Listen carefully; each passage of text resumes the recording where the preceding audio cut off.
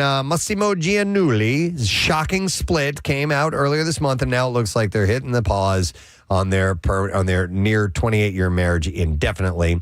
TMZ sources already confirmed that the longtime couple are living apart, taking a break from their marriage, though no legal proceedings have started, according to Laughlin's rep. The source says that things have never been the same since the pair weathered the college admissions fallout and the prison sentences together. Laughlin served 2 months, Giannulli 5, after pleading guilty to wire and mail fraud in 2020 to get their daughters Olivia and Bella accepted into University of Southern California. So I was reading an interview with John Stamos. He places the blame for all of that completely on Massimo Giannulli. Oh, okay. He says he was the one who wanted to orchestrate that, and she was collateral damage to it. Now they are living apart and moving on with separate priorities, and the insider said that Lori feels betrayed. It's not a happy situation for her. It is unlikely that they'll find their way back together. Still, their daughters are reportedly keeping the peace. There's no drama or resentment, according to the source, noting that they're focused on keeping things peaceful and staying close as a family, and they just want them to be happy. So we all want them to be happy. We do, don't we? Happiness is a good thing. All right, fans got a little upset when they saw Danny Trejo at a Toronto airport being pushed around in a wheelchair by his son. Trejo's known for his bigger-than-life tough guy roles, so the wheelchair drew concern. But apparently there is a good reason. The source explained to TMZ the actor had a knee replacement. Oh, okay. And at airports, a wheelchair makes it easier for him to get around. So it's not like a bigger problem than that. So he is larger than life, but when we had him in studio, I was like, wow, he's small. He's not very tall. Yeah, not at all. Yeah, but he is menacing, man. Very surprised at how, and that's what they do in movies. They do. They can take somebody who seems, who has that look about them, but they aren't naturally statuesque, and they can make them appear like they're really big. So, throughout, we're big fans of the show Reacher. Now, Reacher is tall. He's about 6'3", 6'4". Yeah. But in the books, he's 6'6". Oh, wow. So what they do is a lot of the actors are cast shorter. Yeah. And the angles are up at him. So maybe they put some shoes on him, some heels on him, possibly. Like Frankenstein shoes. Yeah, so. He's just a little guy. Northwest has inherited her parents' talent for making headlines. The 12-year-old daughter of Kanye and Kim Kardashian raised eyebrows this week with TikTok videos showing off a new look that included fake face tattoos, a nose piercing, and grills. So according to the preteen, they captioned one of the clip, "Fake piercings and fake tats for life," which was shared to her and her mom's joint account. She was seen in several photos in the clip with friends who were similarly decked out. So they're just kind of playing around with it. Looks a lot older than 12. Yeah, she does. Yeah, she really does. Is it a Halloween costume? It might be. Okay. I don't know. But, how could you, with a dad like Kanye, how could you say, don't do anything stupid? Right. Now, on with Kim a little bit. She got dragged recently as she admitted that she has no idea how much milk costs, which makes recent Scott Disick sightings interesting. Her former brother-in-law was seen out playing golf, strolling down the street, and lounging poolside, all with a gallon of milk close at hand. They're not sure if he is, trolling or what, having fun with that. When you hit the course, you bring a gallon of milk with you? Sure. Yeah, why not? Nice, especially on a real hot day. Yeah, if you want to promote a nice heart attack. But I remember in Succession, and Stephen Casey, you guys will remember this, there was a scene where the patriarch, Roy, oh my God, what's the name of the family? Kent. Logan. Not Kent. Roy Logan. Logan Roy. Logan Roy. Yeah. Sorry about that. Roy is the last name. He starts grilling the family going, how much does a gallon of milk cost? Uh-huh. Just trying to put pressure on them like you are out of touch with real life. You have no idea. I always buy quarts. So we don't. Well, you guys, yeah. There's only two of you. Yeah, we're not buying a gallon. Yeah. So Kim doesn't know how much a gallon of milk costs. I don't know how much a gallon of milk costs. Like $2.99? No, it's more than that. Is it? Okay. It's closer to $6, I think, is where a gallon of milk. Can you rent that? I have never looked more into economical. that. I've never looked into that. No, Casey. Well, it depends on where you're getting it. So they're anywhere from $4.24 to $3.75. They range. Okay. So I think I was going a little bit high. All right. Well, anyhow, I know how much a rotisserie chicken costs, and about $6. Also, it depends on if you're going to get like organic milk or I should be more specific. Damn you, whole milk. Yeah. I never thought of you as a Kim Kardashian type, but cost you like $4 a gallon or something like that. Well, you're in charge of produce, are you not? When you go shopping, produce is my thing. So you know your thing. Yeah, you're just out of your wheelhouse. Yeah. A gallon of Lucerne at your Acme Markets is $4.89. Whole milk, 1 gallon. There you go. All right, so the messy marriage and estrangement of billionaire David Geffen and his husband, Donovan Michaels, has made headlines for the last year with the former music mogul, movie producer, and his much younger husband battling over finances as their marriage has fallen apart. The two met on the website seekingarrangements.com in 2016, married in 2023 without a prenup, which is crazy for a billionaire. I thought they had a prenup. In July, Michaels filed a lawsuit alleging Geffen breached a contract and he was looking for a payout. The two battled back and forth, but Monday, Michaels' lawyer filed a motion to dismiss the suit without prejudice, meaning the case is being ended temporarily but can be refiled at a later date. Maybe I was just being a cockeyed optimist, but I really thought they were going to make it. Michaels has claimed that he's entitled to community property, a claim his lawyers say will be resolved in mediation. I thought they could get past that 60-year age difference. Last month, Geffen told the court that he'd be willing to cough up $50,000 a month for a year with credit for what he's already given Michaels, an offer that Michaels rejected. So, any pictures of the two together, the younger guy looks like his caretaker. His day nurse. Yeah. It looks ridiculous. It looks like one of those family members that gets paid to take care of someone. Yep. Ireland Baldwin, daughter of Alec and Kim Basinger, pig, opened up in her 30, flirty, and surviving blog post about about her lonely upbringing and poisonous family members, saying she no longer feels burdened by her narcissistic, unreliable, addict family members. She shared that it's the holidays. She's getting nostalgic. Growing up without Jesus Christ. She said that growing up without parents, without both parents, made her crave validation and praise from relatives, but realizing their toxicity was freeing without explicitly naming names. So it's Alec and Kim are her parents, right? Mm-hmm. Yeah. All right. Yeah. She wrote that her daughter, Holland, doesn't have to know these people, and vowed to build her own version of a loving family. Ireland reflected on lessons learned, urging readers to tell your mom you love her every single day and remind them you can't fix or change anyone. Kim and Alec were married from 1993 to 2002. The actor previously admitted that the split negatively impacted Ireland. Despite their past, Alec previously shared they now have a good relationship, and Ireland previously credited her stepmother, Hilaria, for saving him and helping them reconnect. Ireland's mother has also said that she maintains a great relationship with Alec. You know, and Alec has 6 kids with Hilaria, and I'm curious as to whether or not, because Ireland's baby is 2 years old.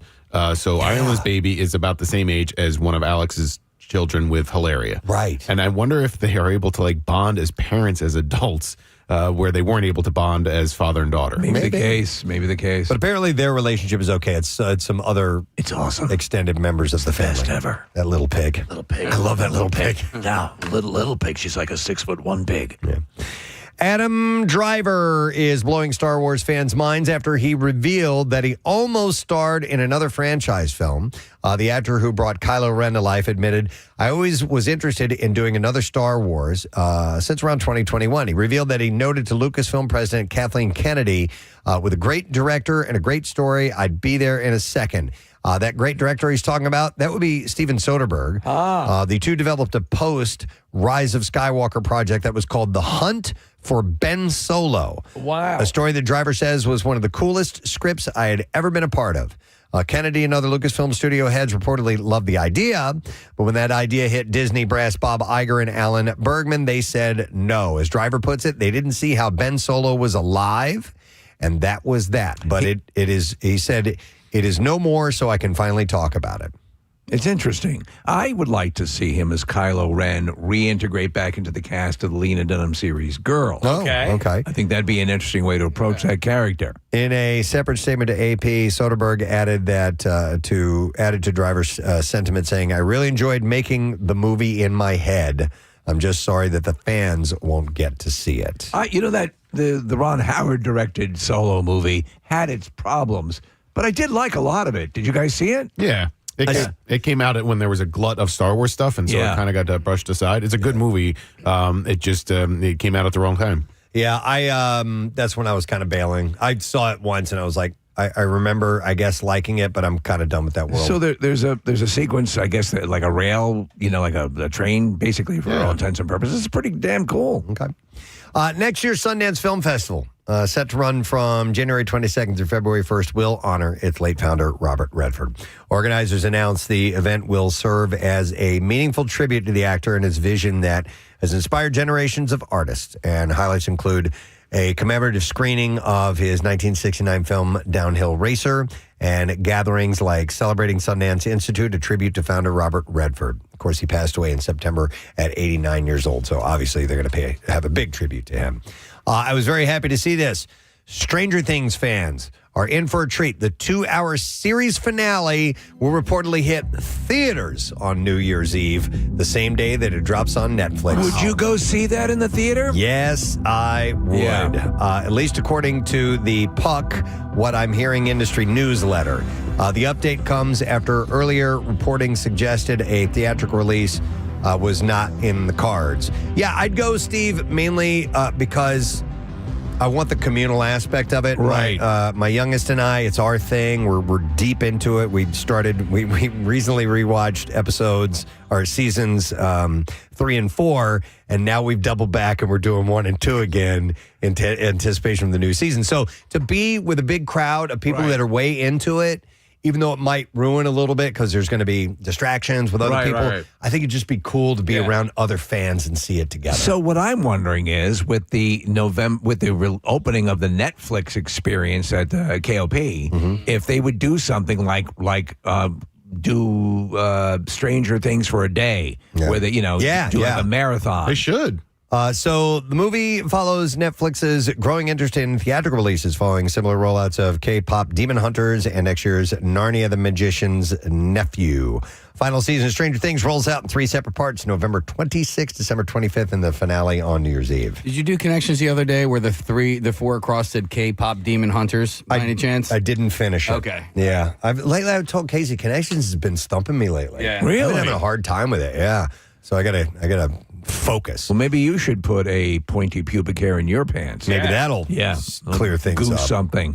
All right, couple other quick things. Apple TV's hit series Shrinking now has a season 3 premiere date. Of course, it stars Jason Segel, Harrison Ford, Krista Miller, Jessica Williams, Luke Tenney, Michael Urie, Lukita Maxwell, and Ted McGinley.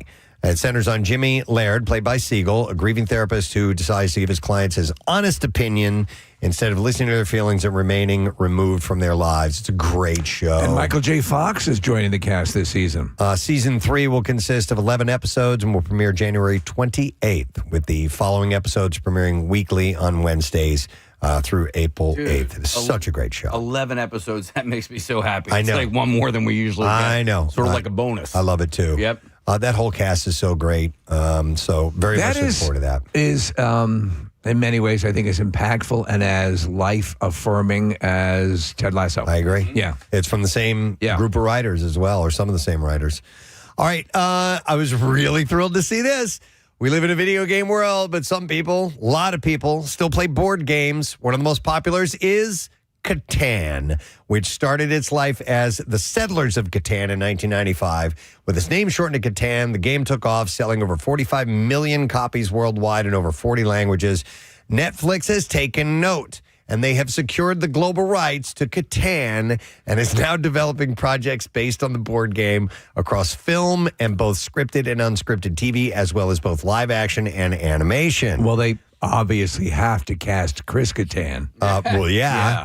For those unfamiliar, Catan players reach the fictional island of Catan, where they must acquire resources and grow their settlements, ultimately acquiring victory points in order to win. Now, I played with you. I can't remember, what is the, do you have to roll dice in order to make moves and stuff like that? Like, okay, that's that. So how would you write that into the plot? Not necessarily. I haven't even given 1 second of thought of how this would translate. I just am excited. Yeah, it's not as obvious as, say, like Battleship or something like that. Right. But listen,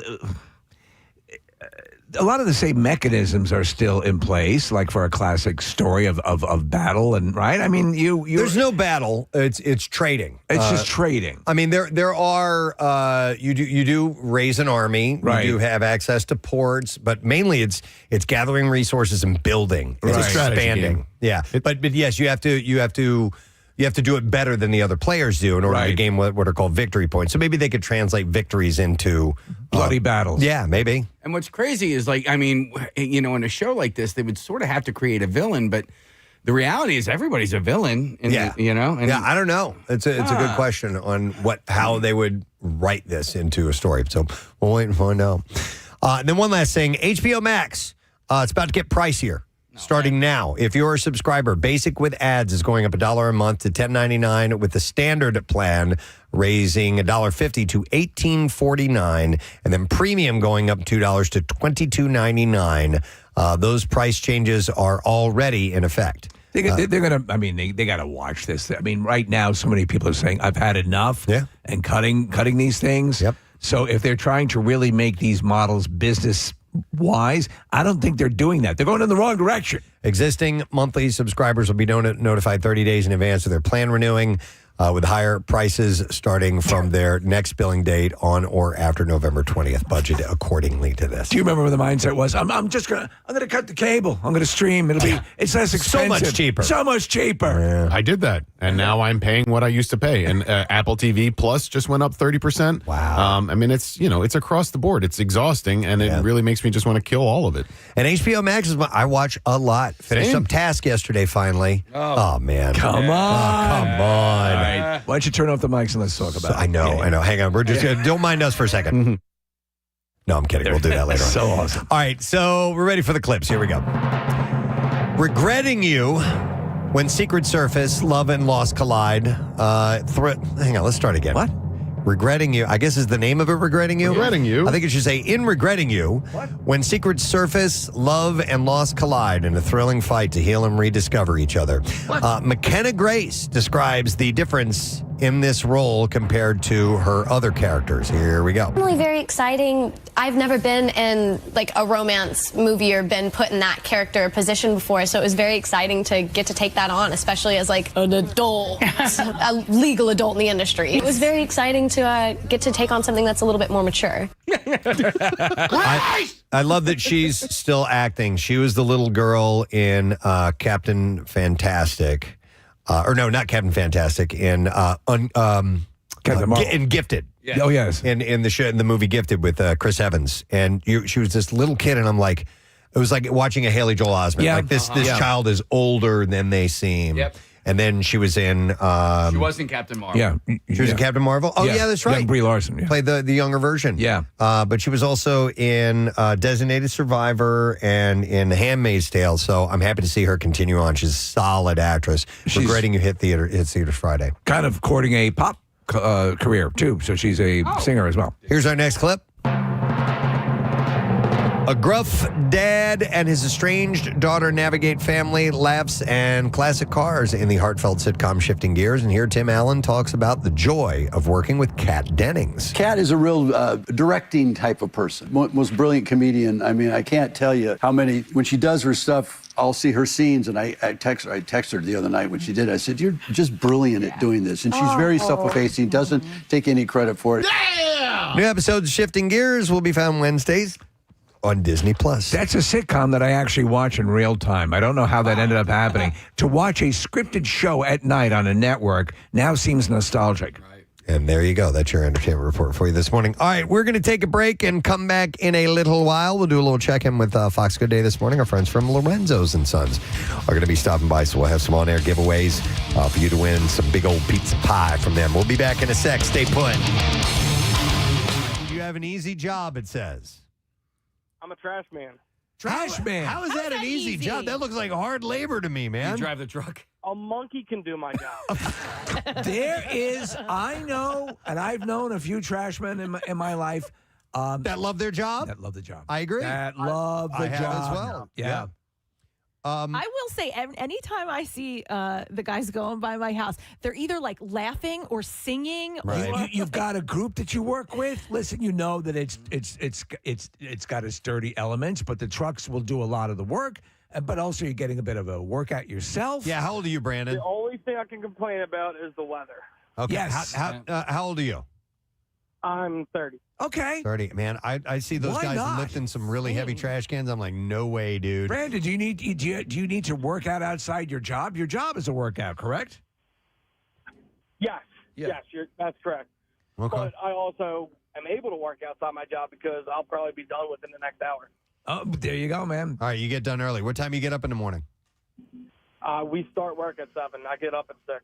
All right. Okay, that's not bad at all, man. All right, so Brandon considers it an easy job. Yeah. I would consider that a difficult manual labor gig, but he thinks it's one of the easiest jobs. I wonder how they pick the case. To your point, do they go on rotation on who drives the truck? Because the dude who's driving the truck always has kind of the That's the dude. easier That's gig. That's a good question. Let me go to Kenny. Hey, Kenny.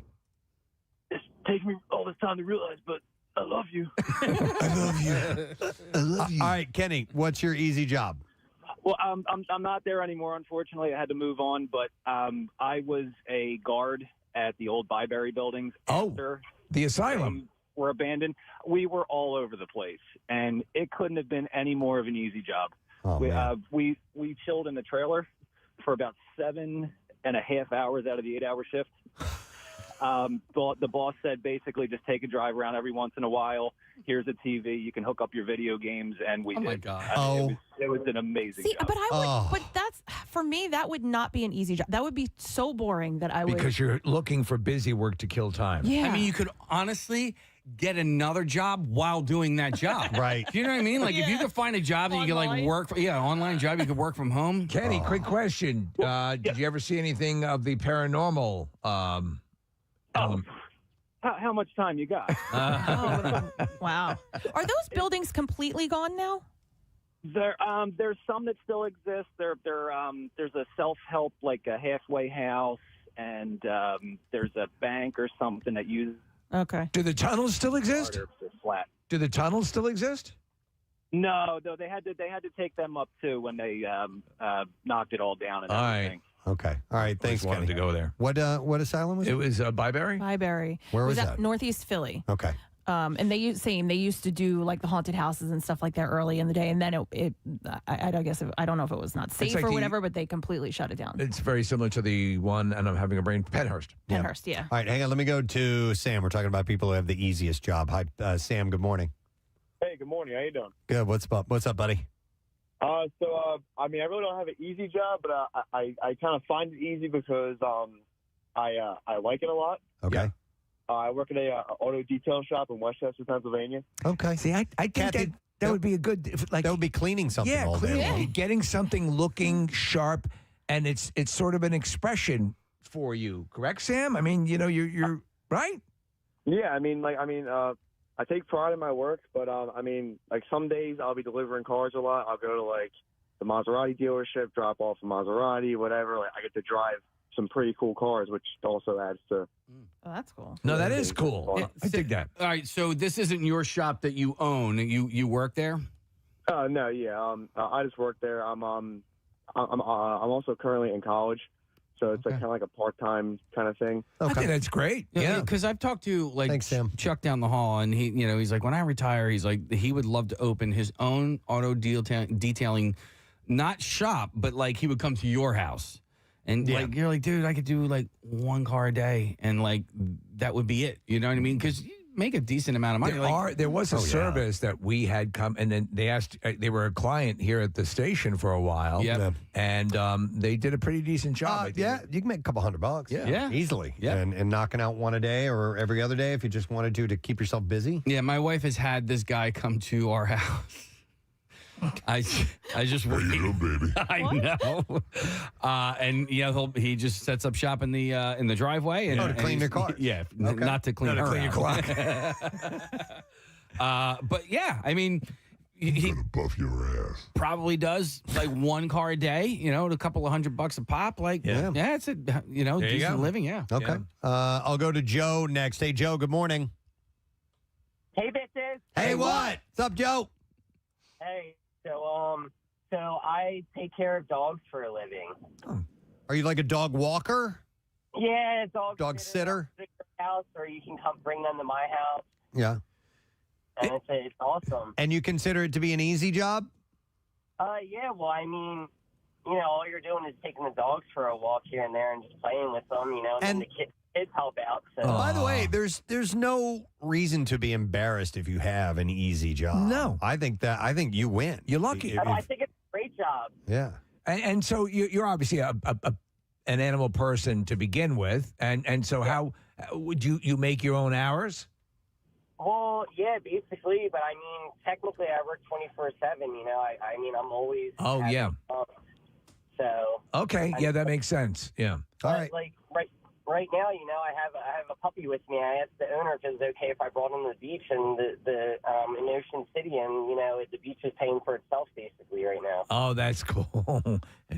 Having puppies wouldn't be too bad. Thanks, Joe. Appreciate it. Hang on, I want to go to Mark, who's been a trash man for 28 years. He's got a different take on it. Hi, Mark. Good morning.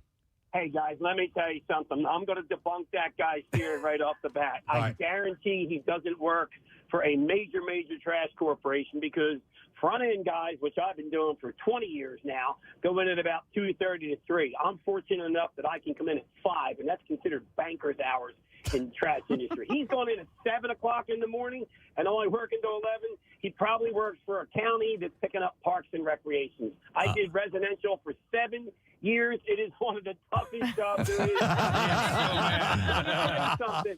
I'm in front end now. I'm in an air-conditioned, high-tech truck. I work for one of the most major trash corporations in the world. Our trucks are high-tech. They're nice. They're comfortable. They're ergonomic for the driver. I have AC. I get out about 20 times to open gate, pull a couple cans out. Mine is probably the easiest in the industry, but maybe takes the most driving skill. I back up over 130 times a day. Let me tell you something. I stink when I go home, and my wife won't let me near her until I take a shower. She won't let me near her anyway. I've been married 30 years. That's a different story. Bottom line is, one of the worst jobs as far as fatalities and one of the most difficult jobs physically and, believe it or not, mentally, because you are not done until you pick up that last can. The good news is you can eat all you want out of the hopper. If that's Oh, my God. I love this guy. Wow, man. Mark. Well, you paid your he dues. hung up on us. He hung up. I wanted to get more from Mark. Oh, he's the best. Wow. Okay.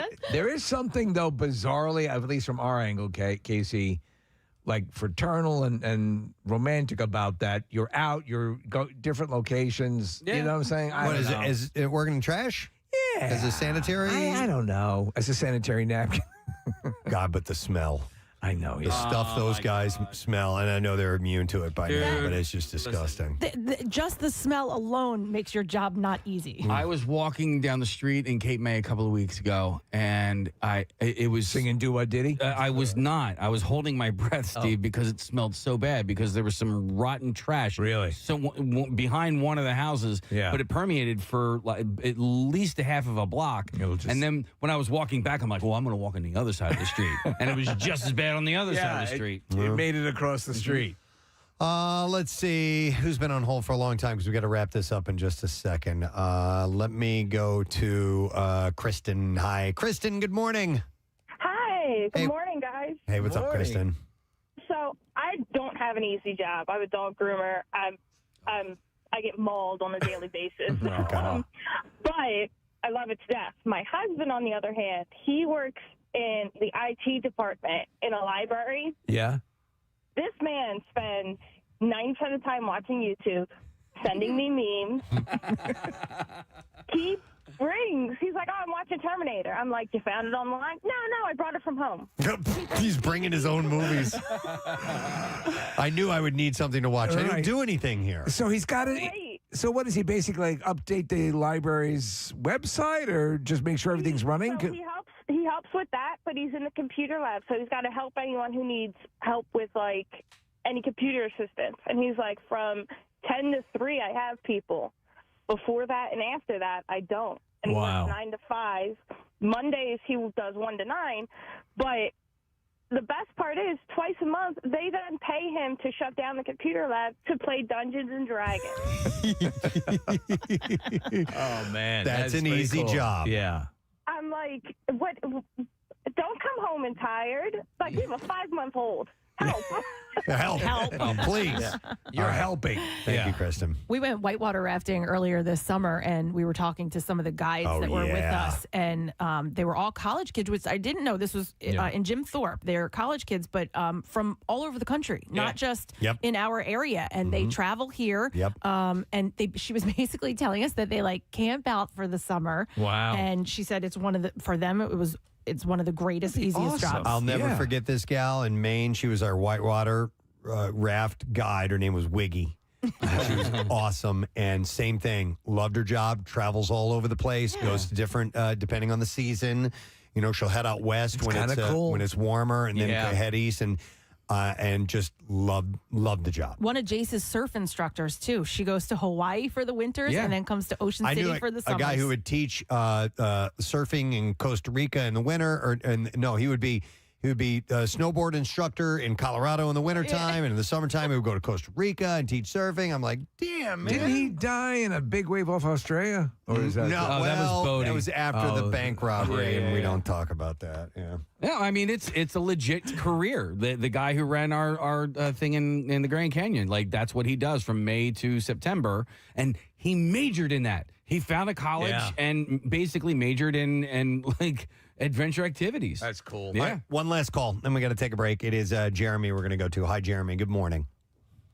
You guys rock. Jeremy, it says here you got an easy job. What is it? Very much, Marissa. We welcome you to the show. We're about ready to chat about something. Steve, you mentioned to me off air. I was not familiar with this story. Oh, the coyote attack. Yeah. Yes, absolutely. Well, this is a wild story. It's out of Woodcliff. It was yesterday around 1:20. I was watching whatever the news.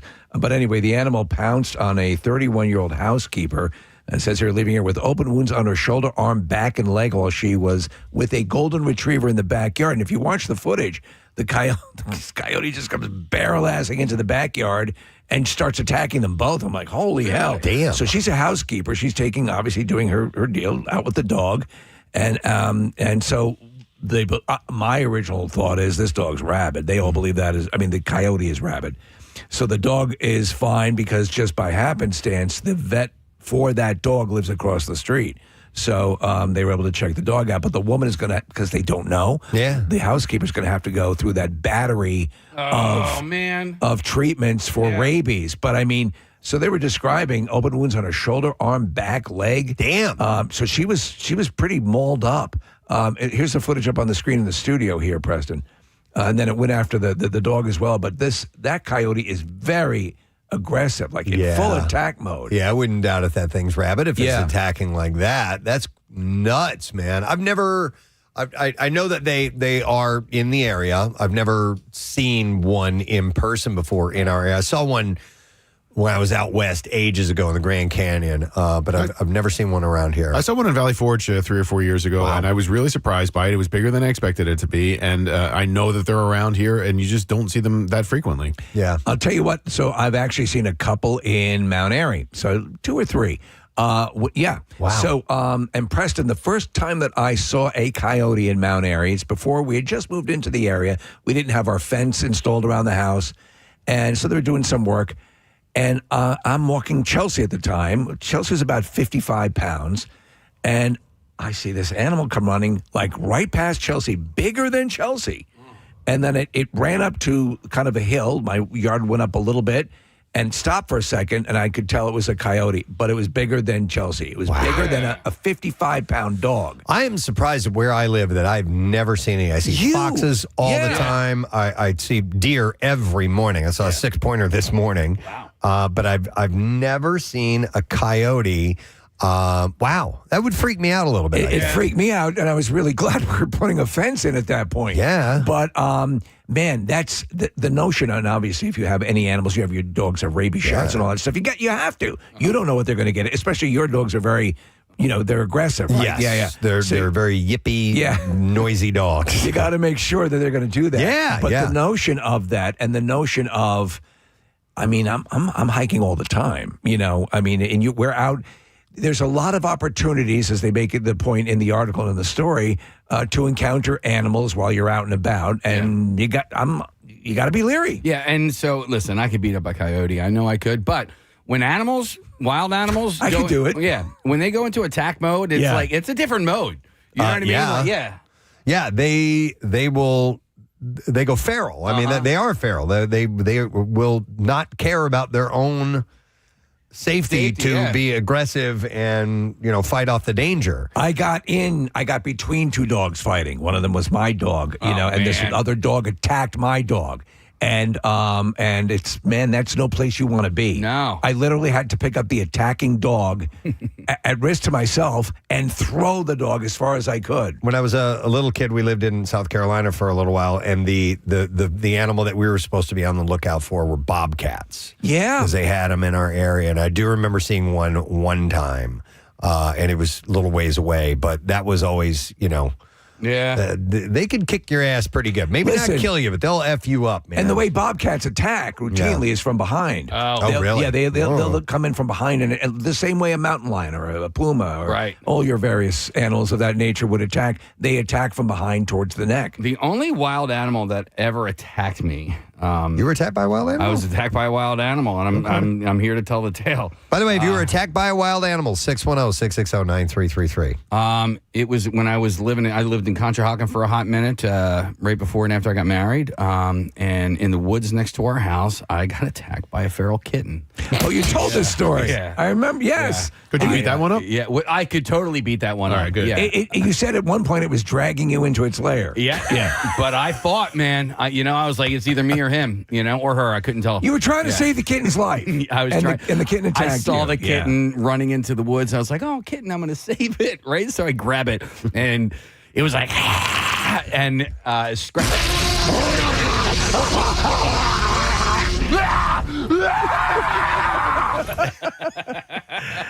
That goddamn kitten.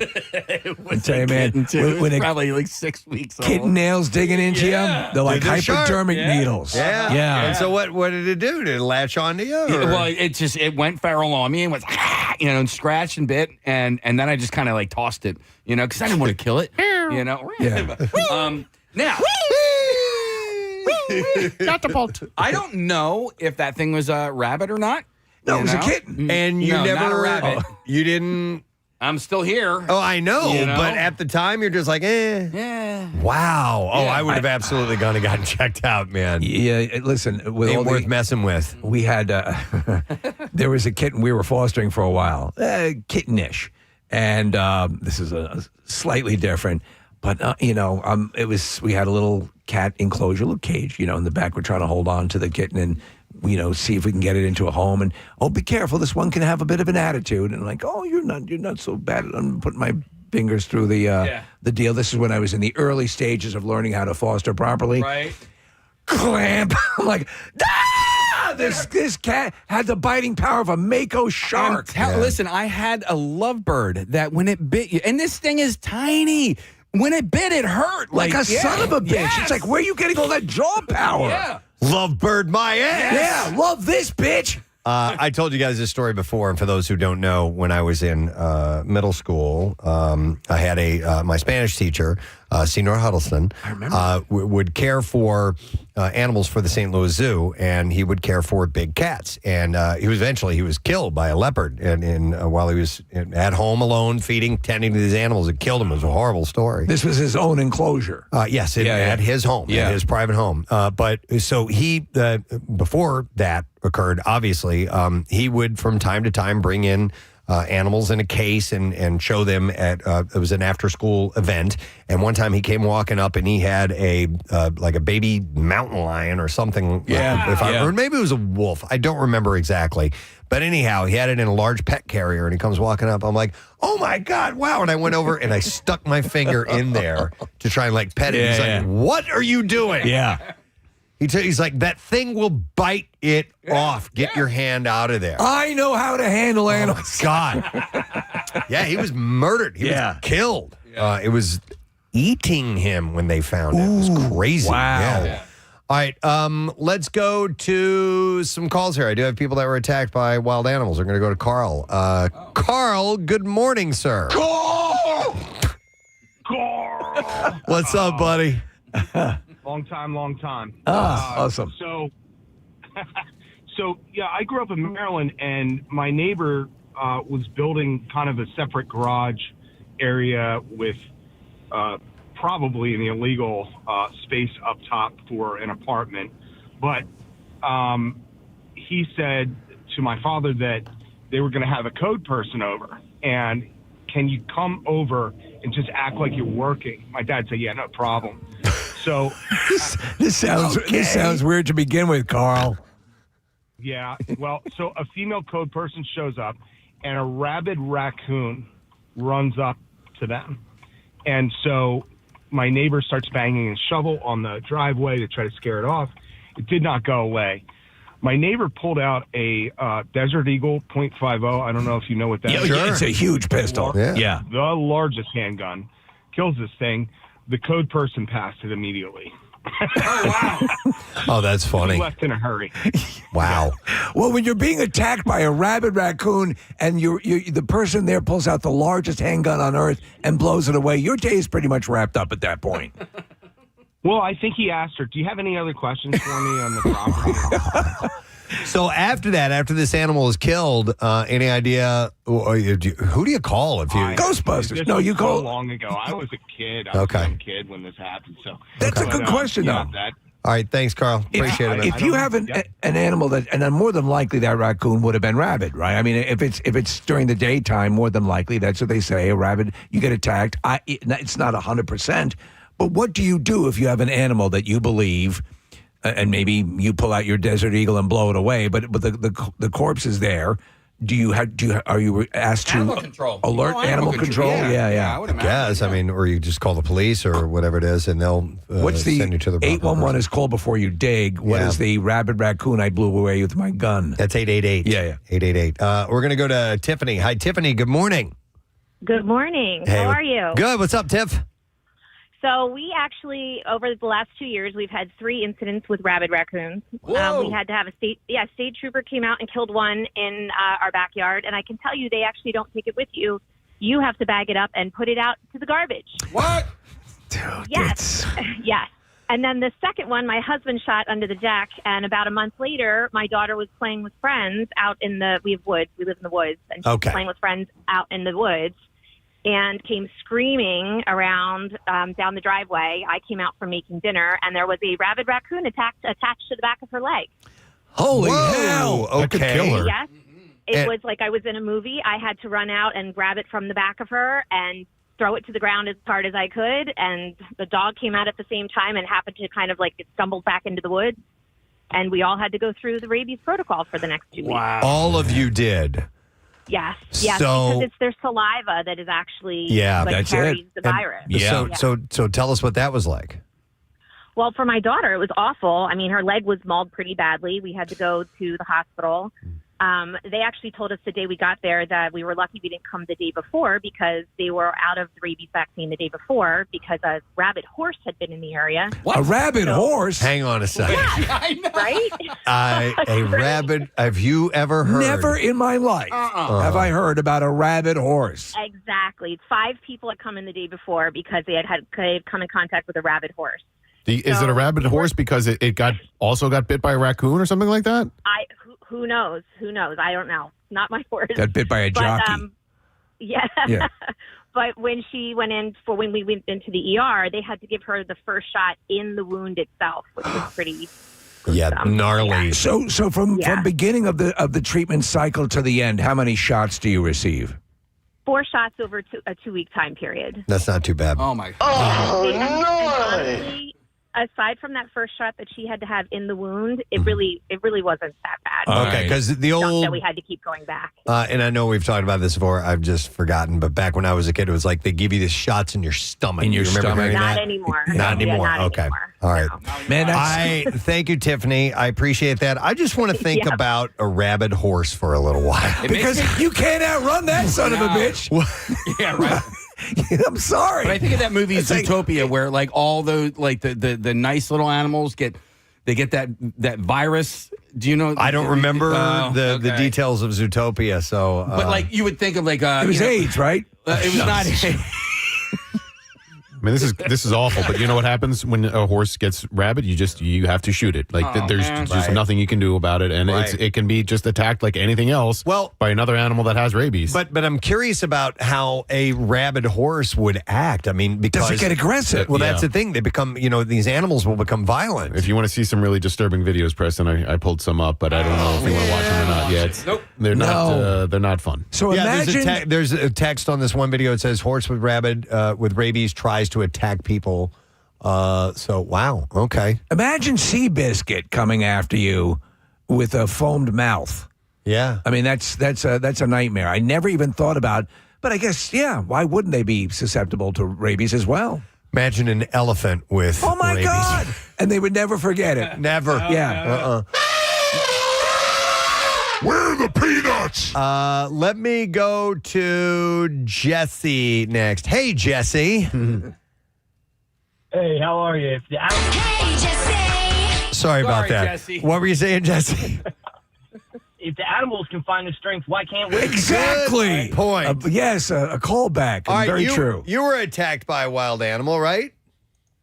Yeah, I was about maybe 15, 16 years old. I was riding my bicycle back from my girlfriend's house, and I just started feeling something claw at my head. And it was a bird. Apparently, it took my hat off my head. There's cars at a stoplight laughing. I have no idea what's going on. Next thing I felt, I felt talons clawing at my head. I have no idea what kind of bird it was. I must have went past their nest or something, or I have no idea. But the bird just would not leave me alone. I'm riding my bike as fast as I can. I left my hat there. I was scared to death. I was a teenager. Let me ask you. So in this case, you get attacked by a bird, you get clawed or pecked. Is there some sort of medical protocol that they would suggest you follow? I didn't even. I was 16 years old. Okay, whatever, and I just. Yeah, man, wow. that freaked me the hell out. Yeah, I wasn't bleeding. Wow. Jeez. That's crazy. Yeah, All right, yeah. thanks, Jesse. All right, so. I mean, that and a rabid horse? I was today years old when I found out about a rabid horse. Yeah. Can birds get rabies? Yeah. I'm going to guess no, but I do not know. I have no idea because I've never heard of a rabid bird before. There are a whole plethora of avian diseases, though. Sure, Yeah. but I'm curious about rabies. Right. Only mammals can contract rabies. Okay, thank you. Oh, All right. Okay, so any birds that are actually mammals? Yes. Yes. Which ones? The blue whale. The dodo. So wait, a whale can get rabies. Yes. A whale? Holy hell! Could you imagine a blue whale foaming at the mouth? I mean, it could get All right. we get Nick, washed out with if you would, please. Is there an aquatic equivalent to rabies? Yeah. The other thing about horses getting rabies is that you can vaccinate them, like you can prevent it from pets getting them. So you can, like if a horse gets rabies, it's because it didn't get a proper shot.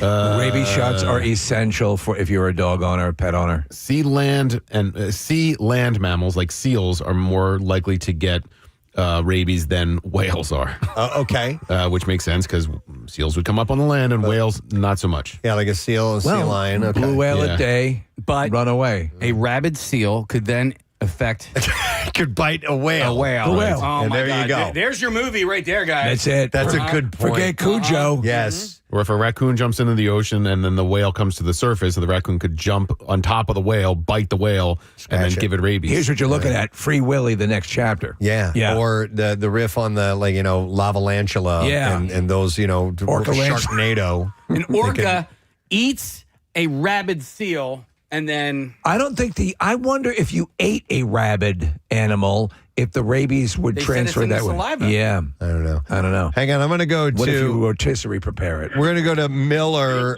who is a zookeeper. Hi, Miller. You're on the air. Good morning. Hey, good morning. Good morning, It. Hey, good morning to see you. All right, so you've had an encounter where you were attacked by a wild animal.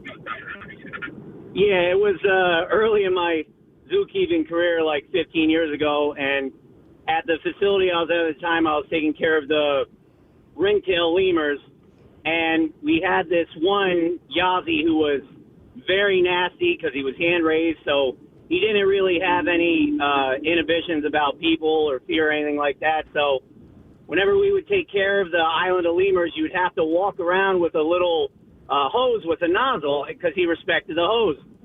But as I'm backing off of the lemur island, he's probably about 10 feet away. As soon as I put the hose down, he just starts running, and then before I know it, he's Spider-Man sprawled out, springboarding toward my face. And all I could do was like turn my head. I was like, oh no. And when I turned my head, he latched onto my ear, and I just shook him off, and I ended up having to get 8 stitches to put my ear back. Damn! So they're the ones, they're the delightful animate, like in Madagascar, isn't the ringtail? The King Julian. Yes, they're adorable. So this thing does a Spider-Man move, bites you in the ear. Uh-huh. I assume it hurt like a son of a bitch, correct? Yeah, well, there was so much adrenaline running through, I really didn't feel it, because then and this was before we opened, so I put the call out that Yazzie tagged me, and within minutes everyone came running, and that's when my ear just started pouring out blood. Wow. So as per an earlier caller, more than the hose, the lemur will respect the desert eagle. So bring one of those in the cage with you. That's wild. If only I had known. Miller, hey, where are you a zookeeper? I'm currently a zookeeper at Six Flags Safari. Okay. That's awesome. Yeah. All right. Thanks, man. Appreciate it. All right. Hang in there. I mean, it's the one thing that we remember, Preston.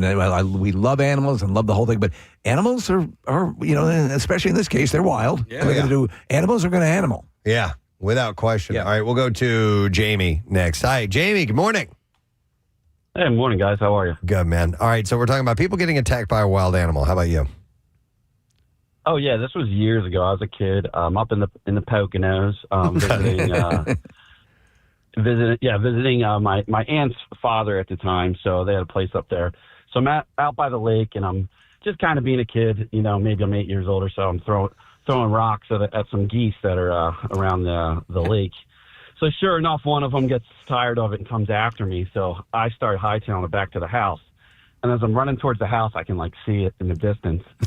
I feel something in the back of my leg, and I just crumble to the ground. One of them pecked me behind the knee, so I fall to the ground. And as I see the house in the distance, they're starting to surround me, and the lights are going out, and now there's 24 geese. I'm like, this is the end. It's over.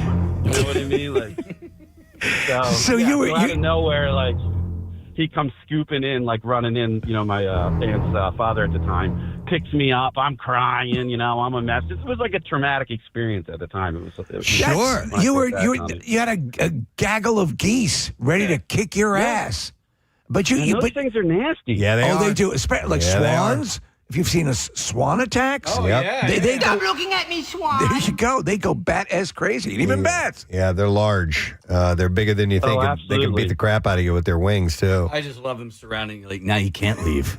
Yeah, now you just can't leave. Exactly, yeah. All right, thanks, Jamie. Sorry, I didn't mean to hang up on him. Hang on a second. I have an ER doctor who wants to share the rabies vaccine protocol process. So we'll go to Alex next. Hey, Alex, good morning. Hey, how's it going? Good. What's up, my man? Oh, no problem. The rabies vaccine series, I've had it myself after buying an old house that was infested with bats.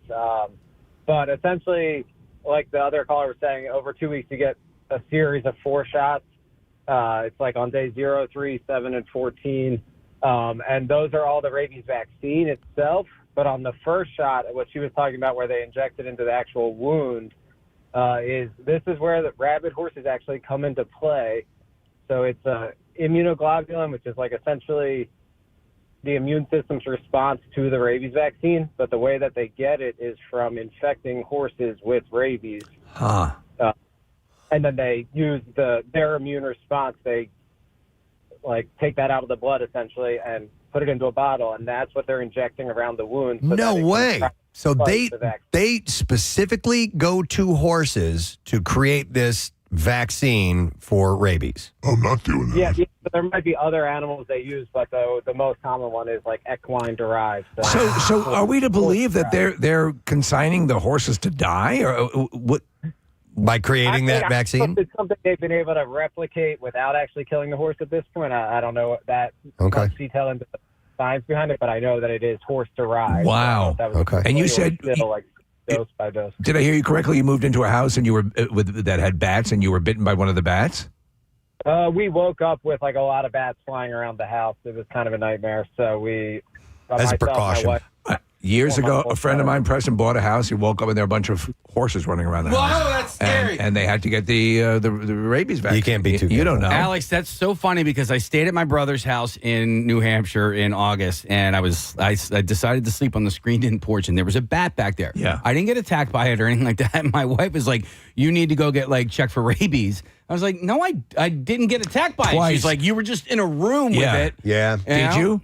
No. So twice you had a killer kitten and a bat. Yeah. Maybe I'm immune. Yeah. that is the recommendation. So even if you wake up in a room with a bat, because the bites can be so small, you might not even realize you were bitten. So you're supposed to get the vaccine. Suppose you meet a bat at a bar, Take her home, and you see that she's got a blister on her lip. Just use a condom. It's the cougars at the bar that you have to watch. Yeah. All right, thank you, Alex. Appreciate it, man. I'm curious. I guess we could have maybe asked him, but so what you do with like a dog, you give a dog obviously the rabies vaccine. Can a human, or do we get? And I'm a preventative vaccine. Woefully informed, but if you're the kind of person whose job puts you around animals that might be rabid, can you get a rabies vaccine? That's a fair question, but I do not know the answer to it. Well, listen, we have to take a break because we got to go on Fox Good Day, but I want to apologize to Aaron, who's been on hold for a while, and Danny as well. We've had people that have been on hold for a long time. Brian, thank you guys for hanging for so long. By the way, Aaron's there was a coyote last week in Landbender. Landenberg. Oh, Landenberg. Oh, that doesn't finish on there. And then Danny brought an opossum that woke up into his house. And Brian's daughter was attacked by a neighbor's dog. And so, yeah, there was a, where was this coyote attack? This was in Jersey, and it was Bergen County. Yeah. Okay. And then they're advising, by the way, if you have any pets and you leave food outside for them, don't do that. Bring the food inside. Yeah, it's going to lure. And just be on the lookout. Okay. Yeah. All right. Anyhow, thank you for your phone calls. We do appreciate that. Scary stuff. And never knew about the horse thing. It's wild. All right. We're going to break and come back. We'll get to the bizarre file. And, of course, we'll go live on Fox Good Day. It's a thing that we do on Wednesday morning. So we'll stay true to that tradition. Stay with us. I coalesce the vapors of IT security maybe 3 hours a week, and I work 40 hours a week. So you're actually working for 3 hours of your 40-hour work week. Not even working. I'm literally just talking to somebody else in a meeting about an issue and tell them what to do and how to do it. Okay. Do you feel mildly guilty that you make money doing that, or are you okay with that? Completely. I honestly Netflix and spreadsheets. Netflix and spreadsheets. Dude, well, you listen to what you. Preston said earlier. You win. Yeah. You know? That's it. You got a job, and you're obviously providing what your bosses need you to provide, or else you wouldn't be there. Yeah, so there exactly. I was talking to my friend Joey Lee the other day in the parking lot of Wawa, and I said, if I ever complain about my job, just slap me in the face, because this is what I do for a living. Yeah. I push buttons like that. Yeah. You know? Yeah. All right. Well, anyhow, thank you guys. And quietly quitting. I was not familiar with that term. No. And it essentially means just doing what needs to be done and only that, and not going above and beyond. My buddy Steve texted and said, quietly quitting equals lazy F. But Steve, my buddy, he drags so much of his work home and shouldn't be doing that much work. He's a booker at Chippendales, right? He gets all the guys. Yeah, exactly. But anyhow, hopefully you enjoy your job. You enjoy your job, then you're in a good position. If not, I hope something comes along that you really want to do. Yeah. We need to take a break. We'll come back in a second, and we'll get to the bizarre file. It's on the way next. Stay there.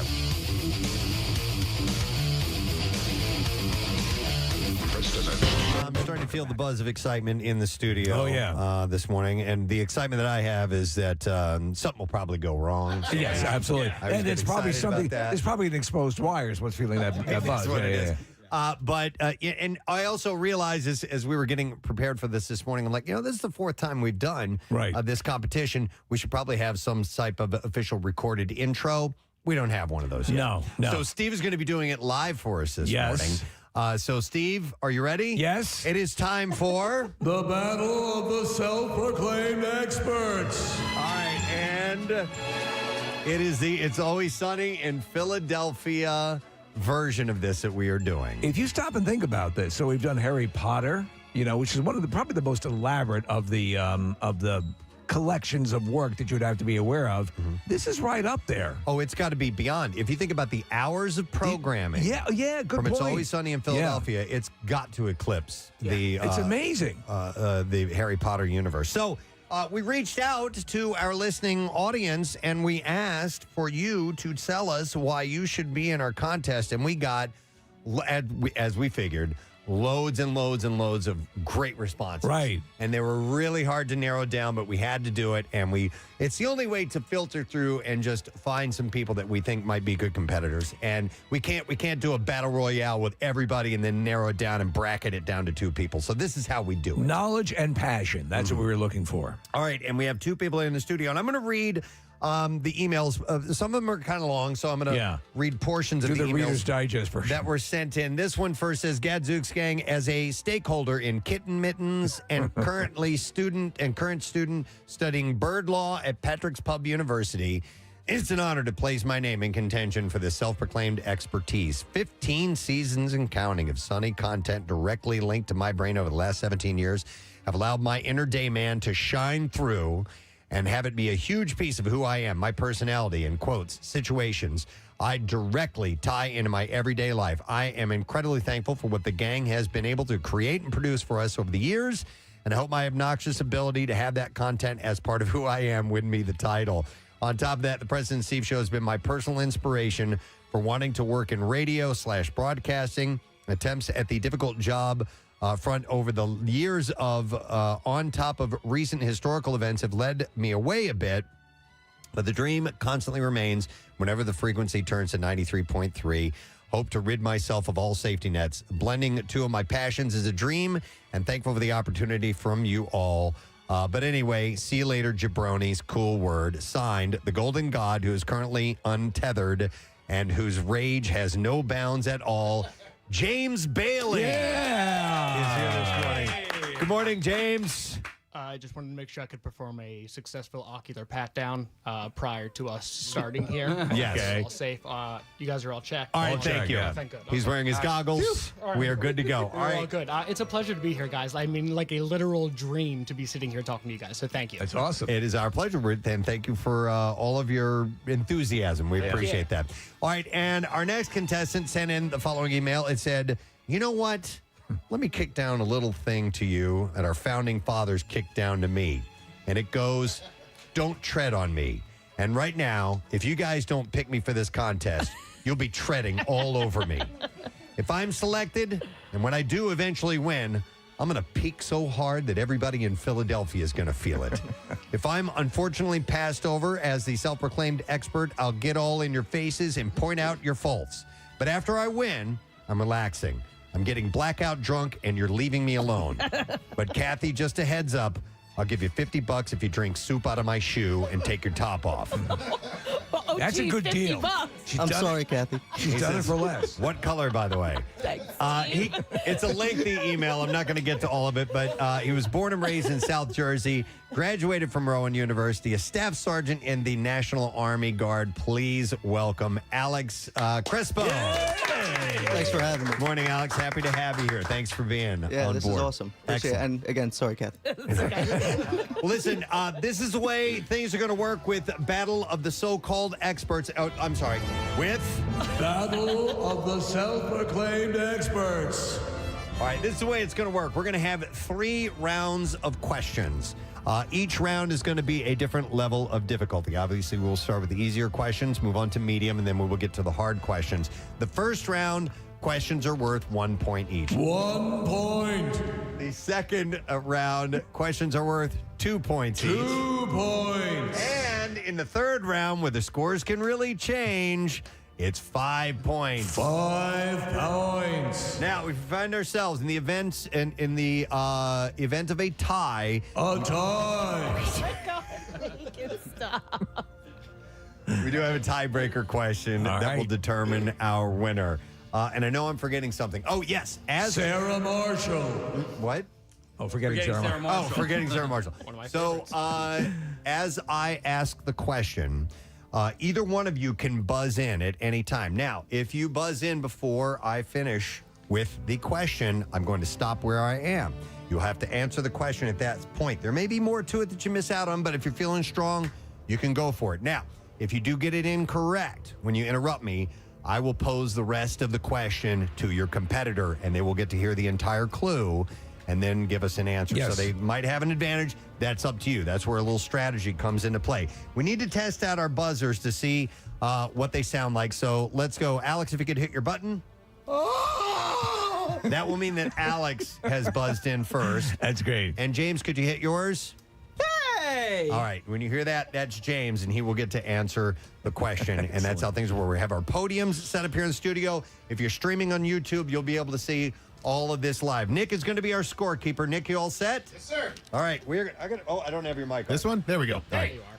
Mic wasn't on. All right. So we are going to get this underway. Let's begin with round number 1. Gentlemen, grab your signaling buttons. And by the way, I need to compliment them on their T-shirts. They are wearing It's Always Sunny centric shirts. We have the Bird Law shirt and the Implication shirt as well. You had to call them to say, at least to alert them to the fact that while we are fans and watch the show, these are the encyclopedic knowledge of the whole show. So we may not be aware of everything. And in fact, I need Connor in here because Connor is going to be our judge should we need to go to a ruling. Connor's another super fan. Connor's a super fan, and he helped out with all of the questions. So, Connor, I may go to you for a thumbs up or thumbs down. Like the gladiators. All right, here we go. Starting with 1 point questions. These are the easier questions of the lot. Let's begin. Here we go.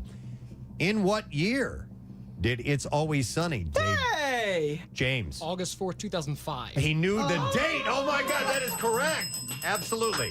1 point for James. Like I said, these are the easier questions. Question number 2, and there are 5 questions per round. I forgot to mention that. Which Pennsylvania bridge is seen? Alex. I'm going to go Strawberry Mansion Bridge. But I think I jumped the gun. That is incorrect. Which Pennsylvania bridge is seen in the opening credits? George Washington Bridge, correct? Or no? That is incorrect. That is incorrect. Both of them wrong. It's the Ben Franklin Bridge. George Washington Bridge is in New York, James. Round up. No, that's very different. Very different. All right. Is it the Verrazano Narrows Bridge? Here we go. Golden Gate. Yeah. And by the way, you heard Casey playing sound effects. Yeah. For a correct answer, for an incorrect answer, you will hear this. Dead air. Or you will hear this. This is not good radio! All right. And for a correct answer, you'll hear. Or. Rock flag eagle. See, it all looks professional. It does. Yeah. All right. Third question of the first round, and there are 5 per round. Here we go. What is Dee's nickname that was... Hey! All right, James? Shut up, Bird. Incorrect. Ooh, this is not good radio! What is Dee's nickname that was given to her in high school? The Aluminum Monster. Yep. That is correct. Alex gets a point. That's from the episode titled The Aluminum Monster versus Fatty Magoo. Question number 4. What is Rickety Cricket's Hey! James? Matthew Mara. Matthew Mara is correct. Rickety Cricket's real name. All right, question number 5, and this is a lengthy one. A lengthy setup. I just want to tell you ahead of time. Here we go. Mac and Charlie go to a diving pool they used to go to as kids, but the pool has been abandoned and is full of garbage. Mac says that the pool looks like the way that it is because of a pattern of discrimination against lower class people, but Charlie says it's because a kid drowned. Alex? Jamie Nelson. That is correct! And round 1 comes to a completion. And by the way, that was from Mac and Charlie White Trash episode. Nick, what is the score so far? All tied up at 2 apiece. All right. Nice, guys. 2 Very for nice. Alex, 2 for James. It's a tie score. And they got the same question incorrect, I want to point out. So, Ladies and gentlemen, last night in New York City, in Manhattan, at the Edison Ballroom, they had the Marconi Awards. And let me tell you what this is. The way I say it, it's like the Academy Awards of radio. Am I right, Preston? I think you're right, Mike. Yes, that is that would be the equivalent. Yep. Yes. And also the Nobel Peace Prize. Yeah. Okay, thank you. So you won. Let me read these off. Legendary Station of the Year. That is correct, yes. Think about how many radio stations there are in the United States. You are the Major Market Station of the Year. Correct, yes. And Major Market, you two, your whole staff there, Major Market Personalities of the Year. Yes. Oh, go on. Way to go.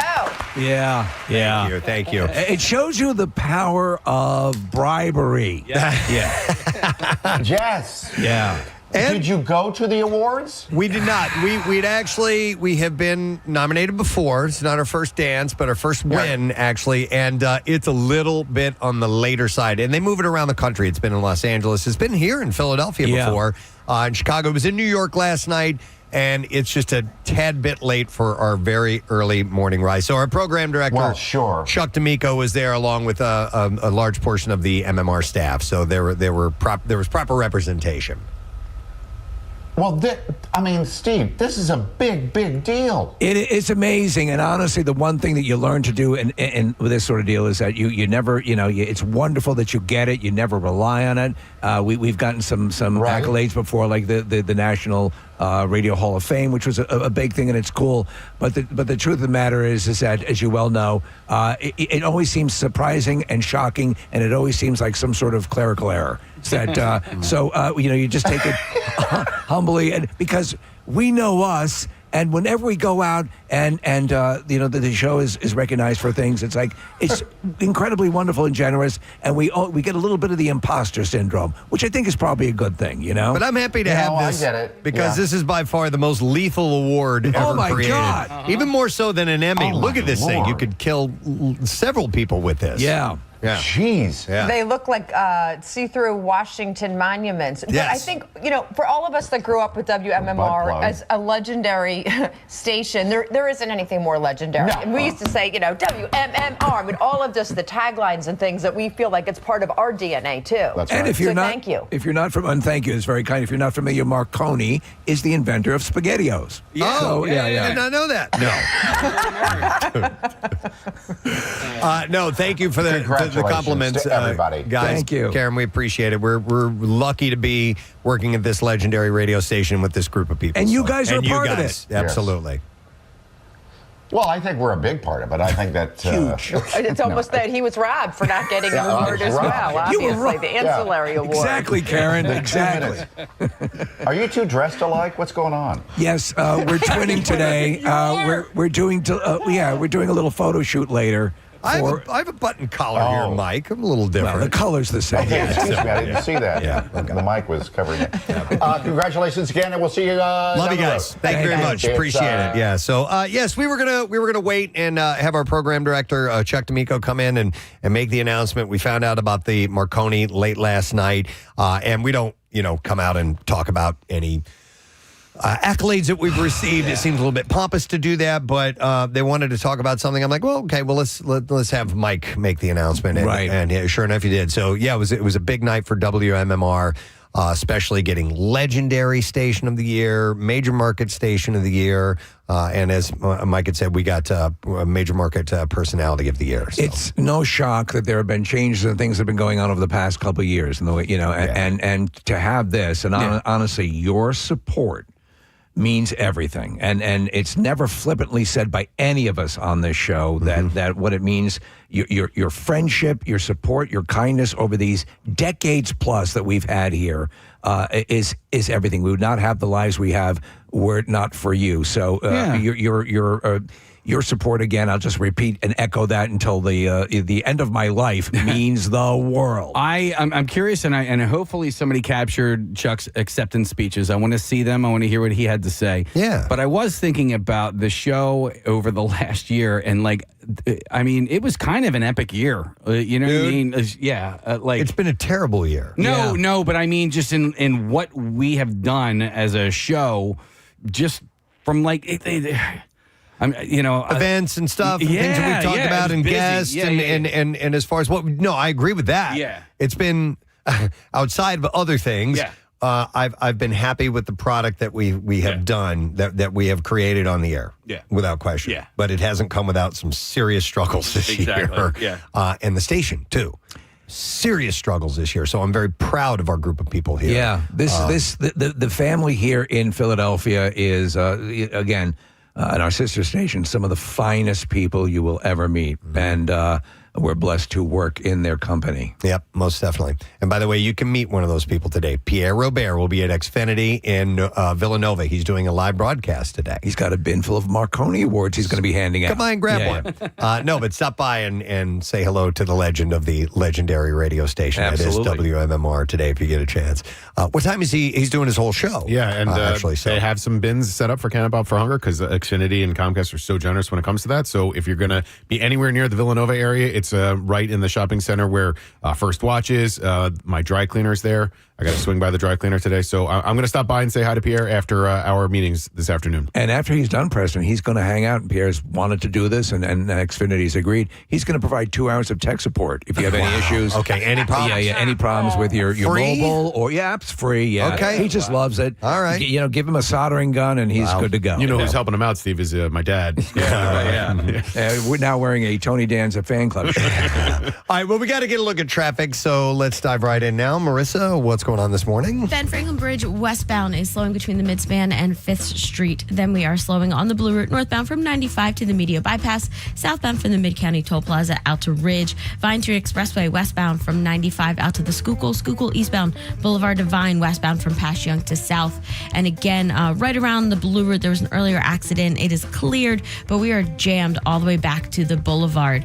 95 northbound, we're slowing from the Walt Whitman Bridge out to Columbus, and then southbound on 95 from the Betsy Ross Bridge out to Allegheny, PA Turnpike westbound, Fort Washington. There's an accident blocking the shoulder. It's jammed back to 2nd Street Pike. The traffic report is brought to you by your Delaware Valley BMW centers. Now through October 31st, take advantage of exceptional offers on the versatile BMW X3. Details at bmwcenters.com. That's your traffic on 93.3 WMMR. WMMR presents Preston and Steve's Bizarre File. Brought to you by Pella Windows and Doors. Autumn savings are on at Pella with 40% off of installation or 24 months of 0% APR financing. PellaPhilly.com. Well, a new mother, quote-unquote mother, has been accused of carrying out a months-long ruse to trick her family into believing that a doll was her newborn baby. No. Oh, this is right out of the Ed Shyamalan show. Servant.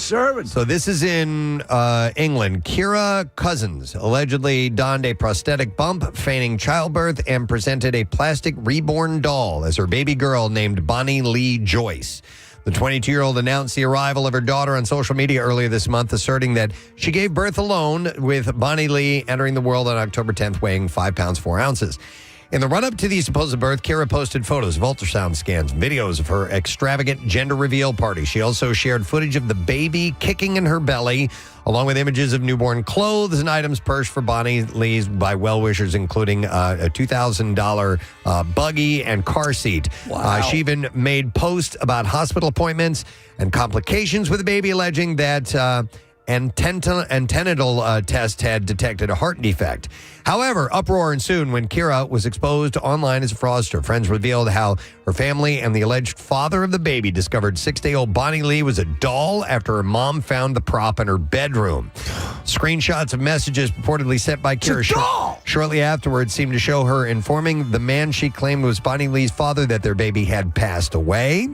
In a statement posted on TikTok, she wrote, "In my own words, let's set this straight. I was in bed when my mother came into my room and found it to be a doll. Prior to this, I had been keeping myself away from literally everyone. The next thing I know, I was confronted by all the family. Don't for 1 minute think that they let me get away with this. They haven't. And none of them, neither did the dad and his family." So friend Nave McRobert revealed that doubts initially emerged when relatives noticed that nobody had heard the baby crying. It's a good baby. While Kira refused to allow anyone to hold her, claiming that Bonnie Lee had recently attended the hospital for medical examinations. It's almost like a doll. Due to poor health.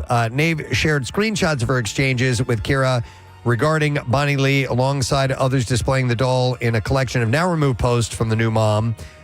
Nave had recounted how she and had encountered her former friend and baby Bonnie Lee during a supermarket visit. She said, I feel worse because I'm one of the few people to meet this baby.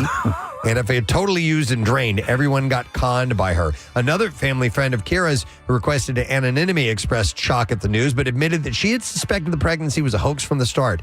She described Kira as a serial liar and said, I've known her for 10 years and she has lied about all sorts. And she was working as a kickboxer all through the pregnancy. She came into my house twice before this doll appeared, and me and my daughter noticed right away that her bump wasn't real. It was all lumpy. She was wearing very thin pajamas, and you could see the straps on her back holding it in. Dude, she wasn't even trying. When she posted the picture of her supposed baby, she said it looked like a doll, but I would have been slaughtered had I spoken about this, and said that I didn't think any of it was real. People would have thought that I was crazy, but no, the woman is a little nutty. Is that a butterball turkey? There are groups of people, though, and I bought one of these dolls years ago just for use in the show, that is very convincing, and there are people in clubs like who collect these things and treat them as if they are real living babies. Yep.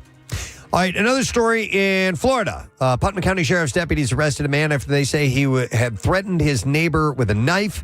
Sheriff's deputies arrested Minor Catledge, who was 61 years old on Friday, on the charge of aggravated assault. Catledge confronted his neighbor when she was walking her dog on a public path adjacent to his property.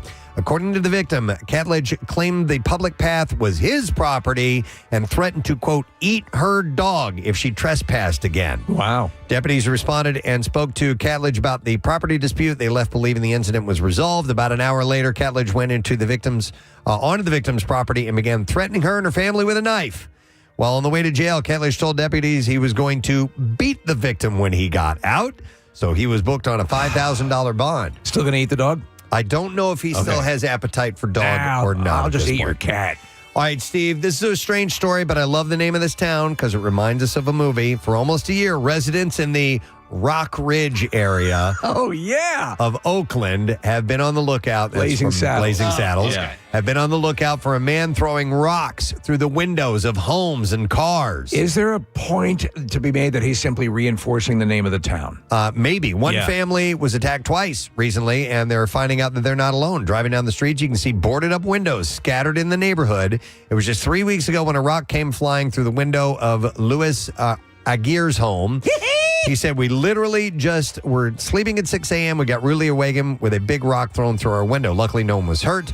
But he said if it had happened any later, either he or his daughter would have been watching TV that Saturday morning, and he could have been hit. He shared this on social media. He put up security cameras to hopefully catch the man responsible. Within days, the next incident happened. This time, a rock shattered a window of his car. He said, we got footage of the individual that did it, just aimlessly walking in the middle of the street and threw a rock in our car. Other residents have captured footage of the suspect as well. They posted these flyers of a man wearing red sweatpants all throughout the neighborhood. Residents say they've experienced crime in this area, but this feels different. Who was the rock-throwing character on Andy Griffith? You remember that guy? He had a burlap bag full of rocks? No. And he would do this. He would walk to town and throw rocks through windows. Aguirre says once he... Ernest T. Bass, that was it. He posted what happened at his house. More of his neighbors have come forward to share similar stories. Many of the residents sharing information and videos hoping to put an end to the chaos. And then we'll do one more story and we will wrap it up. So, home goods company Kohler has released a new device called the Decoda, D-E-K-O-D-A. Decoda. It's a $599 camera that attaches to your toilet bowl and takes pictures of what's inside. The camera analyzes the images to give you information about your gut health, how hydrated you are, and whether there's any blood present. So this initially was designed by Chuck Berry. It's a Dookie camera. Yeah. It has a rechargeable battery, USB connection, and a fingerprint sensor to tell who's using the toilet. Ew. The device is available for pre-order with shipment starting today. Besides the purchase price, users will need to pay between $70 and $150 for a subscription to have their poop watched. Listen, if you haven't done your holiday Christmas cards yet, this might give you an option. Kohler says the camera only looks down into the toilet. Yeah, right. The data is protected with end-to-end encryption. Yeah, right. The company isn't alone in this new field. A startup called Throne also makes a toilet camera. So Kohler also, they had a big success with their upskirt line. And so this is a likely continuation. And that is what I have in the bizarre file for you this morning. Good timing. I'm hungry. And our friends at Lorenzo and Sons Pizza are here out of Westchester, Pennsylvania. You'll find them on 27 North High Street.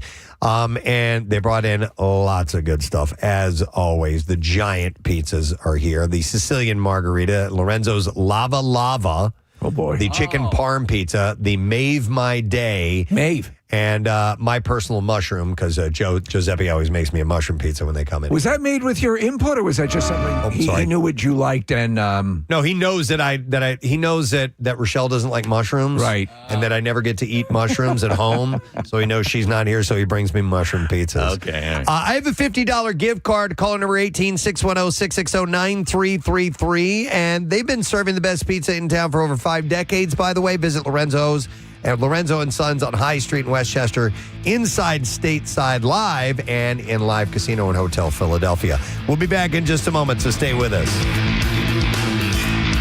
Stole anything from anyone on that one. So 2-2 in round 1. And we now move on to a slightly more difficult section of our contest. This is round 2 with our medium difficulty questions, and each question is worth 2 points. 2 points. It's helpful. Question number 1. We need you to give us the full definition for the meaning of the Dennis system. James. D, demonstrate value. E, you're going to engage physically. N, you are going to nurture that dependence. The second N, you are going to make sure you neglect emotionally. I, you are going to inspire hope. And then with that S, you are going to separate entirely. That's correct. Wow! Well done! That was impressive, James. All right, 2 points for James on question number 1 of round number 2 as we are playing The Battle of the Self-Proclaimed Experts. I don't get tired of it. I love that I can just point to Steve and he'll do that. All right, here we go. Question number 2. Here we go. When the gang buys a boat, Dee is in charge of cleaning out the old stuff, but she throws it overboard. When Charlie starts to find the items, what does he believe? Hey! James? There's a horse cemetery down there with dolls and figurines of sorts. All right, let me go for a ruling on that. Okay, we have a correct answer. Yes. Yeah! Yes. Relics of an ancient horse massacre. Horse massacre. That is, we would have accepted. So 2 more points. I forgot that. Going to James. Third question. What is the name of Patty's rival bar in the... Hey! All right, James. Molly's. Molly's is correct. That's... That is from the episode The Gang Reignites the Rivalry. Fourth question of round 2. Mac creates an exercise bike in Hero or Hate Crime. What is the name of it?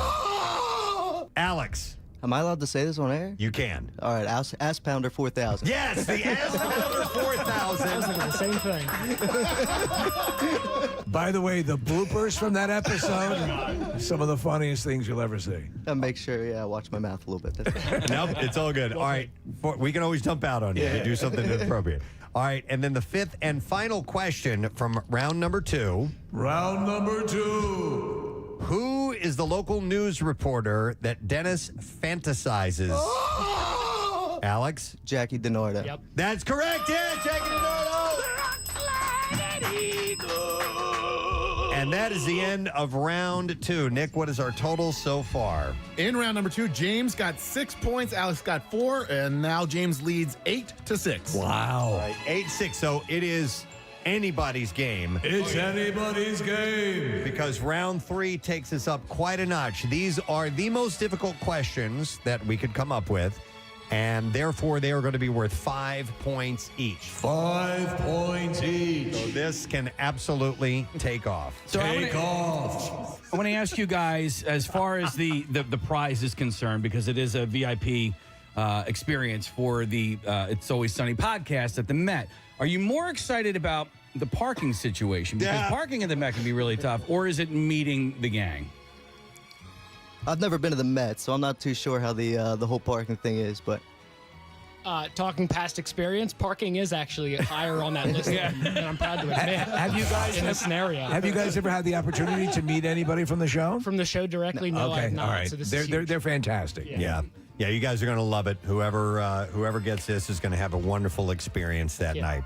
All right, we're ready for the third and final round. 5 points per question, our hardest ones yet. Battle of the self-proclaimed experts. Let's begin. Begin. Question number 1, here we go. What name does Dennis refer to Frank's character, the troll, in the Nightman comic? Hey! James. His name is Antonio in the show itself. That is correct. Yes, that's a correct answer.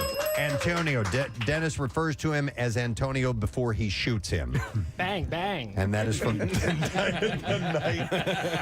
Nightman Cometh episode. All right, question number 2. What size shoe? Alex. 13. Yes!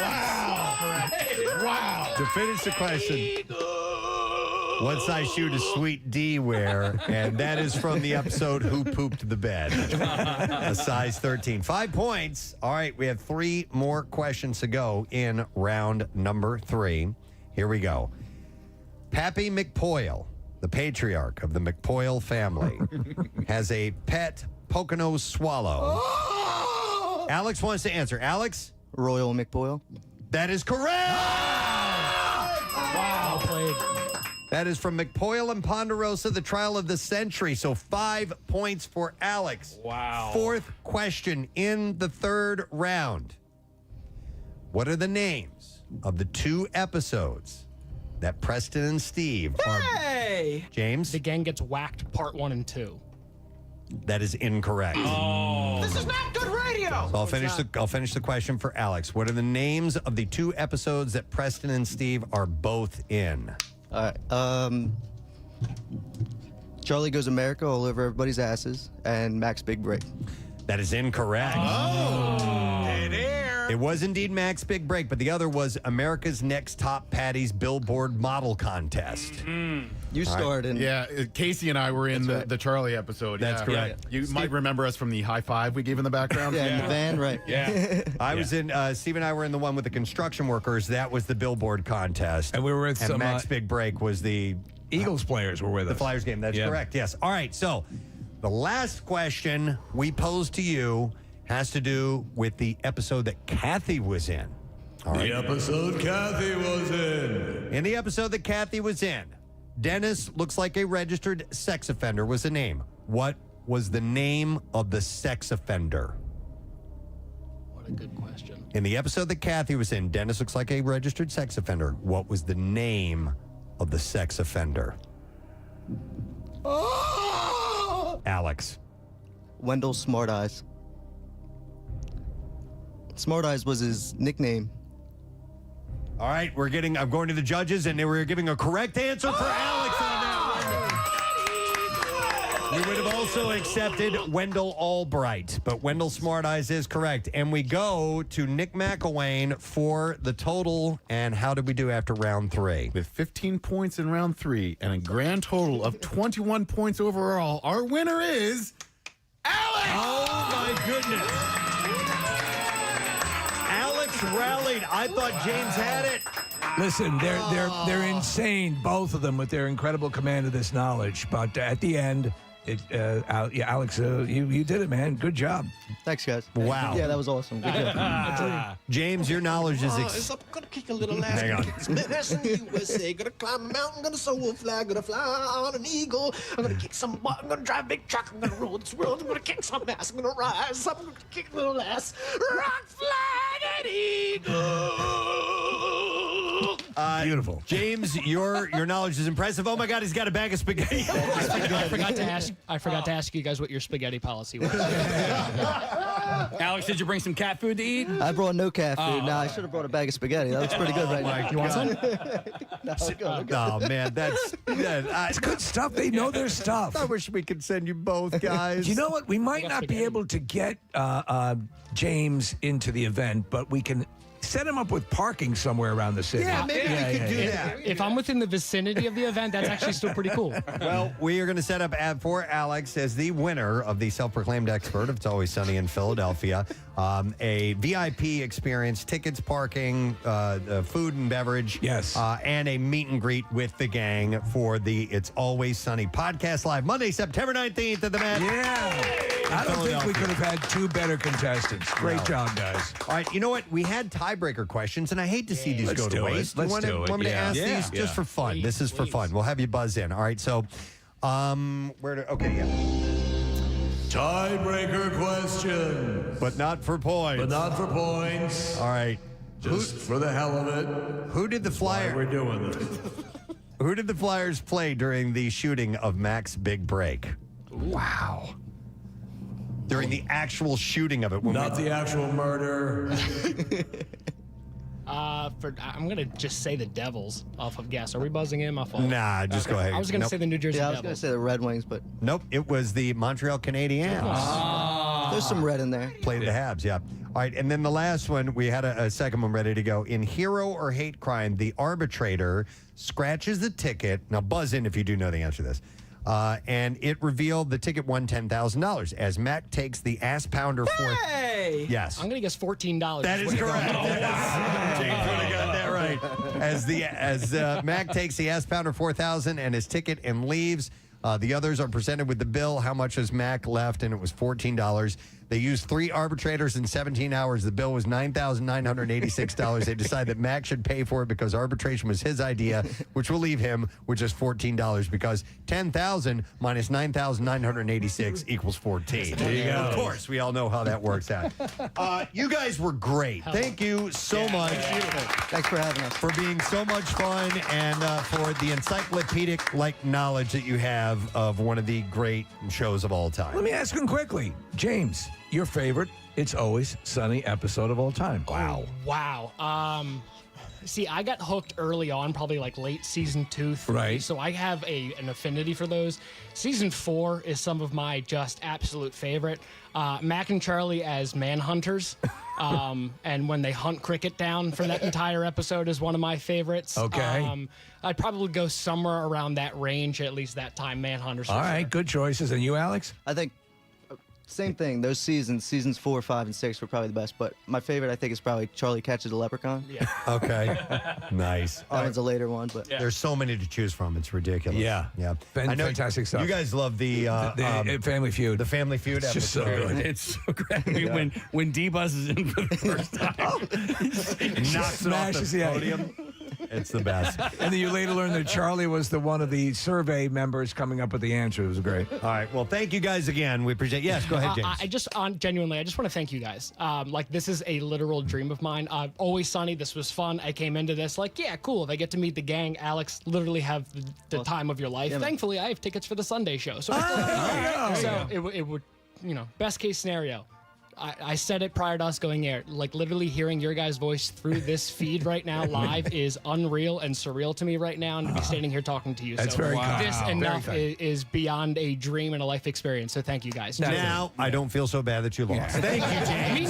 Me neither. You are It's the great. best. Alex, you say something nice now. I'm not going to be able to top that. I do podcasts to you guys all the time. Yeah. So, Nice. Okay. Yeah, it's awesome being here. Excellent. Well, give us when you go, and we want to hear about the experience and how you Yes. a good time you had. Will do. Okay. Appreciate it. Excellent. All right. Thank you so Thank you. much. Before we dive anything else, the owner of Lorenzo and Sons, Giuseppe, is in our studio. You gonna be at Camp Out for Hunger, Joe? I'll be at the finale. At the finale, so you will be. So it's like a Friday tradition. I Yeah. just wanted to make sure that's going to happen. You know, because they take the doors off. They have to take the doors off so the pizzas can fit into the tent.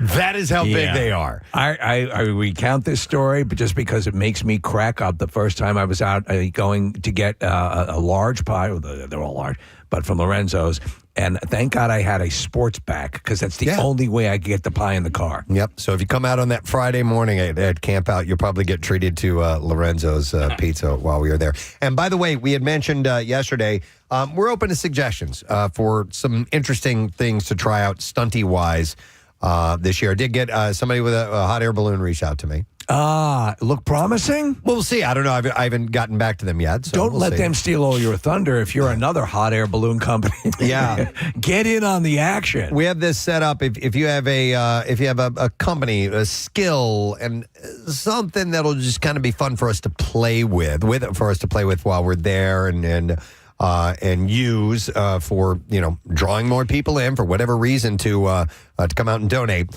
You can text in information to us. Text the word camp to 610-660-9333, and we'll send you a link. You can fill that out, let us know, and then maybe we'll reach out and we'll pull our resources together. As you've said, everything from like a potato gun to whatever you got, an old piece of hey, if you have a tank, let us anything from small to big, whatever you got. We want to put on a crazy show because we need something over the top this year. There are people that own tanks. Yeah. You can bring a tank out. So, all right, well, let's see if you can assist us in any way, shape, or form. So text word camp to 610-660-9333. I know we did this last week, but I want to do it again because I got some good stuff. It's time to reveal the surveys that I've come across. And survey says... So this first one that I'm going to mention, it's new research finds that what people order at the bar can say a lot about their dating confidence. Okay. So I'm a non-drinker, but I'm curious to see how this shakes out. According to a survey of 2,000 single adults across the country, more than half have at least one alcoholic drink on a first date. This is kind of a first date survey. Okay. It's a little all over the place, to be honest, this particular survey. But I swear by Benadryl. Pass it along. So those who say shots are their go-to drink come across as the most confident daters. So to me, okay, you're out on a first date, and we assume you're sitting with your first date partner, right? To me, a shot seems like you're in party mode quickly. Yeah. Like that seems like would run... It's antithetical to, hey, we're going to have an evening together. That's like an end of the night. Right. Hey, we had a great time. Let's do some shots kind of thing. Is it like a first date? I don't know. It seems Let's do shots. Let's do whippets. It's a little pretentious and or douchey in my personal opinion. I would have done it like in my early 20s. On a date? Yeah, probably. Really? Yeah. I don't think I would have done Yeah, probably. Let's huff some paint. Yeah, maybe. Yeah. So, I don't know. But I mean, listen, would you have led with a shot? So at the time, in my for a quick explanation, not necessarily in my defense, at the time in my early 20s, shots were not necessarily straight whiskey. Right. We were doing kamikazes, purple hooters, sex on the beach, Alabama Slammers, lemon drops, Cleveland Steamers, stuff like that, or. It was a liqueur. It was like Goldschlager or something. It was like, so Jaeger, oh my God. Jaeger's so good for you. Jaeger was huge. A little bit more variety, not the I'm looking to get hammered. Well, no, you were still looking to get hammered, but it wasn't the same as, give me a shot of Jim Beam. Or something like tequila. That. It wasn't as hard. All right. Okay, well, this has changed my mind recently. Owning a bar that is a shot and a beer bar and has an $8 citywide all the time, so many people order a shot and a beer. And because the shots are also sippers. I think anytime we hear the word shot, it is like, cheers, let's get after it. Right. There are so many people that will order it and sip on it. Or they'll drink the beer and then like mid-beer, they'll take the shot and then keep drinking the beer. So it's just kind of like... different type. I do that at home. Okay. I'll have a beer and a shot together, and when I'm drinking alone. Is that when I drink alone with my good buddy? We also have a lot of industry people, and it's a lot of kitchen people that'll run over, do a beer and a shot, and then run back. I won't necessarily do it neat though, in a shot glass per se. I'll do a couple of ice cubes, and I will sip. I will go back and forth between the beer and the whiskey. I'm curious to what you're saying. So a young Marissa Magnata wandering into a place with your boyfriend in a bar, would a shot be something that you would begin with? If it was sipping, I mean, what? I'm not a straight liquor sipper. Okay. Straight liquor sipper. That works, right? Yeah. No, if I'm doing a shot, it's like something mixed more than likely. Okay. Yeah. Man, a lot of people are texting in some things that are taking it back for me. They're texting in the test tube shots were all the rage, buttery nipples, snake bites. Jeez, I know all these things. Mind erasers. Oh, my God. Those are so good for So you. what was a mind eraser? I don't know what was in it. It was 3 layers. And you would put a straw in it. Yep. And you would, Steve, basically, you would drink it down as fast as you can by sucking it through the straw. Oh, boy. And the name Mind Eraser is maybe the most appropriately named drink ever because within 20 minutes, you're gone. You're gone.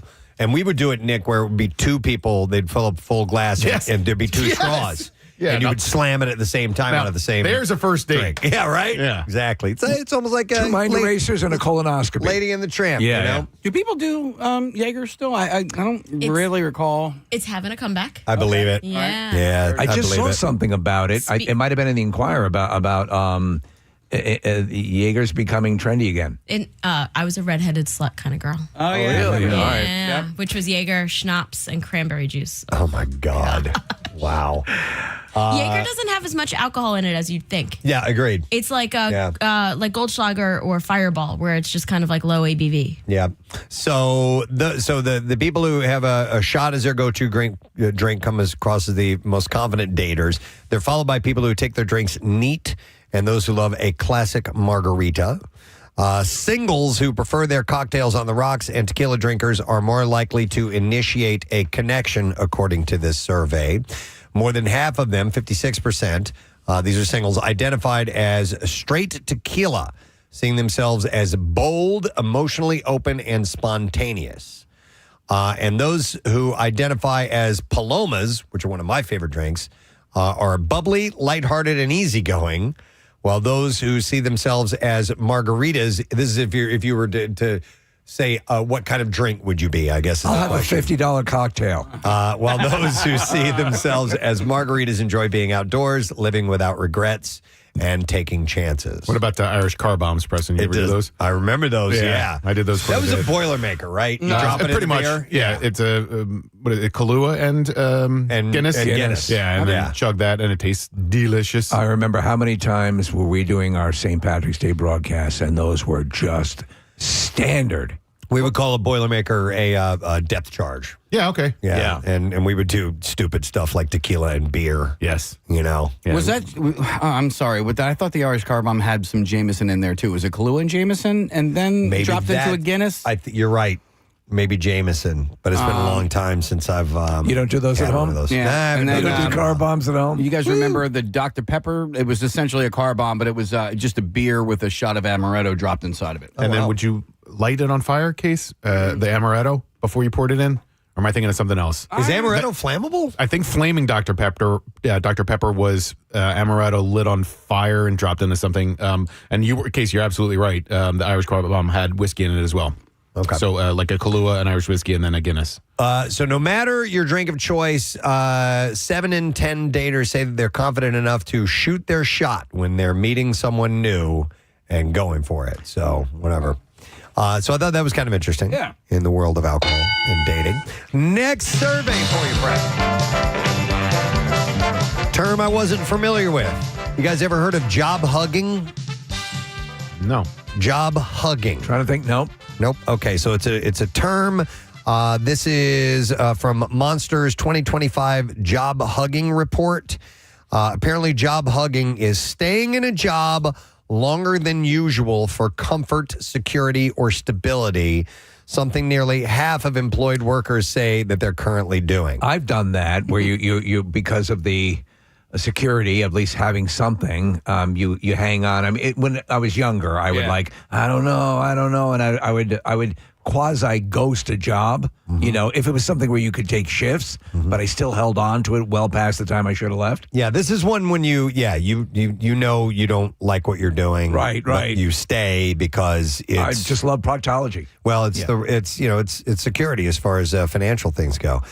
So 3/4 expect to stay at their current job for at least 2 more years. More than 59% think the job hugging has become more common this year, and 63% expect it to become even more common next year. This shows that comfort, pay, and stability now outweigh ambition and change. Yeah, I've been job hugging for about 27 years. Ambition used to fuel career changes, but today workers see stability as success. Overall, 85% of workers say that they've job hugged at least once in their career for pay and benefits or job and security. So those are the two most important things. So a greater sense of commitment would be job finger blasting, correct? Ooh, finger banging. Yeah. Ooh, finger banging. While staying put can bring peace of mind, it comes with trade-offs like feeling less satisfied and that you're stuck. 27% say that. That's something that can happen. I mean, listen, especially if the job market is tight or you feel like, you don't want to walk out on that wire. You hug like a son of a bitch. Well, especially when you have things relying on you and counting on you. Yeah. You know what I mean? You got a family and you got to make sure that the mortgage gets paid and, kids get fed and all that sort of stuff. Yeah. And so that's why, like, as a parent, I always stress to my kids, like, make sure, you put yourself in a position where you enter into a career that you're going to love. Right. Because there's a lot of people out there that are, they're driving into work right now going, I forgot this. But I got to do it. Not only hating... Well, I guess it could not only be, not necessarily what you do, but where you are doing it. Yeah. Could be it too. You know what I mean? You just hate that environment that you're in. Yeah. If you have people that you don't like working with, or you always get on a side stage instead of the center pole. Yeah. You never on the main stage. Taffy again? So even though the trend is on the rise, 94% of those surveyed see it as potential downs. They see its potential downsides, including missing out on higher pay. 26% say that. 26% say that. 25% say that burnout from lack of change, and the same amount say limited career advancement. That's why if you can find a job that sort of morphs from day to day or has different elements, for example, to me, a job like perhaps being a pimp would be that sort of thing. Different clients, you meet different people. Yeah. You're working with perhaps different girls. It is any job that challenges you, at least at some level. Right. But I mean, listen, to each his own. For many, that 9 to 5 thing, is and there's so much of that makes the world go. If that's what you enjoy, then have at it. But to your advice, Case, find something you enjoy. Well, listen, and it's hard to do that sometimes. I'm talking to my son who's going to college, and I'm like, he's still undecided on what he wants to do. And I'm like, it's a conundrum. I go, you know what, dude, right now, I want you to aim as high as you possibly can. Yeah. And take that pipe dream shot. This is the opportunity to do it right now. Even if it seems outrageous, I want you to go for it. I want you to try it. To your point, you don't have people who are relying on you. Be adventurous, be bold, and hopefully that'll be rewarded. When asked what may push them to finally take action and change jobs, higher pay and benefits top the list. 28% said that. I bet you I know what number 2 is. What? Possibility of winning a Marconi Award? No. Followed by better work-life balance. Yeah. And then more remote options is another one for some people as they choose. But we did win a Marconi Award, didn't we? Mm-hmm. All right, so job hugging. Wasn't familiar. Did not know that. All right, next survey. Why am I yelling? Why not? A new survey from Dating.com asked 1,000 singles how they really feel on Halloween. And for many of them, the scariest thing about October 31st isn't witches or ghosts. It's being lonely. More than 3/4, 79%, say they feel lonely on Halloween. And over half, 59%, rate Halloween as one of the most emotionally difficult holidays of the year. So it's isn't that interesting? I'm surprised by this. Yeah, it is one that is very much associated with being with other people and meeting other people. As you well know, I adore Halloween. I adore horror movies and all things related to it. But I could see feeling a little left out if you don't have something to connect with on this. Steve, the other day you said something about how there's just so much more spending around Halloween over the last few years. And it's neck and neck with Christmas. Yeah, man. And so I was thinking about that when you said it, and I took a walk over the weekend, and I don't know about you, but I've just noticed a marked skip up in the number of decorations everywhere that I was going. It was just all over the place. Love it. And it's really cool to see houses decorated that way. But if you're alone and don't have anybody to celebrate it with, like it'd kind of be sad, I would think. You know, when I was a roguish bachelor, Preston, the living life by myself and dating or whatever, I always decorated my apartment for Halloween and Christmas by myself. And I took, that was from my mother. My mother always loved doing that. And that always made me feel better. I could see, though, conversely, not having that or feeling left out can be isolating. So, yeah, it's surprising. 57% said they think it's worse than being alone on Valentine's Day. Wow. Half of respondents admit to crying when they open the door to trick-or-treating families. God. Wow. What do you want? That's terrible. You want a Snickers or a Baby Ruth? But it's not just the kids who come to the door that spark the emotions. Photos of cute couples in costumes, best family pictures posted on social media are triggers as well. Come by my house on Halloween, and it's fun. We have lots of people. Come hang out. It'll be fun. 73% of singles, for them, social media makes Halloween loneliness worse. Yeah, I bet you that's a big factor. What you're seeing online, and everyone, again. Try not to judge normal life by what you see online, but I can see that reinforcing a perception. And of course, no one wants to be pitied. So pitied. So pitied. But sometimes you get the best curls, man. So some singles some single folks try to hide their loneliness, and that includes 77% who admit that they pretended to have plans on Halloween so they didn't seem alone. I think this year might be worse because Halloween is on a Friday this year. Traditionally a time for going out. So, question for you as a people who trick or treat. It's Friday night, so people are going to come by later. Are you going to close up shop at any? Do you have a hard out? So we stay. I mean, we stay up and open for business even during the weekday. Everything peters out about 9:30. Yeah. So the truth of the matter is, the predominant amount of trick or treaters are kids. Yeah. So they're not going to be. Tearing it up till 3 a.m. Yeah. No, that's when we shut it. Kids are at home having car bombs. Around that time when we shut it down around 9-ish. Yeah, because I feel like we get some stragglers in there, and I don't want to, I don't know. As long as the weather's okay, I'll sit outside and enjoy myself, I love it. I love it. No, I'll shut it down. I'll turn the lights off and we're done. Sorry, folks, closed. Yeah. Park's closed. And you get the shotgun. 43% have pretended to be busy to avoid having to be to face being lonely on Halloween. That was sad to hear that. But I could absolutely see that. But more, some reporting more so than on Valentine's Day. Yeah, that's more than half. Very sobering. Yeah. Okay. I guess that was the wrong answer. Yep. Next survey. A poll of 1,000 children between ages 7 and 16 talked about how to know when people are getting old. Oh, I can tell you. Look at me. Yeah. So the children they were between 7 and 16, they said that the age when you officially become old is probably a lot younger than you'd think. What did you consider old when you were younger? I mean, obviously it gets skewed and the classic, don't trust anyone over 30 or old. Yeah. To me, when I was a kid, would have been 50. Yeah. Would have been just the number 50 has an old ring to it. That's half a century. Yeah. So, but actually, the kids say that it happens. The kids that were surveyed in this say that happens when you hit 49. Okay, it's not much of a difference. Yeah. Cool. If that's not bad enough, 15% consider anyone over 30 old. Yeah. And 20% believe that people stop having fun once they've reached 30. Oh, no. No. The fun's just beginning.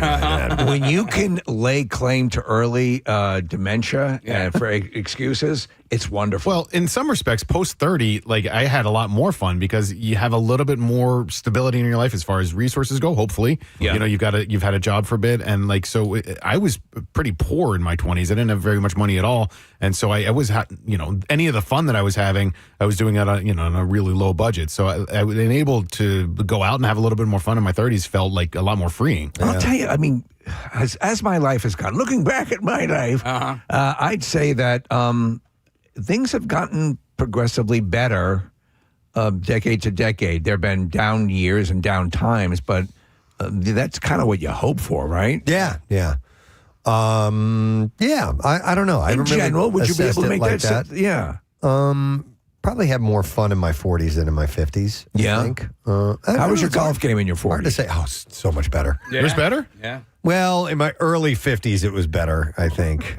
Is it better dude, week to week? Terrible right now. It just sucks. Stop bringing it up. Why did you even bring up golf? I can't do it anymore. Don't you know what this man is dealing with? I thought you had a good month. He had a horrible month. He played 200 holes in one day. I'm in a bad and it was way. horrible. And there was a stiff wind. Yeah, it was bad. And using that excuse doesn't even work. It doesn't work. I would have played crappy without the wind.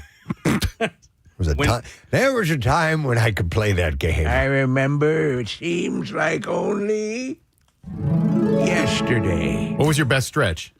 Oh, man. Getting off the bowl this morning.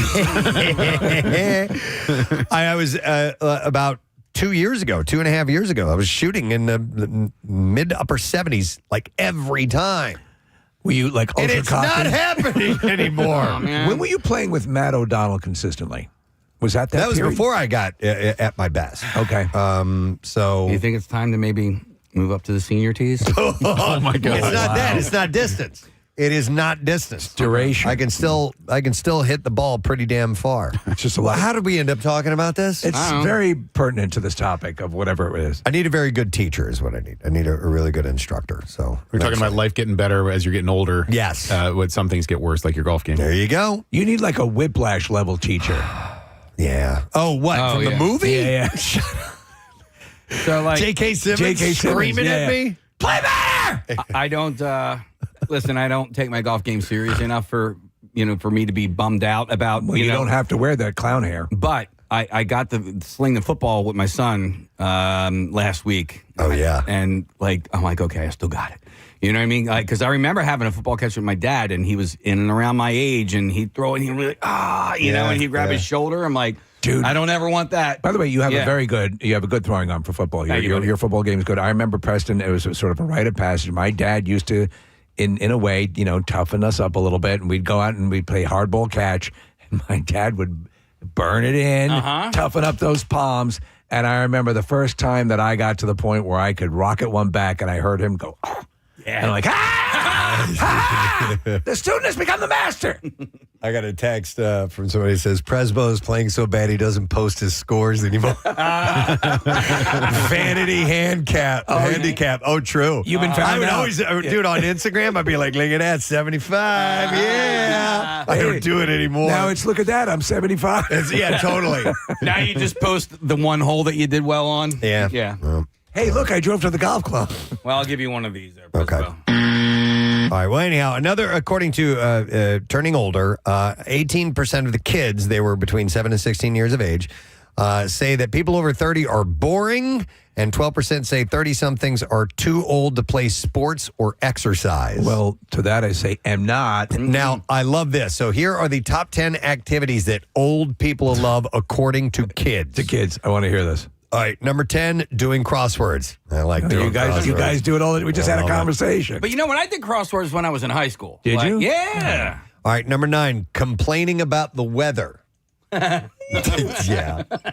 totally. Would you say, well, maybe. Yeah, okay. Yeah. Would you say that? Yeah.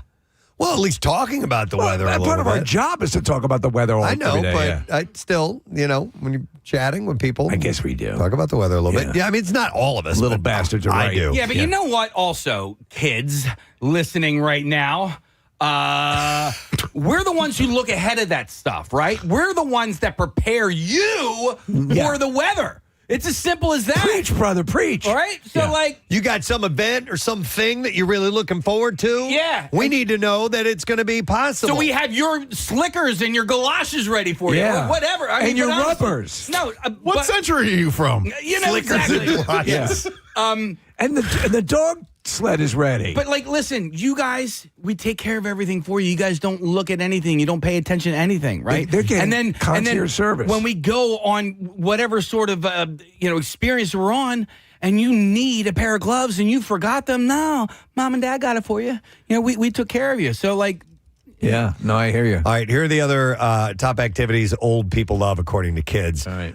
Number 8 is knitting. So knitting, knitting, knitting. I'm going to say I know a number of younger people, younger women who love knitting. It's true. It's true that. I'm trying to think if that's what my daughter does. I don't know if she Cross knits stitch? or. Does she do? Yeah. Caleb does all that stuff. That's CrossFit. What's the two when you have the two sticks? Chopsticks. Yeah, That's knitting. That's knitting. Knitting. All right, so number 8 is knitting. Number 7 is sleeping. Top 10 activities that old people know. All right. Okay. Nailed that one. I mean, listen, we do have conversations about quality sleep pretty regularly in my household. Sleep number beds, A and B. But Preston, and we've talked about it, about the notion of taking a vacation predicated on resting, sleeping in. Pretty much the thing I look forward to most. Sleeping. Is getting rest, getting adequate rest, because it means feeling good while being awake. You know what I mean? That's the first thing I think about every time I get up in the morning. Yeah. When can I go to sleep again? Yeah. Every morning when I get up, I think that's the first thought that I have. When can I go back to bed? It's when you hear somebody talk about a family member that's been in a coma and you're envious. Dude. Yeah. Dude. How long? You nailed it. 6 months? Awesome. Oh, wow. I bet they're so rested. The very first thing that crosses my mind, the moment that the alarm goes off, Nick, and it never changes. Like this morning, Wednesday. Oh, yeah. That's the first thing. I mean, it's automatic. Halfway there. The day just pops in. It just lets me know, all right, how much further do I have to go? Do you know where it manifests with me? Because I don't sleep as much as you guys do, and I'm envious of you doing that. But when today or this morning, I woke up at 1:45, but then I looked at the clock and I'm like, oh, I have till 3:30 to sleep. A few more hours. And then so that's the win. Yep. So yeah. All right, so they think that old people activities, sleeping's number 7. Number 6 is talking about aches and pains. Yeah. Come on, man. Yeah, true. Now they're just being accurate. Number 5 is watching daytime television. No. Nah, I don't want to. No, I don't. The TV doesn't go on routinely until about 5:36. Okay, you ready for number 4? Okay. Listening to the radio. Yeah. Yeah. All right. Okay. Well, Wes Marconi Award winners. Yeah. What do you got to say about that? Come on, man. Yeah. Number 3, drinking tea. I love tea. My wife was invited to have tea the other day. She met this woman at an event, a woman in her 80s, and my wife found her very fascinating and was just intrigued by her life and was talking to her. And the woman said, would you like to get together and have tea sometime? Nice. I thought that was very sweet. If that woman invites her into the room and starts stirring her tea counterclockwise, get out. Oh, get out. The movie, Get Out. So drinking tea is considered an old people activity to kids. Number 2 is gardening. Yeah. I mean, you don't ever really consider doing that it's a chore when you're a kid. You know, when you're an adult, it can be a hobby. It's sort of a Zen type of a thing. That's what it's You've become for gotten me. into it, Preston. A little bit more, and watching, and I'm not not giving away any spoilers or anything like that, but there's a scene in the final moments of Task, the show on HBO that involves gardening, and I thought it was very sweet. It was very wonderful, and I was also envious. I'm like, man, I wish I had the patience to really have a full garden like that, a cool hat like or that, to do that much work. It is. I'm dabbling in it, but just I just grow like cherry tomatoes and some peppers and herbs, and that is enough of responsibility that I need as far as gardening goes. The people that do the bigger ones, I'm impressed by. So I just can't do it. It's not gardening, but occasionally I'll shoot a rabid raccoon with a pistol. Okay. Is that? No, not in any way, shape, or form. It's like hunting, I think, Steve. Yes. Oh yeah. More like I get that. those confused. And then the number 1 activity that old people love, according to kids, is talking about the good old days. Well, by the way, yeah, you have good old days at that point. When You you're do. 16, Yeah. remember when I was 11? Yeah, so, and this kind of bummed me out yesterday, but my mom, she wants to talk about the good old days, but she's got nobody to talk to about the good old days. Okay. Yeah, so, and she was saying yesterday, she's like, people, if they need to know things, like, they should call me because she's talking about like family members. Like if you need to know about Uncle Corn and give her the TV remote and say, record it into this. Uncle Corn? Yeah, Cornelius. It was a great uncle of mine. But Uncle Corn, fought in World War II and, lived with them for a little while. But anyway, my mom. Take that bunker, Private Corn. It kind of bummed me out. Like her sister's not around anymore. It is sad. Like her best friend passed away earlier this year. And, so, yeah. And so she would love to talk to somebody about this. She's in her, how old is she? She's 78. Okay, so, I don't know. There's got to be. What about recording her, like setting up one of those services to? She's like, I should write a book. Yeah, I mean, Steve turned me on to the idea of it. What it was when your dad passed. Yeah. And my dad took the initiative and did it himself. But remember, we had a couple of companies that contacted us. One in particular, they sit down and they know how to interview Case. It might be a wonderful thing, and she might enjoy doing that. Yeah. To feel that she's the legacy of her life, which is certainly accomplished. Look at all the wonderful kids and all that she's done. So to get that memorialized. So she's looking for people to share her stories with, Case. Well, it's kind of she was lamenting the fact that she doesn't have anybody to share these stories. Your social circle shrinks as you get into the upper end of the age because unfortunately people pass away. It's what goes on. But maybe there are some. It would involve tech, but I don't know if there are like, Zoom groups or something like that where they, senior citizens get together and talk about the old days. OnlyFans. Yeah. The one that I was referencing is called Life Story Recording. And so when Steve mentioned this a year ago, a woman named Bridget Riley reached out, Casey. So I'll send you the information if you want.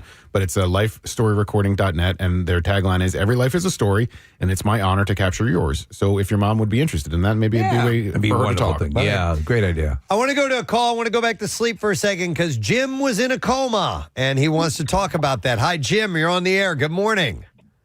Good morning. Hey, all right. Obviously, we were joking about being in a coma and getting great rest. Understood. What was your scenario? How did you end up in a coma? At the point in your lungs where you exchange oxygen and carbon dioxide, I was not doing that. Wow. So literally every breath was killing me. Oh my God, man! All right, and I ended up being treated at the hospital. Obviously, put on all different ventilators. Long story short, they gave me more than enough medication to sedate a horse. I was in a coma, medically induced coma, for 8 days. Wow! And what was that experience like? When you're unconscious, you don't obviously know much. You do hear things. Okay. But you don't really know what's going on around you. Right. And once you wake up, you just begin to take one step at a time because there's just sensory overload from everything going on around you. So you would say there was no sense of rest. You were in a way lucid, but not really lucid. I mean, you could hear, but you didn't really know what was going on around you. Once I was awake, yes, I was somewhat lucid, yes. Okay. And when you came out, it wasn't like, that was great. How are you guys? I lost all ability to use my muscles, but why have I full beard in now? my case, that was not the case with me. Because I was so deprived of oxygen, all my muscles atrophied. I could not stand. I could not eat. I could do nothing. Okay. Jim, when you at that point when you came out of it, I was thoroughly rested for sure. Yeah. When you touched people, could you see things like the dead zone? No. Oh, damn it! Movies lie. Yeah, man. I will say one thing though: when they take you off the medication that's keeping you unconscious, and part of that was morphine, and they're starting to bring you off of that, you fall asleep again. You have the most horrific dreams you could possibly imagine. I believe it. Well, then absolutely I'm not going to have a coma then. Messes with your head. All right, Jim, glad you're better. Thanks for the call, man. We appreciate it. All right, thanks. All right, I wonder what like a long term, maybe like a real long term, well, as depicted in the Dead Zone. You still talk about waking up with a beard. Yeah, there was a guy that I went to high school with who was in a really bad car accident. This guy named Jim. Jim as well, and he ended up in a coma, and I don't know how long. It might have been a month or two or something like that, and he just flat out lost huge chunks of memory, like gone for good. I mean, like I didn't encounter him until 20, 30 years later, and I didn't know what had happened, and we were talking about it, and I was bringing up stuff from high school. He's like, nope, don't remember that. Don't have any recollection. And he had come to terms with it by this point. Right. It wasn't like weird to him to say, but, for me to go, but yeah, you and I were there, and we did this. And he's like, nah, it's not. It's just not there. It just it doesn't exist anymore. I remember mentioning the story of a friend, growing up, childhood friend, Greg. And Greg he hung on to a car as part of a, kids you jump on and fell off, hit his head on the pavement, and he was out for a while. When he came out of it, we called him Greg 2.0. Oh. Whatever the version of Greg 2.0 was back then. Yeah. But he was a different Greg. Yeah. There were similar features, but it was another person. Yeah. So, and it was wild in the way he approached and thought about things. Yeah. And it was a reset. And for a while, we'd all be like, Anything negative? No, just different. Okay. Yeah. Yeah, I can imagine it can go either way. Yeah. That it could go that you could be a different person in a bad way and a different person in a good way, or just different. He was just different. All right, hang on. I'm going to go. Didn't mean to go down this road, but Don was in a coma too, so why not? Hi, Don. You're on the air. Good morning.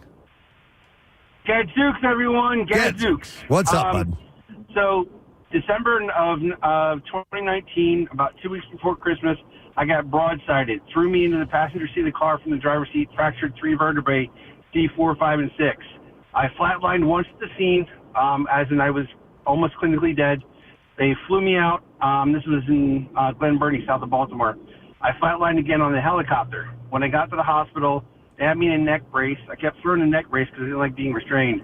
So then they put me into a medically induced coma so I wouldn't actually kill myself. Right. Because I refused to stay still. I was in a coma for about at least 3 to 5 days, probably a full week. I don't remember exactly. But I will say this. You know the song One by Metallica, with the soldier's laying in the bed and he only has his thoughts?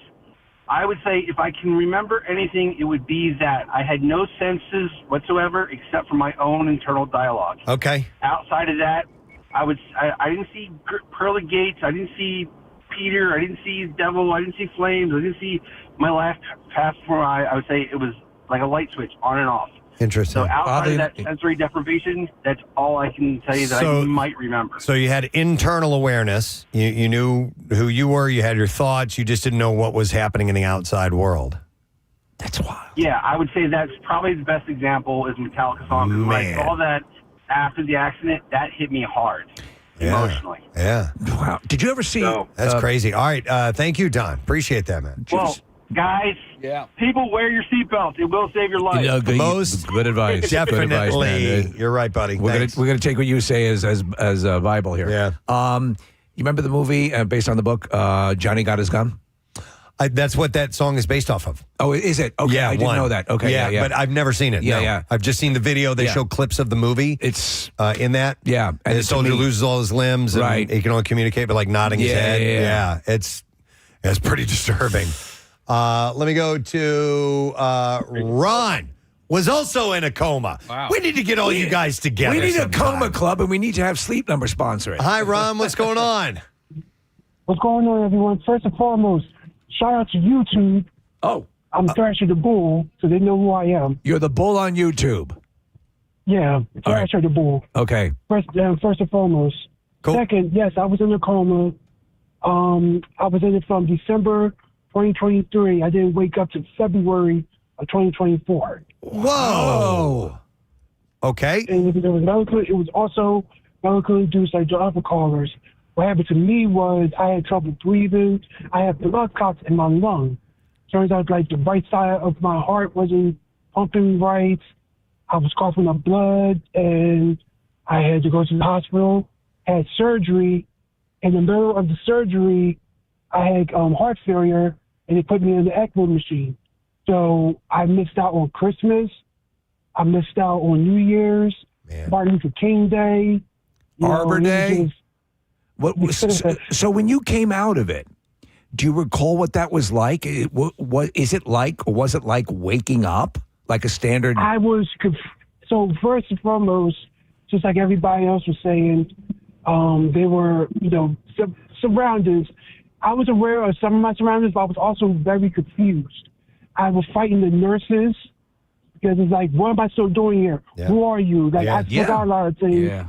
And then when they initially told me that I was in a coma, I'm like, what the F? Yeah. Wait, I was in a coma. And it took me a while to like realize that, oh yeah, I was in the hospital. Right. I didn't know it got that far. And I calmed down because I was fighting everybody. I thought I was kidnapped, number one. Yeah. They had me restrained. Yeah. And everything, and yeah, it was just something. That's really wild. Ron, I'm a silver lining kind of guy, so at least you didn't have to witness in real time the Eagles collapse that season. Oh my God! And he missed out on. Let me tell you, Casey. Casey, let me tell you, that was the when I went into the coma. The last thing I remember was that Dodgers game that we lost. Okay. After that was it. Yeah. I woke up. One of the things that I remember asking the doctors were, well, how did the Eagles do? And she was like, oh, you don't want to know. Go back to sleep. You know what? You raise a good point, though, Casey and Ron. Philly Sports Trips should offer a coma program. Medically induced. Casey, they haven't told him anything. He's all he's saying is go Birds, and they're like, he ain't gonna make it. Oh, put him back under. Put him back under. Too much for him. When I woke up around the time it was the AFC Championship game. So it was like, oh, and the Kansas City Chiefs are going back to Super Bowl. No, but who won the NFC? And how did the Eagles do? Oh, no, you don't want to know about that. Yeah. You don't tell it to someone who just came out of a coma. You say they won the Super Bowl. Hey Ron, I'm watching the YouTube stream, and all of the people on there, you as Thrasher the Bull, as you were saying before. None of them knew this story about you at all. Like you're sharing stuff about yourself on our show that nobody in the YouTube community had any idea about. I don't really want that as my go-to. I'm just known as the furry. The furry. All right, so there's many aspects to your personality. I'm the furry who was also in a coma. So same old story, furry in a coma. I think Hallmark has a card for that. There's your name of your autobiography. Yeah, furry in a coma. Do you have a furry in a coma section? It's a good album name too. Yeah. All right, Ron. Thanks for sharing this story, buddy. I appreciate it. Same to you guys. How much do you think that if we talked to Ron about 10 minutes more, we would have gotten him blowing up a federal building? Oh, yeah. Well, listen, look, do you see our phone lines? This is crazy. All of these people have been in comas. Do we want to come back? I'm fascinated by this conversation. It is. We have to take a break. This also might explain our #1 rating in Philadelphia. I'll tell you this. Because we have a lot of people with head injuries. Who've had head injuries over the years, love our show. That's why they love our show. Many have said waiting to get on air is like being in a coma. Yeah.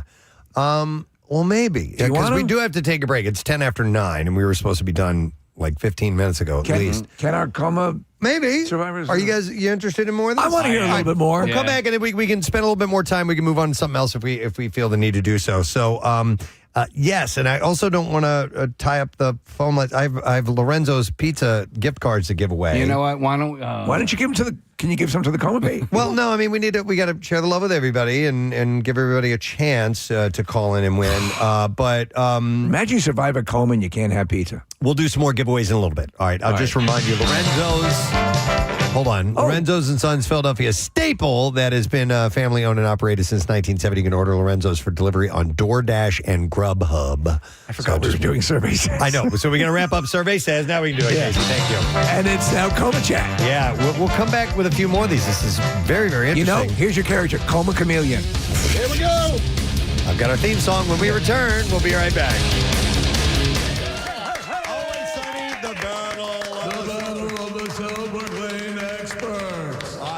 Take a break.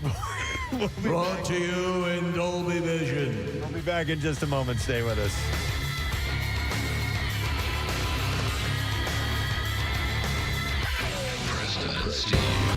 In a little while. Yeah, I'm curious how that was. But first, I wanted to get into this. I wanted to mention this article that I saw about people in the service industry. In fact, more specifically, women in the service industry.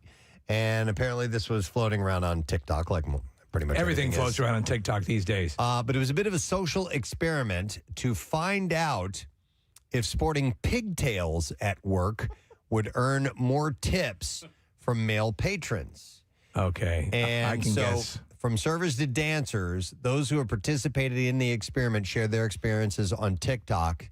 And they say that their tips have increased since they've been using the hairstyle at work. Like, overwhelmingly, like everyone. Wow. Had seen I can see an that increase. coming. Yeah, for some reason. And what do they It's like conjecture as to what's that? It's cutesy. Yeah, I think it's got to be it, right? Well, Would a ponytail do the same? No. No, pigtails. Pigtails. So a server who's among these sharing the results said, unfortunately, women are going to be fetishized in different ways by what they look like. If changing my hair up is going to affect that in a positive way, then it's something I'm going to give a shot to, they said. Huh. So, yeah.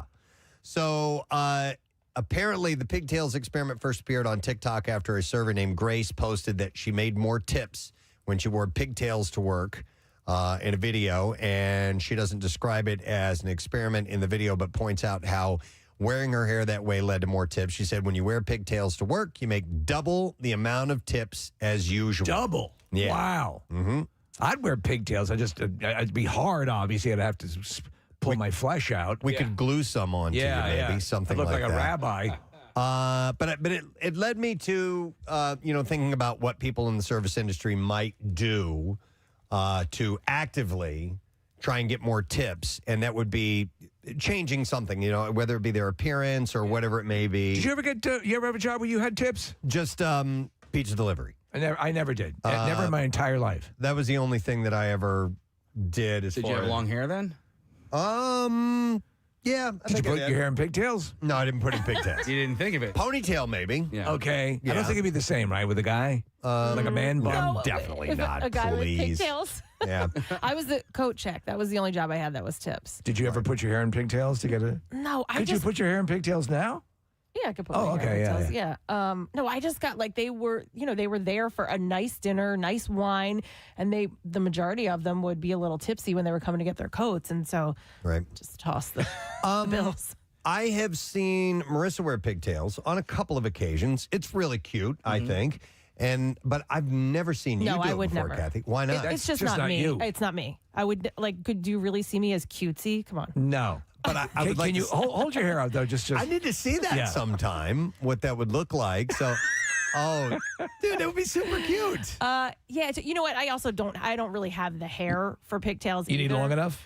Just like a little more volume. for Right. pigtails. No. Yeah. Like Jason Momoa. My pigtails came after I got these Joseph Anthony extensions. That's what you you have were. more hair, you can do it. Okay. Cute flat brim hat, perfect summer hair do. Chewing bubble gum. But listen, whatever, anything, I would imagine that if you work for, and tips are a part of the equation, that, do whatever you got to All do. bets are off, yeah. To try and get, and listen, if there's anybody listening, 215-263-WMMR, that you would like to share your tip for getting tips. But I would imagine, like cleavage would be a part of that too, don't you think? Sometimes when I'm dancing for a guy in the champagne room, I'll put my knee on his nutsack. Ooh. And I get tips. On it? Yeah. Like skin to skin? Yeah, yeah. Yeah, but pigtails is a way to be cutesy and maybe get an extra tip and not have to throw your boobs out there for it. You know what I mean? clean up. That's a little more obvious. Yeah. Yep, I know what you're saying. Absolutely. I would imagine, yes, anything. If you're going to work the system and you're there and that's everything's predicated on that. Yeah, you would do that. I can't think of an equivalent that a guy would do though. I mean, No, this is mainly for women. Yeah. Getting men to tip more. What about men getting men to tip? Men getting men to tip more? I don't know. Look, my hair's in pigtails. I guess you could. I don't know. Honestly, not. It would be more banter, like talking sports, Sure. and getting into their world, or you know what I mean. Right. I mean, listen. If you're a savvy person that works for tips, you try to get some ideas of what that person is you're serving, what their personality is like, and catering to that, and saying some things that might connect you to them, and therefore they may want to, help out and tip. Right. But I've never been listen, pizza delivery person, there's only so much you can do. You show up, you give them your pizza, and they make a split-second decision on whether they're going to tip you at that point. So I never really had to work it. Whereas at a table, if you're working tables or you're a bartender or something like that, you're spending a little bit more time with people. There's no way to pad when you're dropping off a pizza. It like no, and excuse also, me, sir, your eyes are piercing. When you're waiting, like there is it's so funny to hear this from me, the guy who doesn't know when to shut up. But there is a fine line between being engaging and overly chatty. It's like because they're not there to hang out with you. Yeah, sometimes I've seen that happen. Mm-hmm. I've seen people start to blow their tips just by overworking the table. Yep. Let me go to Deb. Hey, Deb. Good morning. Hi, good morning. Hey, what's up, Deb? So many years ago, I used to bartend at Chi-Chi's in Cherry Hill. It was right around the time that the movie Cocktail came out. Right. Okay. And I used to do crazy like blender tender things, like by putting straws in the blender and pouring it in the glass. And I also got into doing like little mini magic tricks That's at cool. the bar. That's smart. Yeah, it was so much fun. Like little coin tricks and like tricks getting things into glasses and that sort of thing. But I used to love it, and it really helped out. I got a big following from that. So what would you say percentage-wise? How much did your tips increase when you started doing magic tricks? Probably like 50%. Wow. All right. Yeah, it was pretty good. I mean, I would do it to people that were kind of just there by themselves, just like kind of barfly type of people. Right. And, so they would come back to the bar regularly and had a great rapport that way. It was a blast. That was a great job during college. It was really wonderful. Let me ask you, Deb, did you get hit on a fair amount as a female bartender? Yeah, back in the day when I was single, for sure. But Yeah. No, it's just I think that's probably one of the it's something you got to put up with, right? yes, yeah, it was very. But I flirted back too. I mean, you kind of had. I mean, I just was very friendly and smiling. And Right. Well, it's a means to an end. Yeah. You said, Preston, exactly. when you Thanks, delivered Deb. pizzas, you would flirt with the people, right? A little bit? Of course, Yeah. a little bit to try and get something going on, but Want to go for a walk? Yeah. Didn't work. It didn't work. I'm going to go to Lindsay. Hi, Lindsay. Good morning. Good morning, you guys. Good morning, It. What's up? So my sister is a server down in Disney World. Family friendly, and she did the pigtails experiment at her job. And so she's a waitress at Disney World. She serves in Magic Kingdom and at one of the resorts, and she did pigtails, and she tried to see if she got more tips. She ended up getting more tips because of the pigtails. Now in Disney World. So any guess percentage-wise how much it increased? She didn't tell me how much, but she did show me some of the cash that she got in a Snapchat of that night. Wow. I mean, in Disney World, she does get pretty good tips just because everybody is on vacation. Right. Also the prices, but she also has fun pens that have Mickey heads on it.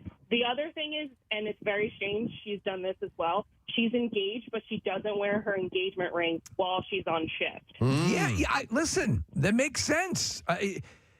You're looking to pad it a little bit. You're working, and that's. I mean, if you're comfortable with that, why not? She's been down there for about 7 years, and I don't foresee her ever coming back. I'm fine with it. That's it's my in at Disney. Yeah, totally. Yeah, that's pretty wild. Thanks, Lindsay. Appreciate it. There's some 50%. A lot of people do the opposite with the engagement ring thing, and they wear a fake one so that people will keep from bothering them, from hitting on them. Yeah. That's another thing. Do you know anybody ever used to do that? Tip oriented. That's more leave me alone. Don't bother me. I knew a female bartender who had a whole bunch of fake wedding rings. Yeah. And would wear those. Yep, I believe it. Absolutely. Let me go to Laura. Hey, Laura, good morning. Good morning, guys. How are you? Good. What's up, Laura? All right. So without fail, I was not into the objectifying hairstyle, but if you add a smiley face, just a smiley face, you'll make 20% extra without fail. Now, the other thing I would do is if I knew it was after church, I would always say, God bless you. I'm Jewish. That's a great idea. Now that's thinking about it. So you got the church crowd coming in, and you hit them with a God bless you, and always. Boom. And it always works. Wow. That's smart. That's Yep. a smart thing, and you're not. You're not being duplicitous. It's just it's a little thing. And the No, I smiley mean, face. it's coming from the heart, right? Yeah. The smiley face though, for like that works for me. I like that. Yeah, I love like, it. oh, they're friendly. I do too. Yeah, as long as I said thank you and put a smiley face. Like if you just wrote thank you, they don't see it. But something about the smiley face and always like right by the total. I'm telling you. And it was like a game between me and my coworkers. Like, all right, I bet you. Go ahead, do that with that table. I bet you. And like, sure enough, they'd be like, oh my God, it worked. Yes, I think it's just a pleasant thing to do. When I see, listen, I tip Thanks, pretty well Laura. to begin with, but I think that's a nice little flourish. The thing is, it has to be on at that part of the transaction before they're paying. You know, obviously afterwards it won't make any difference when you return with with like a credit card or whatever. I love that idea. They're just simply a smiley face or. God bless if it's after church. What if you're like a police officer and at the bottom of the ticket you added a little smiley face right there? Yeah, I Make think you that'd be feel a little great. bit Yeah, better? yeah. Especially if you're doing a lethal injection at a prison, Right. Yeah, and you do a little nose boop. It's those little things. Boop. That's terrible. You know, I was really not looking forward to being dead, but that was fun. I like that. right. You can put me out. Let me go to Andrew. Hi, Andrew. Good morning. Chicken pot pie. All right, Andrew. Thanks for singing to us. What's up, man? Hey, so first off, I actually served you and your family back at Melting Pot way back in the day. Wow. Which one did you work at? The Warrington one. Sure. I still remember that Rochelle has a sensitivity to cilantro. Yes. Oh my God. Good memory. Yeah, I think this man owes a tip, Preston. Hopefully we tipped him well that night. Oh, it was great. Anyway, so I bartend, and my biggest tip is I put on the fakest personality that I can ever put on. Whenever I go to greet somebody, I just turn it on, and I get complimented for it all the time because I'll go over and say, "Hi there, everyone. How are we doing today?" and just be so excited that they're there. And then as soon as I walk away, just go back to like, oh my God, what a miserable day. Normal Andrew. Whenever I'm at a table, I'm the happiest person that I could be. Andrew, I would say there's sort of an unspoken understanding between customer and server that, okay, even if you're putting this on, I'm enjoying this because having someone who is a sourpuss and just frowning and down, it sucks. So if you're going to go the extra mile to sell it, even if you don't feel it, that's still cool.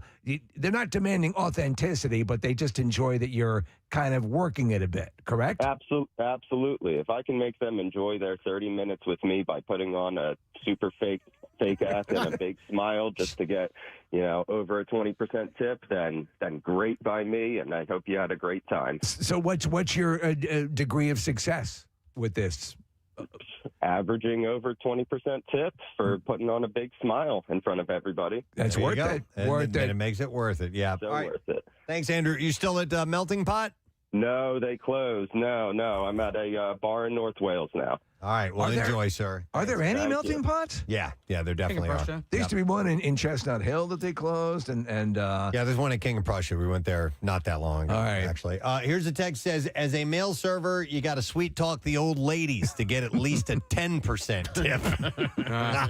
oh my God, that's a classic. My wife worked in a place that was kind of the family place to go on Thanksgiving and Christmas and the family dinners and so on and so forth. And Preston, what would happen is they'd hand the bill over to grandpa or grandma and they'd pull out, remember those old tip calculators?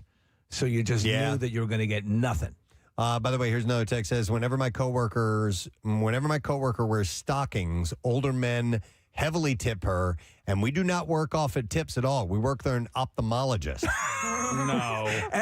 Are you kidding? You're tipping there? Wow. And then she goes on to say, also, I wear a fake wedding ring because it makes men flirt more and increases my sales. So it works the other It way. makes them flirt more. Interesting. By the way, so yeah, as far as tips go, welcome to Coma Chat on the Preston and Steve Show this morning. We didn't even intend to get into this conversation; just fell in our laps. I made an offhanded comment about being envious of people in comas. getting the rest. Yeah, because all we need is some extra sleep, right? And Steve said, people go into coma. I'm jealous. And then, coma chameleon. And then we got a call from this guy, Jim, who said I was in a coma. And he's like, no, it wasn't restful at all. And then the floodgates opened, and then everybody in the world who's been in a coma in our area started calling in. And I think now we're going for duration. Yeah.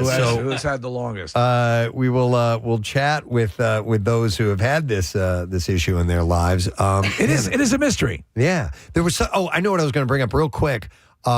Because they had mentioned being in a chemically induced coma. Right. Not that long ago, Casey was in here, and I was watching a video on YouTube about anesthesia. Do you remember that? Yes. And the different levels of the unconscious state that they put you into and how it affects your nerves and as far as blocking the pain receptors. And it is, as you might imagine, it's extremely complex and fascinating to learn how that stuff works and what actually happens to your body and what they're doing to you to achieve that. That's why the malpractice insurance for that particular part of the medical industry is so staggering. But the different levels between local and general and all of that and how they do it and the different parts of your body that are affected. It's worth going and doing a quick search on it. It'll blow your mind. All right, so let's see. People have been on hold for a long time. The longest on hold is Michelle, so we're going to go to her. Hi, Michelle. You're on the air. Good morning. Good morning, guys. Hey. Gadzooks. Gadzooks. All right, you were in a coma. Tell us about that.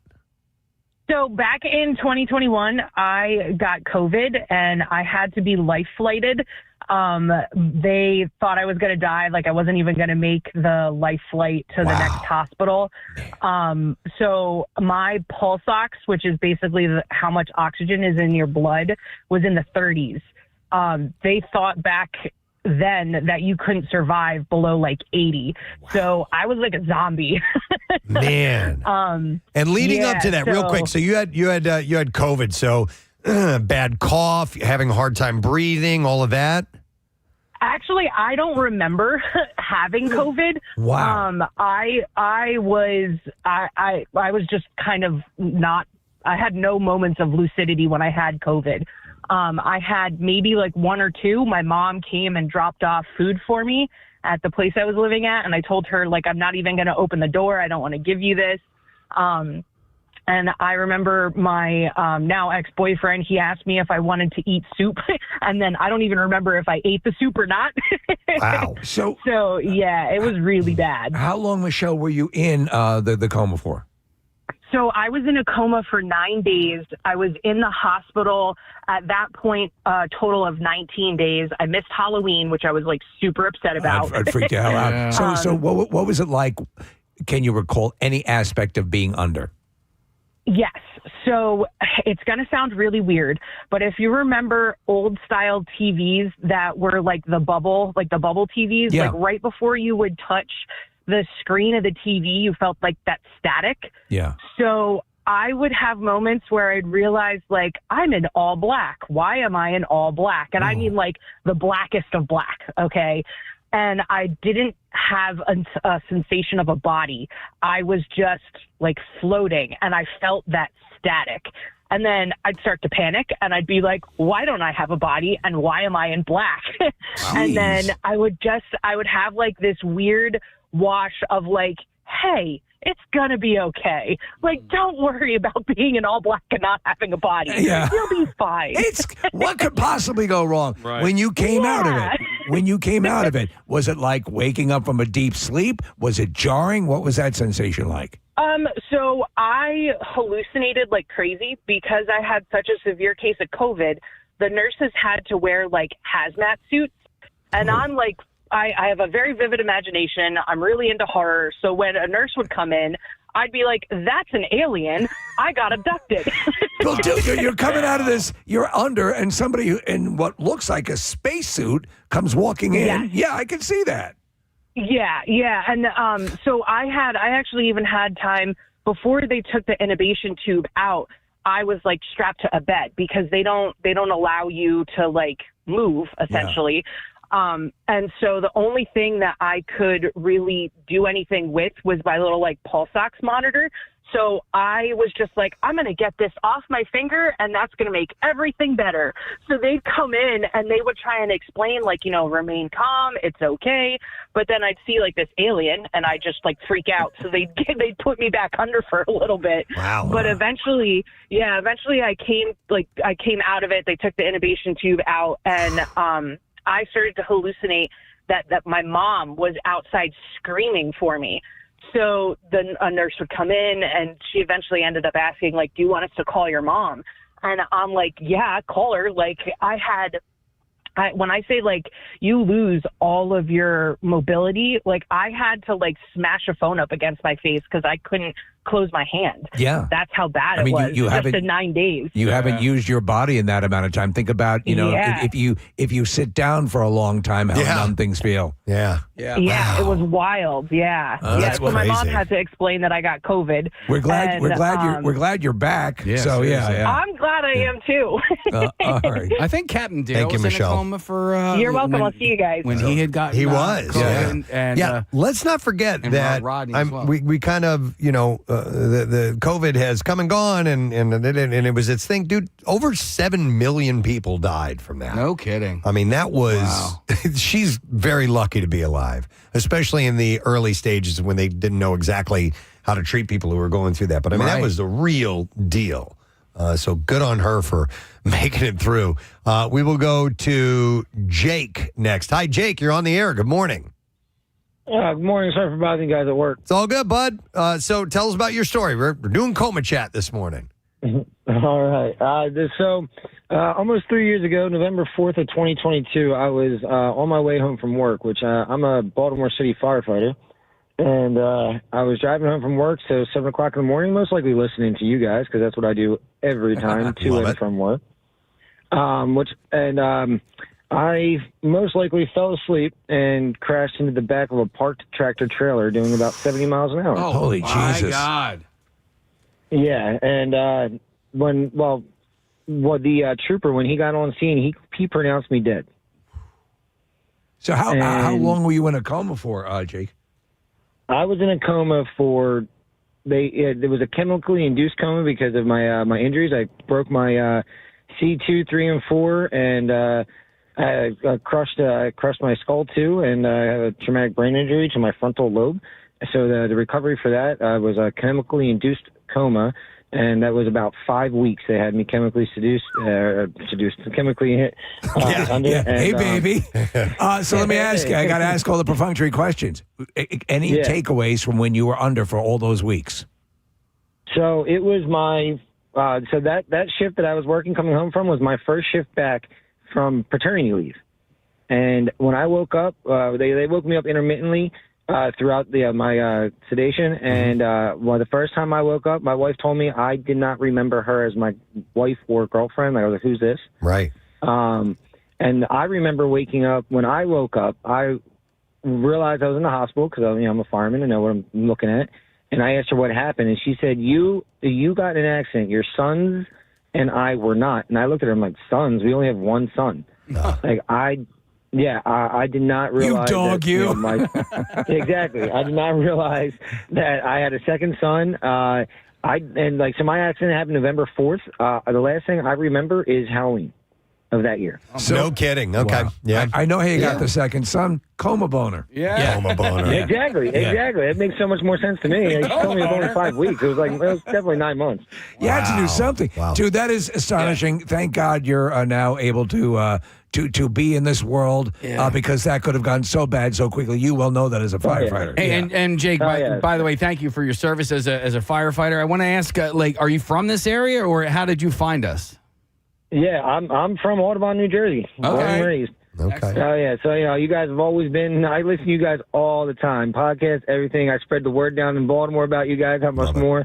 Everyone asks me about the Bizarre Files. But, that's the best thing, all right? Excellent. Appreciate it, man. I listen to you guys all day. Excellent. Every day. And, you guys, I'm just let you guys know, I'm still a fireman in Baltimore City. Still fight fires all day. Engine 31 Nice. all day. All right, Jake, thanks for checking in, man. We appreciate it, buddy. We'll see you. Thank you guys. You have a good one. All right. That's awesome. And the interesting thing is we keep talking about these medically induced comas. Yeah. There are people that just end up in comas. Their body goes into a coma, and it's a defensive move by the body. Assuming that they put you in a medically induced coma because your body needs that in order to heal, and I guess it's and maybe to avoid the pain and the shock of all that, but I guess for immobility purposes, or I guess maybe there's a variety of reasons that they do that.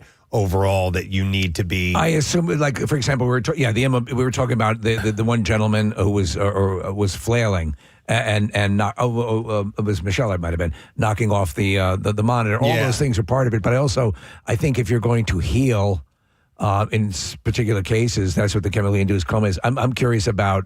For example, like not to go to the dead zone all the time or work of fiction, but it was a car accident. He had the head trauma and he stayed in the coma for a long time. It allows the medicine to do its work, from what I understand. I just don't know the reasons behind that. We go. I'm going to line 5. Yes, sir. Okay, I'm going to go to Mark. Hi, Mark. You're on the air. Good morning. Hey guys, how you doing this morning? Good. Gadzooks, bud. All right, tell us about your coma experience. Well, I got to tell you, 2011, I lived down in Sussex County, Delaware, and I was rather intoxicated. Let me put it that way. Okay. And I had a bad motorcycle accident. A car sideswiped me, and it kind of brushed me into this parking lot where I hit a curb on my bike, and I flipped end over end. I had no helmet on, of course, and I struck my head on the blacktop, and a police officer was coming by and saw me laying out there, and they flew me in a helicopter, and I died 3 different times in the helicopter. Okay. And when we got to Christiana Hospital, they said, well, hit him one more time, with the electrodes, and they hit me again, and I came back. Right. Wow. Evidently. I was told all this later, but How much time? They told me that my body went into shock and I went into a coma. How long? I was in a coma for 6 months. Damn. Whoa. How much memory did you lose, Mark? Well, I remember every bit of the accident. Okay. And I remember my friends and everything, and I remembered my kids and all, and they had come up to my kids. I raised them in Florida. And they all still live in Florida. And they came up to see me a few times, and they were actually considering unplugging me. Right. Because I have a do not resuscitate. And I ended up, my brain hemorrhaged, and they took about a third of my skull off to stop the hemorrhage in my brain, and they placed it in my side and sewed it up to keep it alive. Right, I've That's heard pretty of that. wild that they can do that. Yeah. Man. Yeah, So that's all this. what they did with me, and they took in, my daughter, Rachel, my angel, came one last time to see me, and she was so brokenhearted, evidently, and she walked up and touched me on the arm and said, "Oh, Dad," and I heard her. Oh, wow. And I snapped right out of the coma and woke right up. That's pretty wild. Yeah, and during this whole time, all I can remember during the time I was in the coma is a huge white horse with an angel riding it. And he kept walking up to me and shaking his head and snorting out his nose.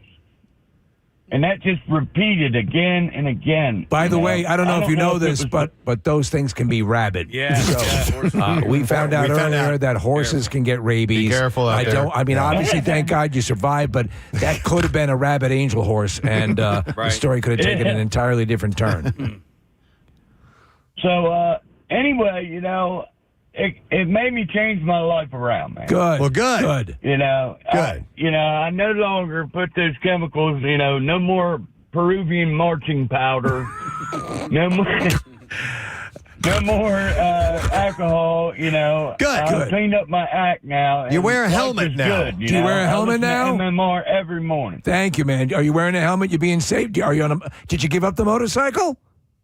Yeah, I don't ride anymore. All right. You know, because I live up in Newark, close to Wilmington now, you know, and I'm Right. afraid of the traffic. All right. He's afraid of the traffic. Hey, Mark, thank you for sharing your story. It's pretty extraordinary. We appreciate it. Hey, man, God bless y'all, man, and keep on rocking, MMR. All right, we'll see ya. That is wild. That sometimes just a touch of someone, and we've heard those stories before. The voice of someone, or someone comes in, and that's a 6-month coma he was in. And he snapped right out of it. We'll trigger it.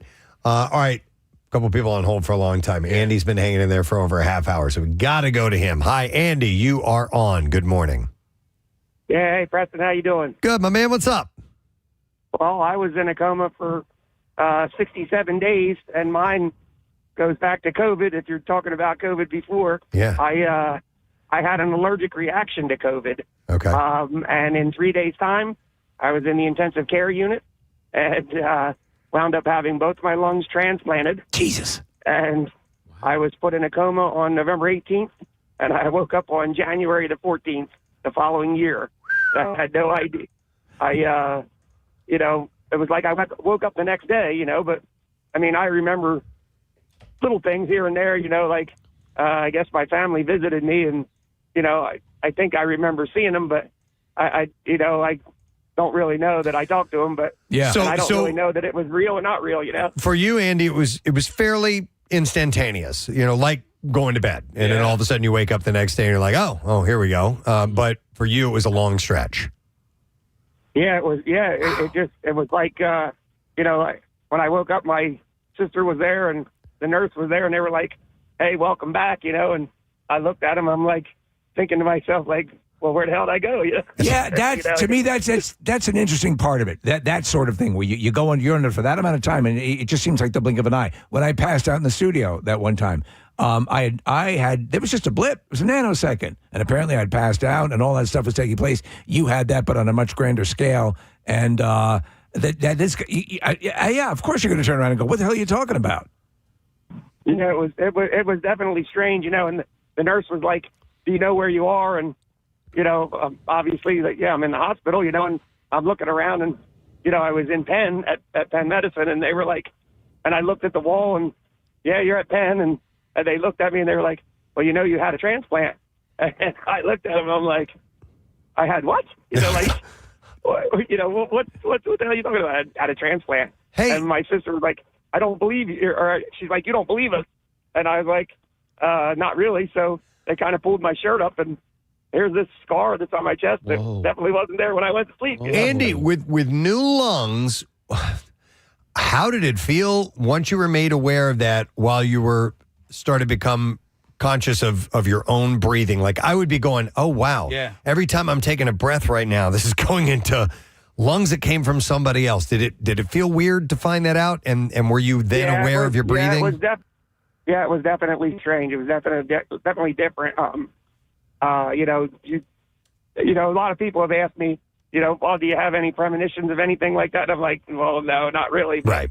You know, I do have, you know, the lungs that I received from the donor were smaller. So I definitely had, you know, I couldn't take, it felt to me like as deep of a breath as I used to, you know, prior to that. It's got to be a weird feeling. But listen, you know, if you can, check that donor box on your license because here's a perfect. I did that. Yeah, that was done before. Yeah, I had that before. You know. So. Yeah. No, well, good for you, man. I'm glad you're doing okay. Thanks, man. We appreciate it, bud. All right, you got it. Let's see. We got time for one more, and then we got to wrap it up. And Jody's been on hold the longest for a half hour, so we got to go to Jody. Hi, Jody. You're on the air. Hi, how are you guys? We're good, Jode. How you doing? I'm good. So I was in a coma for 18 days after a horrific car accident. It was me, my 10-month-old daughter, and two of our dogs. And one dog didn't survive because we always said she took one for the team. And Caroline, turned out she's paralyzed from her chin down on the ventilator. Oh man, and that's how bad that was. It was a bad accident. It was like 22 years ago up in Bucks County. Wow. By a tractor trailer who kept going. Oh my God. But yeah. So I was in the coma. I was not induced. I wasn't wearing my seatbelt. I hit the side passenger window, and yeah, I'm thinking I wasn't induced. And then I'm listening to everybody else's story, and I think they must have all been induced because after I woke up, which we do celebrate every year, Happy Wake Up at a Coma Day. Oh, that's cool. Yeah, you have to celebrate. You have to. Yeah. So I always have to ask my husband or my sister that was it a coma? Was it a dream or did this really happen? Because I'm listening to all the stories because what I was told that when you hear the stories, when you're talk to people when they're in comas because they hear everything. I heard everything all around me. And then in my dreams, it's called confabulation because your brain only picks and chooses once a year.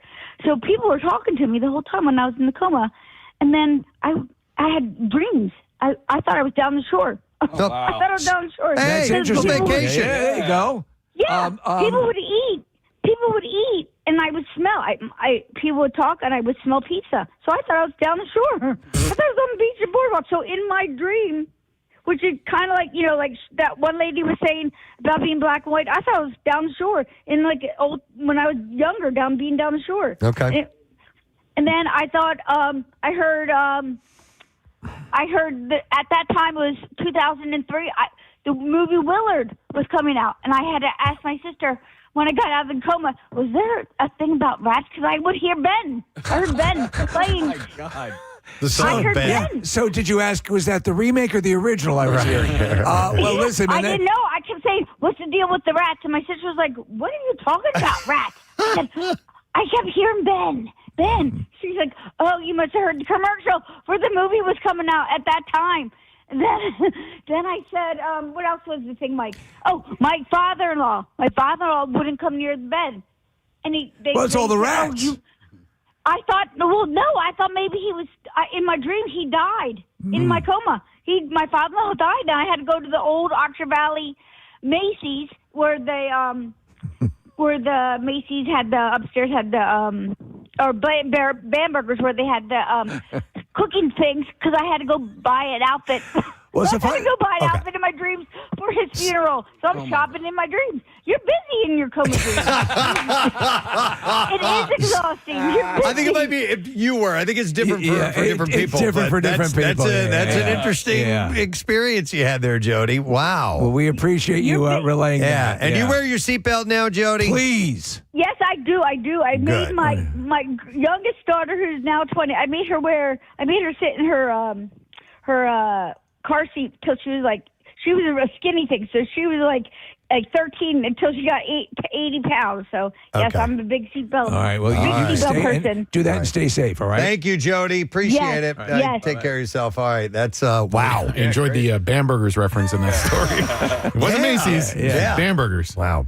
All right. Well, anyhow, that's some fascinating stuff, and did not plan on going down that route. No. I mean, those are things. Hopefully, God willing, you don't ever encounter or have a family member encounter something like that. But we all have what's that like? Yeah. What is it like when you're under? Yeah. Yeah. And it turns out it's not restful. And it seems like different experiences for different people. Yeah. So it all depends on that Sometimes scenario. you visit Bambergers. What your body's like. All right. Well, right now we're going to Lorenzo's. Oh. Lorenzo and Sons Pizza brought us by some goodies this morning. Thank you, Giuseppe, for being here. And you can find them at 27 North High Street in Westchester. We'll take caller number 11 at 610-660-9333. You will get a $50 gift card, and you can go dive into those gigantic pizza pies that you will find at Lorenzo and Sons, like I said, in Westchester, inside Stateside Live, and Live Casino Hotel Philadelphia. We'll be back with the Bizarre File. The you've done a good job tip is 20%, right? Yeah. And that was 15% a few years ago. Do you guys see it being notched up to 25? I think cost of living, right? What's that? With the cost of everything going up, right? A lot of people are tipping more generously. No, I don't think so because the prices are going up, right? Yeah. So I used to get the sandwich in down the shore in the beginning of the summer. That sandwich was $17. Now it's $19. So I don't have to tip anymore because I don't have to tip any more percentage-wise because the price is already going up. So 20% is where it stays. Okay. I'm just curious as to if you guys foresee it like notching up in a few years. I mean, it is when you get the bill, like places that calculate it for you, 25 is an option on there. Oh yeah, I know that. Oh. But I'm saying the accepted, the standard accepted. Standard. Like if you tip less than 20%, it's considered okay. You Right. didn't do that good of a job. Right. Okay. You know, We've all and- been guilted into 20%, by the way. I know. It used to be 15%. Totally. That's what I was saying. It used to be 15%. But I was a server, and if I didn't get 20%, I was like, oh, man. Oh, man.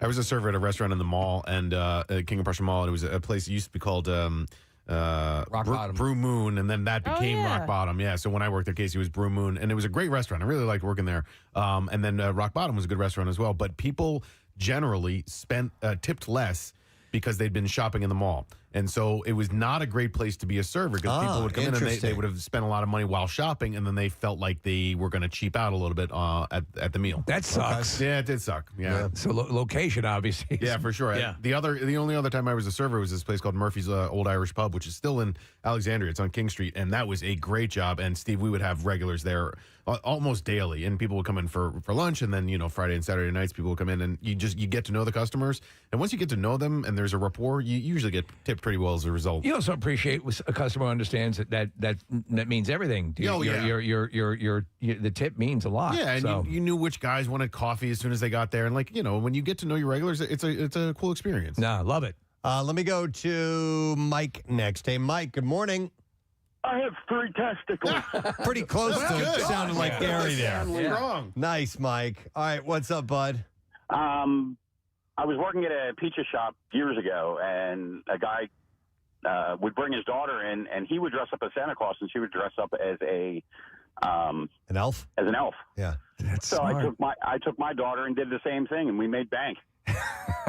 That's a good idea. Delivering pizza around the holidays dressed as Santa Claus. Man, that's a smart move. That's a great idea. Santa, getting a present from Santa. Yeah. Huh. Ooh, solid. All right. Owing to your impression, dressed like Gary Lauer. Well, then could you do it for other holidays? For, around Easter, the Easter Bunny, or around Halloween? Veterans Day, dressed as a veteran? Or no, that'd be wrong. Probably not do that. That's false stolen valor. Yeah. Or you could do, but for the 4th of July, you could be like Uncle Sam or something like that. Sure. So, I do have a cousin that used to deliver at the same pizza shop I have, and he used to wear these crazy hats. He was a DJ. Love it. A party DJ. Okay. And he would wear these crazy hats, and he would make ridiculous amounts. good idea. For Hanukkah, you could dress as Jackie Mason, Preston. something that kind of stands out. I like that. All right, thanks, Mike. By the way, we did a welfare check on Gary Lauer, and we never heard from him. We never heard back. Yeah. You're right. You're right. We did that the other day. So, Gary Lauer, if you're listening, we just want to find out if you're okay. Doesn't sound it. Call us and let us know. I had 3 testicles. I'm going to go. Here's another interesting one. A good idea if you deliver. I'm going to go to Steve. Hi, Steve. Good morning. Good morning. You bitches keep bothering me at work. Well, that's what bitches do. What's up, man? Yeah. So I deliver in Lansdale. And one is they usually give about 45 minutes to an hour to deliver, as you guys know. If I'm coming close to that, I will call the customer and let them know that I'm on my way. That's one thing that, does work. Another thing I will do is I will wear Philly shirts and Eagle shirts. That also helps. Oh, that's nice. So support the Wearing sports shirts. teams. Yeah. Okay. Right, especially during the games and Sundays. I mean, I'll bank like $200 during games and Sundays. Now, if you pull up and there's like a Pittsburgh flag in the window, do you? Do you keep a bunch of jerseys in your car? Go Steelers. That's a good idea too, man. If you see some indicators, a license plate frame, or something like that, State, yeah. you switch real quick. That's pretty smart, and it would be worth the investment. Absolutely. All right, thanks, Steve. There's a great Ben Stiller from the Ben Stiller show. There was they had a study of this guy. It's supposed to be a documentary, and he sells life insurance. This was the whole premise to people who are deadheads on tour following the dead. All right. And so he's dressed up. He goes, man, you got to understand, it's all going to come down at some point. And then you see him going back to his car and across the street is a concert for The Cure. And he's putting on the lipstick and he's doing the whole thing and walking across. It was great. I love that. I wonder if I would. I kind of enjoyed being a pizza delivery guy. You want to do it again? I wonder if how enjoyable that would be. We should deliver pizza to people for one night. Make that. Yeah, We should all of deliver us in a van. Lorenzo's. We could get a semi-tractor trailer and load up with Lorenzo's and take those take around. one pizza. Yeah. What was the name of the pizza place that you worked at? Emos. You worked. Oh, you were at Emos, Oh, I dude. didn't know you I worked did. Emos. Absolutely. Do you yeah. remember the address?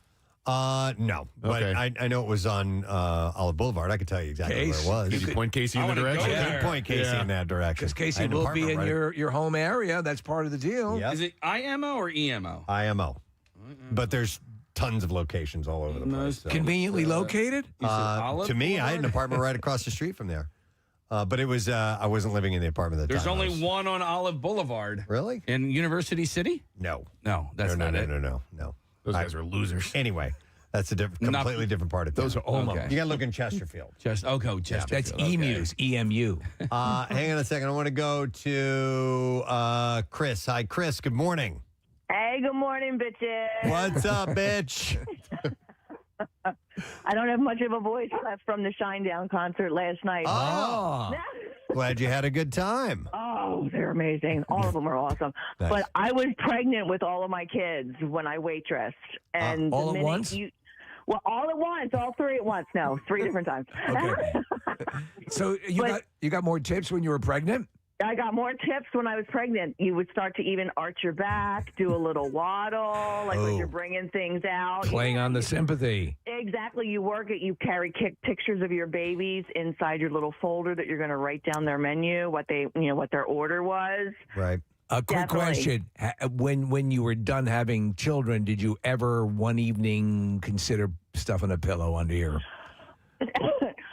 Well, after all the kids, I actually didn't go back to waitressing, but I don't think I would be above that. No, Actually, if it works. now I think about that. Thank you, Chris, by the way. If you're a place that doesn't have like regulars all the time, you could put on like a fake cast or some kind of little fake injury. Well, what's the thing that we've heard that they'll do? It's my it's okay. I'm working on my birthday, but it's still okay. They'll mention that it's their birthday. Yes. Right? Isn't that a thing? Is that a go-to? You could easily do that. Yeah, Right. Absolutely. All right, Casey, I got a call on line 1 here. Good. Yep, I don't know what kind of setup we need for this, but apparently he's on the line, and I guess he's okay. It's Gary Lauer, ladies and gentlemen. Gary? What's up, Preston? All right! How's my family? How's everybody doing, man? He's alive. We're good. We're doing all right. We just haven't heard from you in a long time. You know what? Absence makes the heart go fonder. That's my mom said. Wow, that's actually right. That's correct. Very How prescient. you doing, Cap? How you doing, sweetheart? How you doing, sweet tea? Good. How are you, Gare? I'm good, babe. I miss you guys. I miss you terribly. I would really like to win Bill Weston's seats, man. He would love that. Oh, my God. he would. Yes, he Oh, would. my God. I would be in a suite. Oh, my God. We'd have so much fun, man. So, Gary, what's been up? I don't care if it was Manilow. What have you been up to? Barry Manilow. Oh. No, I said I don't care if it was Manilow. Just to be in Bill Weston's suite would just blow my mind. It's not a suite. I don't think these are sweet. Yeah. It's just their tickets. Oh, but I don't care. Give me a ticket. I'll have one for Bill. You'll have one for You Bill. remember I'll have a cold beer for Bill. Gary for one day worked for Bill. He was Bill's assistant. That might we be got the to do greatest it thing again. we've We ever have, done. we have to do it again. An encore performance. Bill loved that. How's your summer been, Gary? Everything's good in the hood here, man. I'm just dodging bullets, man. You know. Oh, yeah? Yeah. Oh, literally. Gary. Literally, yeah. Yeah. It's terrible, man. It's terrible, bro. Gary, where are you working these days? What's that, bud? Where are you working these days? I'm not. Oh, not at all, That's huh? cool. I'm not right now. I'm having a hard time walking with my right leg. What happened? I don't know. My doctor's a quack. He took blood, like 8 tubes of blood. I don't know. He's a quack. I And have then to get- drank it. Yeah, I don't know, man. He told me. Tubes of blood. I don't know, man. He's a quack. I need to see another doctor. He said I need 8 tubes of blood. Gary, you got to get that looked at by somebody who's really, a solid doctor. Yeah, Mike. This guy should retire. He needs to see a doctor. This guy. He's like 80 years old. Don't they have to retire at a certain age, doctor? I think it's probably wise when you lose the ability to walk or have vision or. Well, that's on my to-do list right now. I got to get myself back together, and then I'm job hunting. Do me a favor. Describe what's wrong with your leg. You know what a Charlie horse is, right? Yeah, sure. Yeah. Good morning. We had some giveaways with Lorenzo's. We'll do some more in a little while. Just a reminder, Pierre Robert, not here in Bala Cynwyd today. He will be in Villanova today at the Xfinity Mobile Store broadcasting live because Xfinity was one of our big donators last year at Camp Out for Hunger. They win this live broadcast from Pierre today. Stop by and see him. He would love to have you come by today. And we'll hopefully check in with him before we wrap for the day in a little while. And then next Thursday, we'll be at Subaru of America in Camden broadcasting live because they won as well. And your business could win. We have details at WMMR.com for you to check out and possibly get all kinds of goodies from us for participating in a much-needed Camp Out for Hunger this year. So make sure that you go and do that. We have a final look at traffic, which we're going to get right now. Marissa, what's going on? We have some road construction on 76 westbound. It is at the Vine Street Expressway. We are jammed back to past Young Avenue. We also have some slowing on the eastbound side from the Boulevard out to Vine. Then on the Blue Route southbound from the Baltimore Pike, where it is jammed back to Media for a road construction on the shoulder. Slowing on 676 westbound from 95 to the Schuylkill, and 95 from Wapleman Bridge to Columbus Boulevard, southbound from Betsy Ross to Allegheny, all for road construction. This traffic report is brought to you by your Delaware Valley BMW centers now through October 31st. Take advantage of exceptional offers on the BMW X1. Details at BMWcenters.com. That's your traffic on 93.3 WMMR. All right, thank you, Marissa. Before we get into the bizarre file, we may mention this earlier this morning when we went on with Fox Good Day. The awards last night for the Marconi Award celebration took place in New York City. It is through the National Association of Broadcasters, the NAB as we call it in the business, and it's considered to be the big award of our industry. It's along the lines of the Academy Awards for the radio industry. And last night was a big night for WMMR as we pretty much swept the awards with 3 wins. We won Major Market Rock Station, Major Market Station of the Year. Major Market Station of the Year, Legendary Station of the Year, and the Preston and Steve Show won Radio Personality of the Year from Marconi. What we understand, never in the history of recorded man has this ever happened, according to at least one person. That's what we've heard. No station's ever won 3 awards in one night before, so that's a big deal. Chuck D'Amico is here. Hey, good morning. Our fearless leader. I could go for a coma right now. Yeah. Might as well go for a coma. Late night? Yeah, it was late night. Yeah. And we have Paul Blake, our market manager. Yes, Paul Blake. So for Paul and myself, it was planes, trains, and automobiles a little bit last night, and walking down the streets of Manhattan carrying these 3 giant trophies. And I kept thinking, it is the Oscars essentially of radio. But I don't think winners of the Oscars have to walk down the street carrying their trophies, trying to find a taxi cab. And I have to imagine an Oscar is less weighty than this thing. Yeah, these things are huge, man. They're big and they're heavy and they're dangerous. Cool. They're cool, and congratulations to you guys. You deserve it. This show deserves it. Thank you. And it's as much for the audience as it is for any of us here. So this is the way we always perceive it. I mean, and again, you let us know last night. And I contacted you back. I mean, you've been at the helm here doing a terrific job. So you were the perfect person. I mean, I always ask people say, well, how's Chuck? I said, there's a picture of Chuck as a kid wearing an MMR shirt. So this is the job he was born to do. And to have this happen on your watch is so poetically perfect. Yeah, thank you. I was able to kind of tell that story a little bit when we won Legendary. So the way it goes is there's 23 awards in the evening, and they also honor somebody, kind of a lifetime achievement thing. We were up for Major Market Station of the Year, regardless of format. You guys were up for Major Market Personality of the Year, regardless of format or day part or anything. I mean, it's basically the top award for talent. And then they do the first 22, then they do the Lifetime Achievement, and they honor somebody in the industry, and it was Mike McVeigh, who's a very famous and well-known guy in the industry as a consultant. And then the final coup de grace at the end is Legendary Station. We were up for Legendary Station.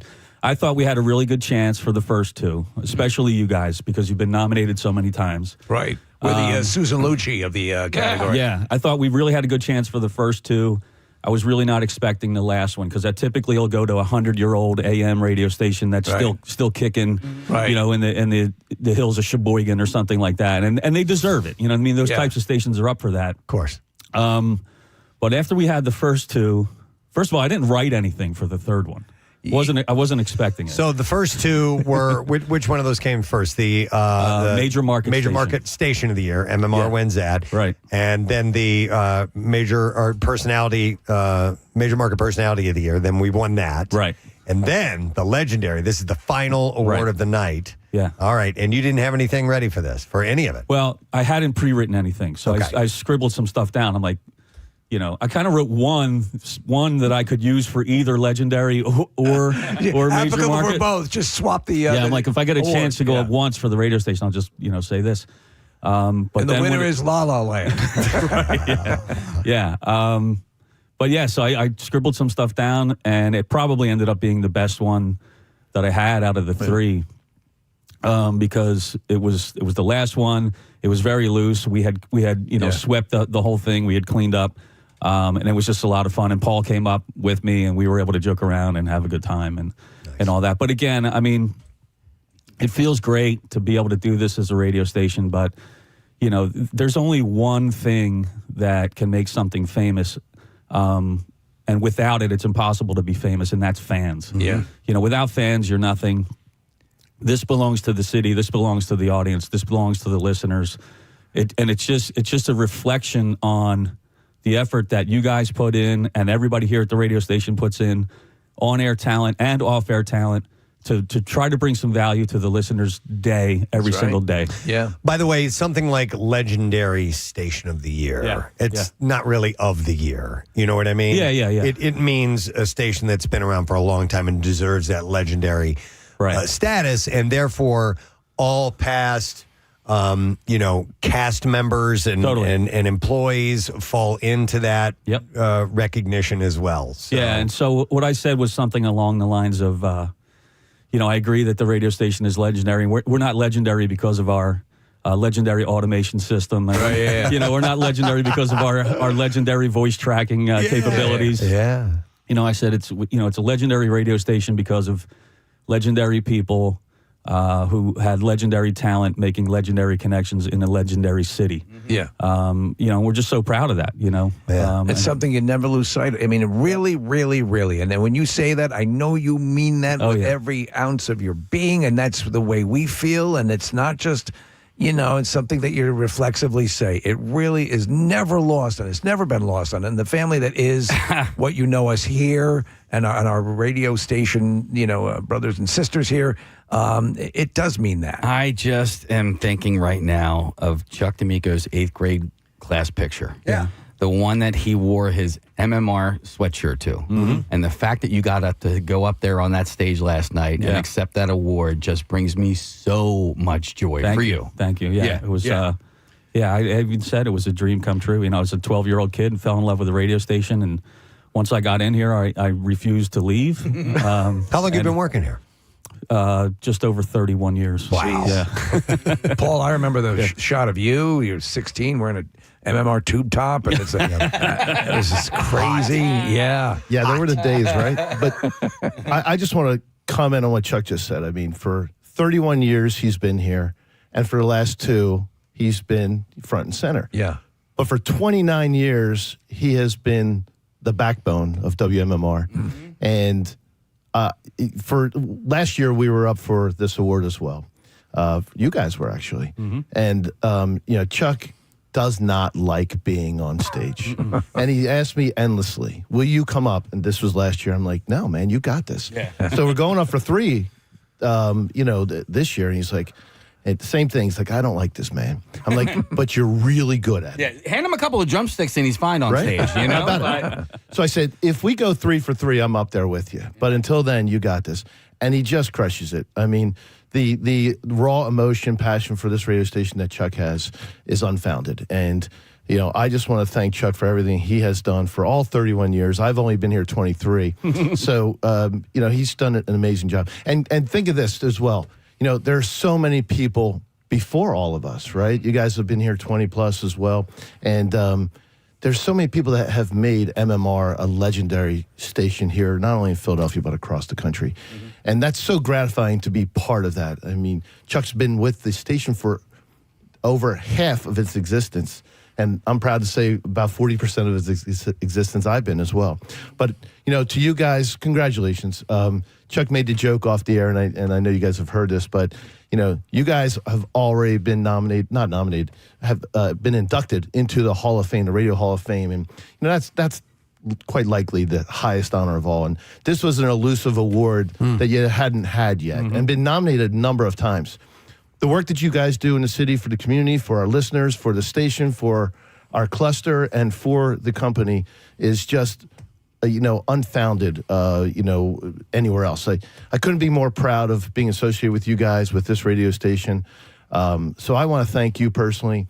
I want to thank all of the WMMR, our colleagues. There you go. Yeah. Thank you. Thank you, Casey. I appreciate it. But anyway, thanks for having me. Again, congratulations to you, Chuck. Thanks. There you go. Well done. Congratulations to you, the morning show, and Preston Steve show.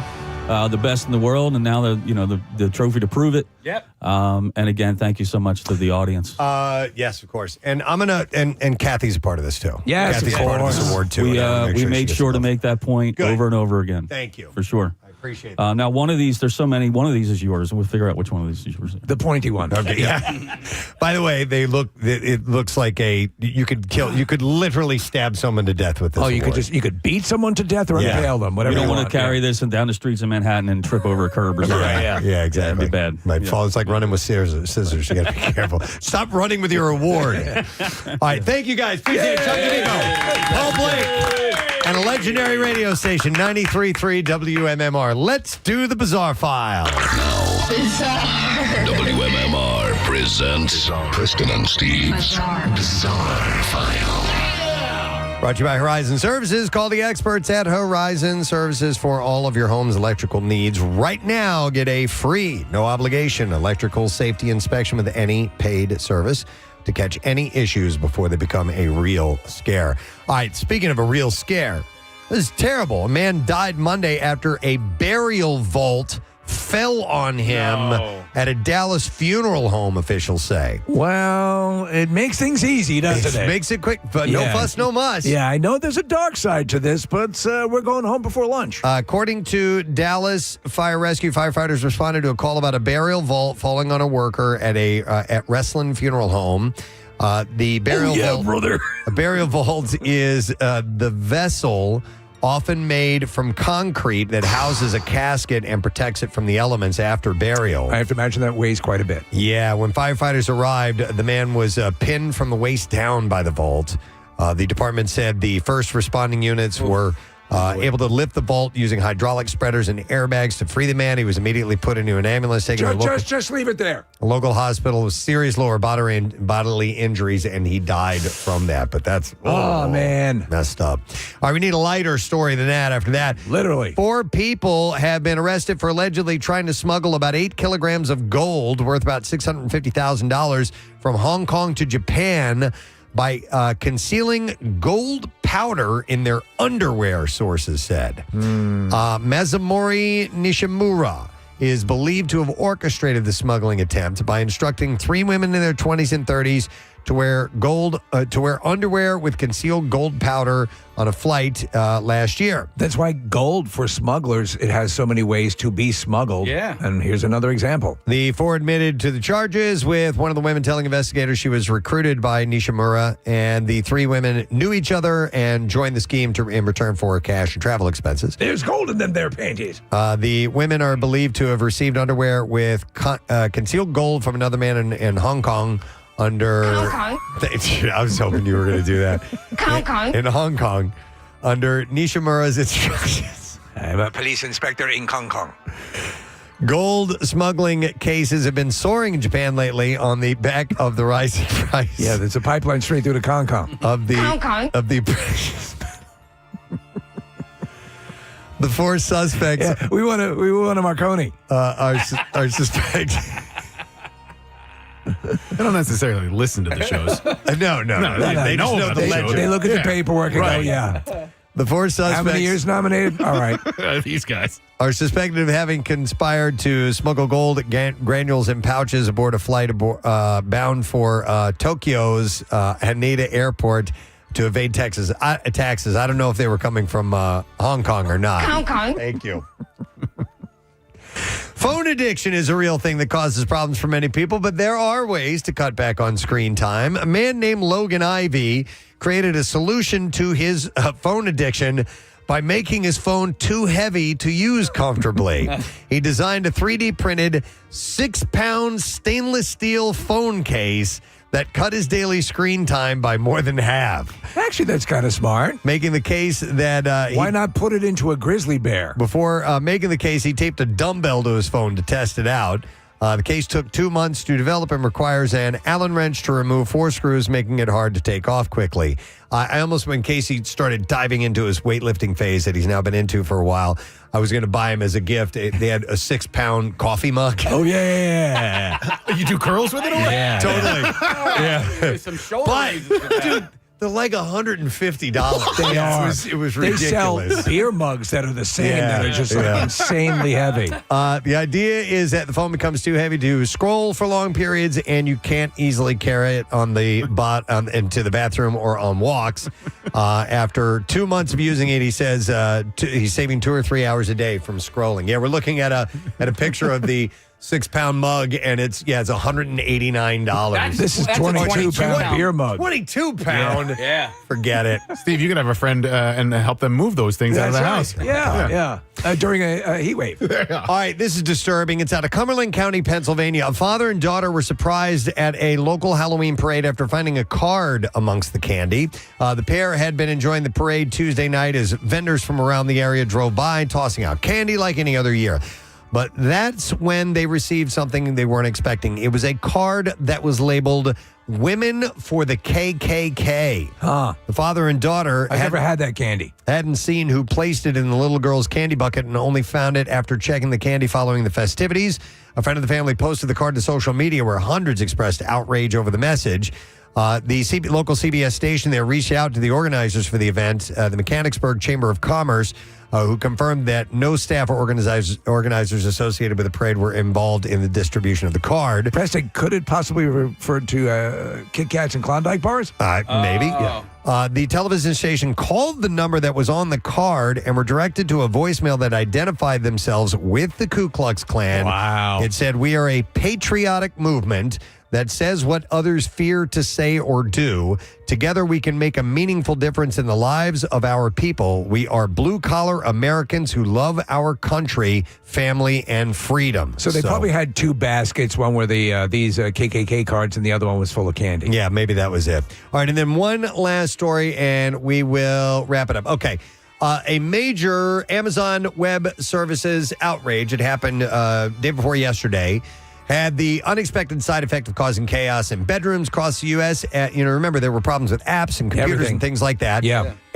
But also owners of 8 Sleep's $2,000 plus pod mattress covers found that their smart beds had no offline mode and were stuck at high temperatures and odd positions into the night. Yeah, that would happen. The outage began around 3 a.m. when AWS reported increased error rates and latencies in its U.S. East 1 region. By mid-morning, Down Detector had logged more than 8 million reports of disruptions affecting apps, games, and banking platforms. 8 Sleep's products rely on cloud connectivity to control temperature and track biometric data. When AWS went down, users lost access to the app that manages its water-cooled coils, leaving them stuck with whatever setting was last active. Some beds overheated, others stopped cooling altogether, and several users said their devices became completely unresponsive. One viral post from a tech enthusiast, Alex Brown, summed up the absurdity after his pod locked itself 9 degrees above room temperature. He said, backend outage means I'm sleeping in a sauna. 8 Sleep confirmed there's no offline mode yet, but they're working on it. It's funny because while it was going on in the morning, I use Alexa a fair amount. I use it as one of my alarm clocks. And I'll ask what the weather's going to be. So it wasn't responding, and I didn't put two and two together until later on. Yep, but fortunately you didn't have a bed that was stuck in some weird position or in heat mode. Yeah, because you would have just been screwed. Cooking like bacon. And that is what I have in the bizarre file for you. All right, we're going to take a break, and we're going to give away another $50 gift card to Lorenzo and Sons Pizza. Caller number 19, 610-660-9333. They've been voted one of the best 101 pizzerias in the country on 4 different occasions, and you probably already know that, but go get some, and you'll see why. We'll be back in just a moment. Stay with us. As soon as I walked from here to 7-Eleven, then I should get my beer, and I can't even walk back. I have this chai horse. It just goes all the way up my leg. Yeah. Sounds like it's sciatica. Very, very painful. And I mean, muscle relaxers, I would love to have one of them. But No, you don't want that. No, it doesn't go well with your beer. Yeah. Well, I drink that every day. Yeah, doctor's orders. Exactly. How are you doing, Nick? And how's your son doing? Yeah, doing great. Thanks, Gary. Appreciate it. No, you're a good guy. Everybody's there. Is a good guy. Casey's a great father, great dad. Preston, you're a great dad, a great father. Oh, well, so nice. Thank you, Gary. Steve Morrison, Shotgun Steve Morrison, you're an excellent husband and a great dad to them dogs and cats. Folks. Thank you. Am I shotgun? Yeah, you're Shotgun. I was So Shotgun. bad. That's why I said Shotgun Steve It's Morrison. been so long, I forgot my name. Who's the oil can? Me. Oh, that's Casey. oil can Foster. Oil can Foster. Yeah, okay. All right. Remember we used to Foster's drink came in the oil can? And I'm just... Foster oil cans we used to drink. Oh, that's what that's How you doing, Case? How's your family, bud? Everybody's good, man. Yeah, I was just worried about you. You didn't check in last week, so we got a little bit of concern. In a while, man. I only call Pierre Robert once in a while, and I wish him a good day and tell him I love him, and it's cake. So what kind of job are you looking for? I want to Gary? work back in the kitchen again. I can run a kitchen and morning manage. It's what I do, man. Okay, so you've worked the breakfast shift at a restaurant. I like to open up in the morning so I get everything ready for lunch and and prep and get it all ready for dinner, and I'm out. I do a hard 8 hours or I leave. I worked 8. I'm a ball player. I come to work for 8 innings, man. I go in there and knock it out, man. All right. Well, listen. If anyone, all 8 innings. If you can help me up, man. Well, you get one off for good behavior. I have a great resume. I have a good resume, man. If you're going to help me up, get a kitchen job, working in the kitchen. Well, you got to fix your leg. Make sure you're drinking enough water, Gary. She's right. Kathy's right. I drink plenty of water, plenty of milk, plenty of bananas. I'm doing all of them. You drink a lot of bananas? Well, I eat bananas. Oh, okay. Okay, good. Well, let me tell you something. Just get yourself. Listen, we know that you'll work a solid 8 if you can get your deal. You're looking for like the breakfast shift at a restaurant or like a takeout place. So if anyone knows of anything, let us know. That sounds excellent, Steve. Thank you so much, young man. Hey, Gary, since you haven't been working, you've been watching any good shows that you can recommend or anything like that to us? Well, I just told you, I got a flat screen TV now. I know. That's why everything is flat. I got this Roku or Roku. Roku. Yeah. And I can watch movies and I got regular basic TV now. Like I'm watching I'm watching Mike Jerk and that other girl. Alex Harley. Whatever. Holly. Yeah, I watch them guys every day, man. That's cool, man. That's great, man. And I'm just so glad everybody's hit well there, man. And Billy Burns is the best guy in sales, man. Wow, Bill Burns. Shout out. Wow, man. Bill Burns is a good guy, man. Bill Burns is a good guy, man. What about Chuck? Chuck D'Amico, he's a class act, just like Eric Simon, man. He's a good guy, man. He knows everybody. Harry is running down our entire staff. I love my family, man. Yeah. Who does payroll here? Yeah. I was watching this morning some of that Shinedown show from Camden last night. Yep. Yeah. And look, they were one of the best fans in the country right now. They're hot. They're on fire. Yeah, they have a huge fan base here in Philadelphia. Cadillac Brent Porsche, that's his favorite band. Yeah. You know, man, when they were out there, they were doing it for Johnny. That's stupid Johnny, man. They ain't got nothing on me. Anyway, okay, Smith, you're going to deliver some pizzas. I'll be your sidekick. Yeah. Okay, cool. We got to really follow through on this, Preston. Do you know, for a brief period, Gary, your name was considered for going across country with Casey. Man, if it can get me out of Philadelphia, I'll be blessed, bro. Yeah, but I've been down the shore in 20 years. Do you want to get out of Philadelphia permanently or just for a little trip? I just need to get out of my hood, man. My hood is shot. It's very dangerous, right? Oh, man. Look, cops, the EMTs are the hardest workers in the city, and your Philadelphia Fire Department, man. Detectives, man. I see my friends every day, man. Shouting them all. They're all my friends, man. They're good guys, man. They're good guys in Philadelphia Police Department and firemen and the EMTs, man. They're all my friends, man. Well, you're the mayor of Juniata Park. Yes, I am. They knock on my door and they give me they give me brass knuckles. Hang on. Well, at least I have it. I'm sorry. Hang on. Hang on. I just want to clarify this. They give you brass knuckles? Yeah. Well, they use them on him. You can get them at a pawn store. They're really called paperweights. They're illegal. Yeah, we can get them at a pawn store. Okay. Sir. All right, get them at a pawn store. Hey, Gary, is it difficult for you to get to Feasterville? I can't get the feast. I can get from here to my. For a job. No, I can't get that far, man. All right, there's a place called the Copper Kettle Tavern, and they are hiring and in need. So if you change your mind, I got an email from a listener and said they are actually hiring right now. Gary, if you can pull it together, bite the bullet a little bit. If somebody's offering up some work, it might be. I understand all that, and I really gratefully, and I'm very humbled by that. But I can't walk from here to the L, man. Okay. Wow. I live right in Juniata Park. My L is Erie and Tarsdale. Let's get your leg right, all right, and do some. I got to get. Sorry, Steve. I didn't mean to. No. You got to get that leg right. If that's how bad it is, because I know you want to work, but got to make sure you can stand up and do what you need to do. Get an electric scooter. The funny thing is, too, guys. I mean, I could talk to you guys. And my right side of my leg, my toes are not like my left side of my leg. My toenails are all clear. You can see the blood and red. And on my right side, it's like they're like dead. My nails don't even grow. Huh. Yeah, I don't know what. You got to go to the doctor. Are they discolored or anything like that? Yes. All right. Yeah, that's not good. I mean, it's like diabetes and things like that. Yeah, my nails don't even grow, man. I mean, I always take care of my skin and my body, but something's not right if my Kathy, do you think you could assess this if Gary were to send you a D-pic? Oh, when's the last time you saw your doctor about this, Gary? About 6 months ago. Oh, okay. Dude, it's been a while. Yeah. Well, I went before, and he took 3 more tubes of blood. I went the last time, he took 4 more tubes of blood. And what were the results? He said something about my enzymes. He's low on blood. Your liver enzymes? Something like that, maybe, Case. And did he recommend any medication or anything? Man, he gives me medication that goes, when I get it, I see all the side effects. I read it all. I'm saying, oh, my God, if one pill don't cure you, one will freaking kill you. So I threw them away. You throw them away? Don't. Dude.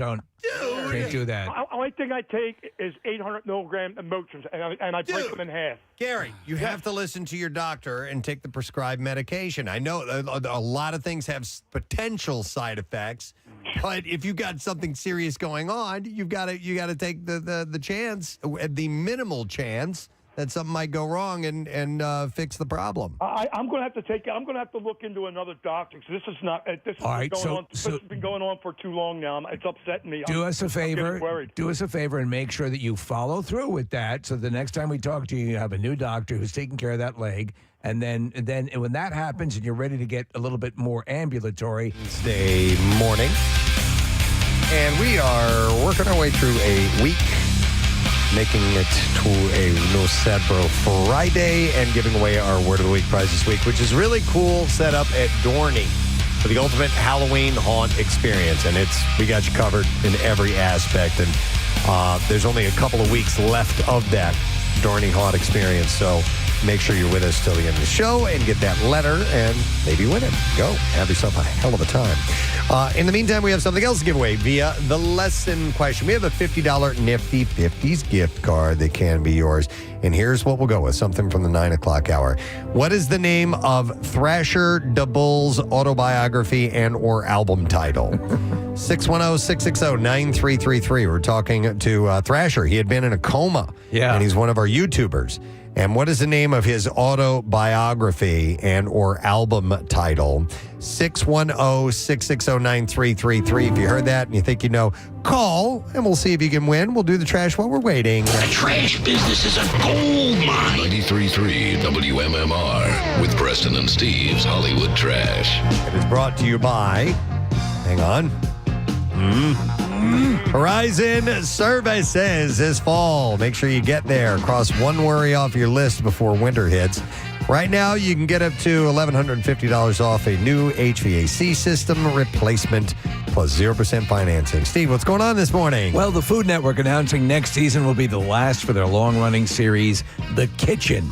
In its place will be a new show called The Unemployment Line. Hey! A new biography of Janet Jackson revealing she wanted Tupac to take an AIDS test prior to filming a kissing scene in the movie Poetic Justice. Oddly enough, Jackson was reportedly okay with just a written test. Oh, my God. And finally, Diddy's legal team has filed documents to appeal his conviction and sentence in his federal criminal case. Diddy is promising to beat the charge like it was his girlfriend. Oh, my God. And that's your Hollywood trash. All right, let's see if somebody knows the answer to this question. By the way, the YouTube community very excited that Thrasher has made it in the lesson question today. What is the name of Thrasher the Bull's autobiography and or album title? And it is Stephanie that gets to take a shot at this. Hi, Stephanie. Good morning. Good morning, it. Good morning to see you, Stephanie. All right, so what's the name of Thrasher the Bull's autobiography and or album title? I actually know Ron in real life, so shout out Ron, and it's Furry in a Coma. Furry in a Coma. Yep. Hang on. Stephanie, you just got yourself a 4-pack of tickets. No, I'm sorry, a $50 Nifty 50 gift card. That's what we have. Nifty 50s, 10-time Best Philly winner, and now open in Newark, Delaware, and Fairless Hills, PA. You can order online, or you can get no-fee delivery through the Nifty 50s app. Nifty 50s, taste the memories. Now, Preston and Steve's Music News on 93.3 WMMR. Brought to you by Horizon Services. They have the plumbing expertise because they've seen it all. Right now, you can get a free, no-obligation plumbing inspection with any paid service to catch any issues before they become a real scare. Just a couple of quick stories in music news passed along. Youngblood recently shared that one of his earliest musical memories was believing that his grandfather was Rod Stewart, all thanks to a little white lie from his grandmother. During an interview recently, he recalled discovering the truth at age 9 when people laughed at his grandmother's fib after he picked up a Rod Stewart CD. He said, I had like a quivering lip, and I was like, Nan, when's Granddad coming home? And everyone at the checkout started laughing at us, knowing that they caught my grandmother in a blatant lie. And that was the day I found out that Rod Stewart was not, in fact, my grandfather. And that Gran was a liar. He said, despite the childhood disappointment, the artist joked that he never took a DNA test just in case. And it turns out that Rod himself is in on the joke because Youngblood says the music icon actually messaged him on Instagram. Liar whore, and you know it. And he told him, all right, me wee grandson. That's what he called him. So That's great. It's pretty funny. I like it. Dream Theater is releasing 2 collections on November 21st. The first is studio albums 96 to 16, a box set with 14 CDs that includes 12 of the band's studio albums from nearly 25 years. It starts with their 1992 breakthrough Image and Words, which went gold and featured the top 10 hit Pull Me Under, and includes classic albums like Metropolis Part 2, Scenes from a Memory, and Octavarium. The second release is Dream Theater Volume 3, the final part of their vinyl reissue series, and limited to 2,500 copies worldwide, and includes 4 albums on 10 LPs pressed on 140-gram black vinyl. The band also sold more than 12 million albums worldwide during their career. I have to imagine that Zach, our imaging guy and production genius, he's the biggest Dream Theater fan that I know, is going to be in on this. Possibly. And then finally, at the Academy Museum Gala on October 18th in Los Angeles, Bruce Springsteen broke a 13-year streak. He sang the Oscar-winning Streets of Philadelphia outside its namesake city for the first time in more than a decade, and the music was simple and impactful. The song also received 4 Grammy Awards and an Academy Award for Best Original Song. I love that song. It's a haunting song. It is. That's a great way to describe it, Steve. He accepted the Legacy Award at the gala for his influential career as well. With just his guitar, the boss gave a short but striking set, and he played the Stark Atlantic City, another haunting song. grandfather, Rod Stewart. And closed with the stirring Land of Hope and Dreams as well. The award marks a milestone. It's for artists who shape storytelling and make their mark on society. Before this LA show, fans last heard Streets of Philadelphia away from Philly at a 2012 concert in Louisville, Kentucky. The track stands as one of his most decorated works. Springsteen wrote it, of course, for the movie Philadelphia, groundbreaking 1993 film. Which is used wonderfully. And then also there's the Neil Young song that closes the movie, which is phenomenal as well. Rips your heart out. With that footage, which is just...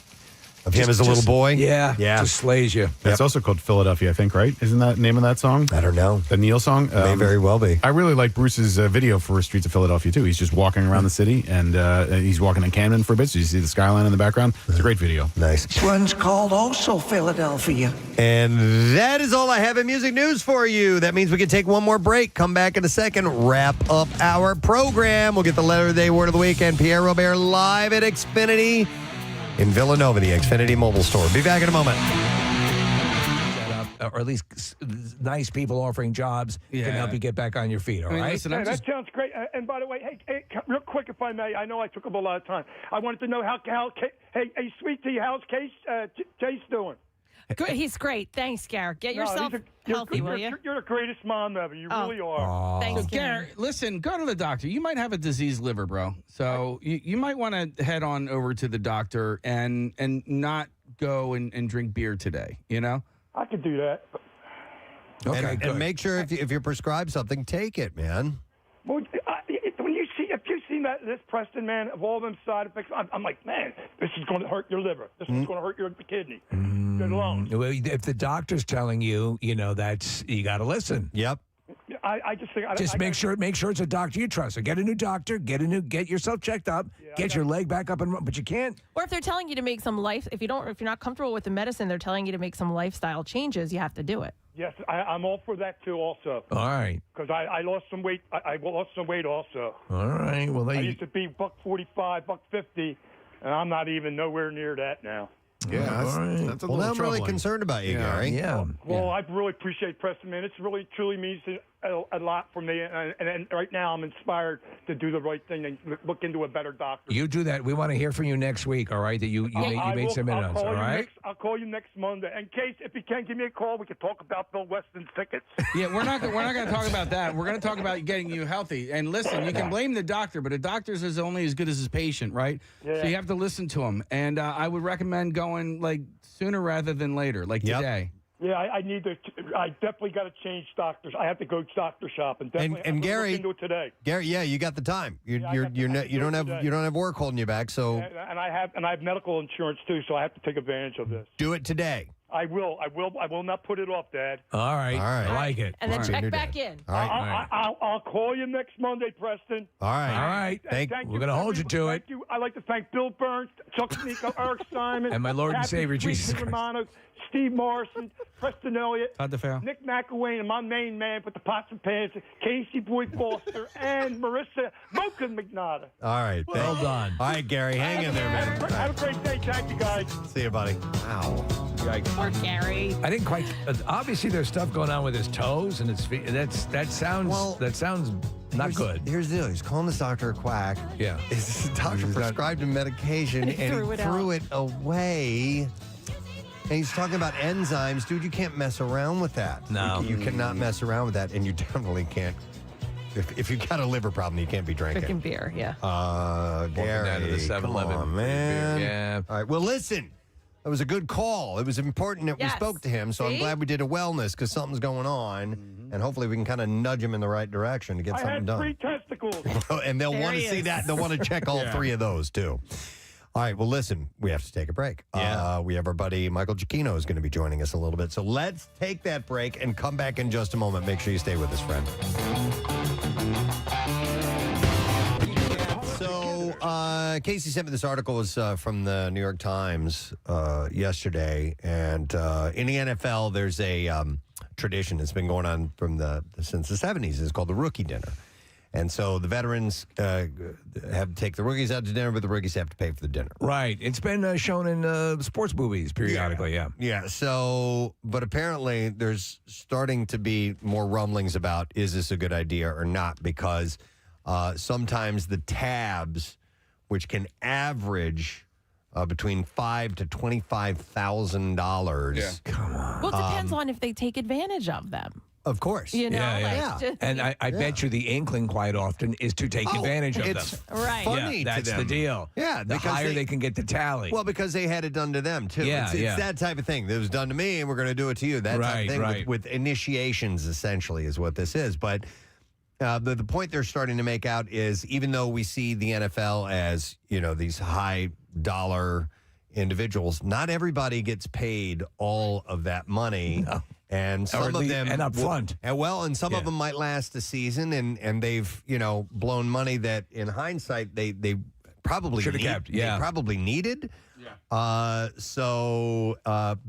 it's also, listen, these guys are ordering cognac and expensive bottles of wine, and obviously the food. It's the booze where you spend all the money when you go out to dinner, without question. So we had in my sorority, there was a night where the what's it called, Case? The Hell Night? Rush night? Is it during pledging or no? We were orgy? pledging. Oh, pledge night. Yeah. So it was during pledging. I forgot the word. It was during pledging. And so the whole sorority, sort of created this like spooky, we're mean people, night, and so to scare it, whatever. We knew what was going on, and it you're harassing them. It was being funny. They were being funny, and it ended up being a fun night. After it's all over, there's a big party, the whole thing. But they got the year that I was pledging, the sorority got in trouble for it. So the following year, like when we were finally in the sorority, we couldn't do that. We didn't get the chance. What was the core thing that you did to besides acting like you were very mean? Was there something equivalent to this, or It wasn't money, because in college nobody had money. Right, no, right. it was. So we were brought into one of the sorority sisters' houses. They put us in a basement. It was very dark. Like it was almost remind you of like a haunted house, spooky, scary. Sure. They all came in like all dressed in black, and we were blindfolded. Like it just was. Right. Honestly, it was so dumb, but we were laughing. It was fun. That's cool. Before we go down the sorority and fraternity path, which I'm sure we're going to because that's the easiest to go to, but I wanted to see if there are other professions that might have this rookie type of initiation There's gotta be. thing, and I'm sure that like construction sites probably do their little thing. Oh yeah, maybe in the medical field, because interns there usually get the crap work. In the military, military and police. Yeah, that absolutely. too. And in radio, I remember interns were pretty easy to. Now we don't do that here. They actually have work to do on our show. But if you're doing a different shift, it's a little bit less involved than the morning show. I remember being, running my interns around and having them just do crap work all the time. As part of an initiation? That wasn't really an initiation. It was just I needed work done. Well, look at what running we did. errands for me. Look at what we did to Joe. Joe, I feel. That's. I don't. I feel bad about Joe. I don't. You do? Yeah. No. Yeah. We took it to. We took it a couple We had steps. people beat him with a wiffle ball bat. What? What's the big deal? He shot a hot sauce in his ass. What's the big deal? Well, he ruined your jeans, Kathy. He had it coming. Let's remember what precipitated that. He ruined some jeans of yours, and so we sprayed hot sauce in his ass. butt. He was also a little bit of an idiot. Like, if you're going to play a prank. Wow, how sympathetic. Wow. Joe, I lost one on the table today. It was okay, though. Kind of an idiot. Wait, why did we make him sit on top of the crane for 24 hours? Because it was part of the month of stunts. He wanted. That's the other thing is he wanted to do these things. Yes. Listen, it's the same thing when you guys asked me if I wanted to do month of stunts. The only thing different between me and he doesn't think you're an idiot. The only thing different, I'm a total moron. The only thing different between me and Joe was that I was getting paid a whole $17,000 a year. All right. So when you guys asked me to do month of stunts, I was like, okay, yes, you can drag me behind a horse. You can have me drive a car into a pond. You know what I mean? Like. Yeah, there was something alluring and appealing about it, and so when Joe is saying yes to these things, but that's a more long form. I see what you're saying, and like to make the point with you, Kathy, about the sorority and fraternity. these are things, because I think there was something I'm remembering, and maybe falsely remembering, from The Wolf of Wall Street, where they had sort of an initiation thing that they would do with with those guys. But that kind of thing, I'm sure, has its variations. Right. And bringing up the sorority thing, the point of that story was that I was where it stopped. You know what I mean? Like, our class was where it stopped, so we were the group that couldn't do it. So if this ends in the NFL, then that group's like, damn it, son of a bitch, we didn't get our revenge. Well, I feel a little bad about how the Joe thing? Yeah, just a little bit. But all right, anyhow, we're going to move on. I'm going to go to some calls. 215-263-WMMR. I'm going to go to Ed. Hey, Ed, good morning. Morning, guys. Hey, what's up, Ed? So this is a typical thing we did in the fire department, even as volunteers, is when the rookies would come in, we would send them out to find tools that didn't exist. The most infamous one is go fetch the water hammer. I don't know if you know what water hammer is. It's when you shut the hose line off too fast and the hose jumps. That's water. So we tell them to go do that. The one we did in our fire department, which was we loved to do in my practice.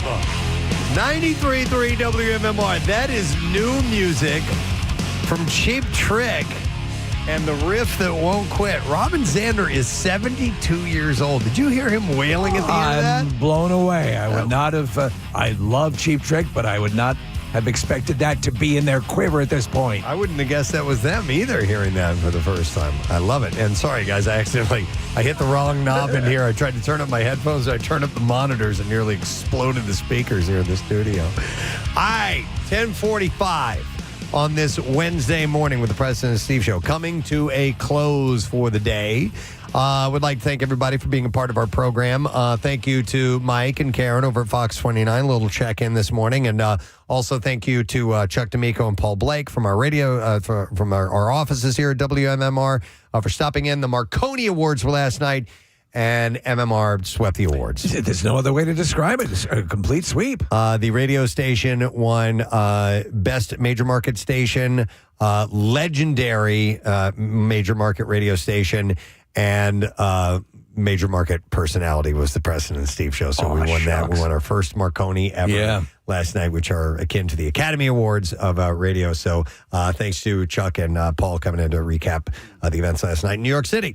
So it was a very cool day today. And thank you to Lorenzo. Yay! Giuseppe made them pies, brought us by here, and we dove in, but we also gave away a bunch of gift cards. And Joe was saying that he will indeed be back at Camp Out for Hunger for the final day as they remove the doors so we can fit the pizza through to feed you. Think about what you just said, the final day of the Camp Out for Hunger, which is coming soon. We're 19 days away from day number 1. 19 days away. We are ready.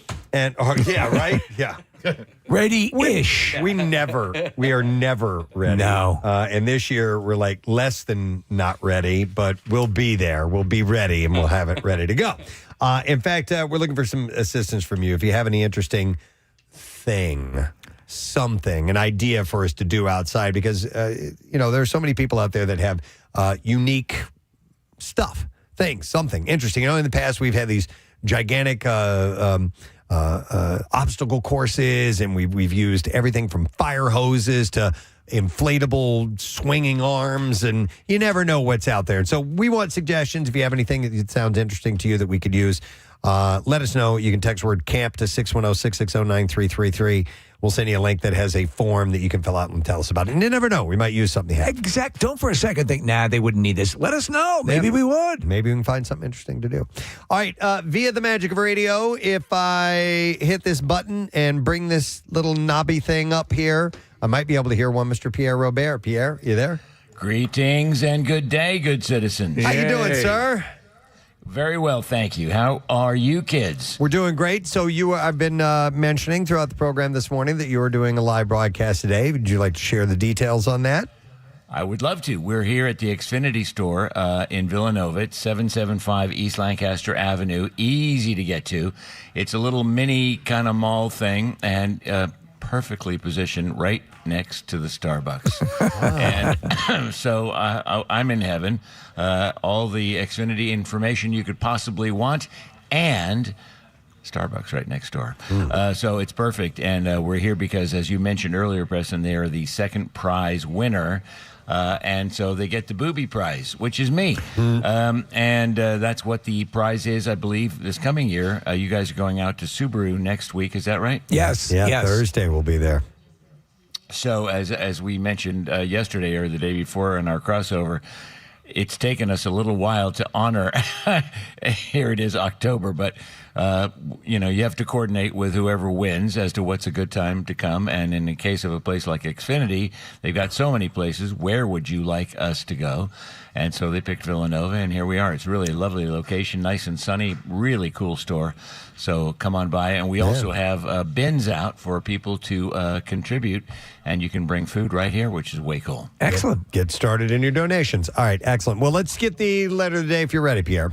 Yes. All right. Preston and Steve on 93.3 WMMR. Now, the Daily Letter. The Preston and Steve Show is brought to you today by the letter U, as in Utah. All right, and then we have just 2 more to go. We give this away on Friday. Dorney Ultimate Halloween Haunt Experience. It includes 4 admission passes to the park, 4 haunted attraction express passes that will unlock unlimited priority access to all the haunted mazes, 4 fast lane vouchers, bypass the regular line and all your favorite rides, 4 meal vouchers, 4 souvenir bottles, and a parking pass as well. But keep in mind, 2 weeks left for Halloween Haunt. That's it at Dorney Park. Your nightmares come to life during Halloween Haunt, and you can see it select nights through November 2nd. For the best deal on tickets, you can visit dorneypark.com. What's up for today while you're at the Xfinity store, Pierre? Well, I wanted to congratulate you guys on the Marconi things. Wow, so cool. Thank you. We got the triple shot there. The legendary station, obviously the best personalities, which is way cool. And I love that you also acknowledge Kathy in that, because she is certainly a part of that adventure. Yeah. And then what was the third? Major Market Radio Station of the Year, and then Legendary Station of the Year. So cool. Yeah. And you're part of that, obviously. And for what we've been told, that no station's ever walked away with 3 big awards like this in one night, ever. I love Chuck's story of walking down the streets in New York, trying to find an Uber or a cab. With their big that high-tech molded plastic. There's a better name for it, but they're really beautifully crafted, but they are pointy and heavy. Yeah. So it's not the easiest thing to walk around the city with. Yeah. But it's way cool that they did. So congratulations! I didn't even know we were up for them. Yeah. So there you go. And to you too, sir. Yeah, absolutely. So we've got Rush, as I just heard the advertisement for it. It's exciting every time I hear it, because they're coming, and we're going to do caller 50 on Friday in the later afternoon. But every day I will play at least a Rush song, if not more than a Rush song. Yesterday we did 2. Who knows what we'll do tomorrow and Friday, but somewhere Friday afternoon we'll call for caller number 50. At that point, the 50th caller will have to, in honor of Rush's 50th anniversary, tell us all the songs we played over the course of the week. And it's the Rush 50-something tour coming in August 21st, which goes on sale next week, but that's cool. So we've got that. We've got blocks of Bon Jovi and The Clash and STP. In our Bon Jovi block, we've got something quite special as well. I think we have a remixed version of a way cool song, so we will get that into that block. So we've got a fun day here at the Xfinity store, and it's all in honor of Camp Out for Hunger. So it's an easy spot to find right off the Blue Route, easy to come to. If you're in Villanova, come by and visit us. If you're in Utah, come by and visit us. Sure, because there's no reason you can't get in a wagon right now and get the horses and get out here, and we'll have the Mormon Tabernacle Choir ready to sing for you. Sounds great. Yeah. Yes. And Nick's picking up his dry cleaning and coming by too. Don't forget about that. Might get a haircut. Yeah. Mike and Erica, be on the lookout. Nick is on his Nick, way. your dry cleaner's in Salt Lake, right? Yes. You know what? I got to swing by, and then I'll loop around. All right. There you go. All right. Have fun today, Pierre. We'll see you tomorrow, okay? All right. Absolutely. Pierre Robert, live at the Villanova Xfinity mobile store. All right, let me take this moment to thank our sponsors. President Steve Show is brought to you today by Acme Markets, fresh foods, local flavors, and also Dunkin'. The President Steve Show runs on Dunkin'. And finally, Sun East Federal Credit Union, rising above, going beyond. Tomorrow morning on our program, we have scheduled to chat with Chris Kattan. We were just talking about him earlier That's this right. morning. The board game is being made into a movie. Yeah, and who's got to be in it? Chris Kattan. Yeah, we don't know if he is, but maybe we can ask him about that tomorrow. All right, that and many things added to that list as well. That's it. We're done. Rage on. Have a great day. We'll see you tomorrow, friend. Bye.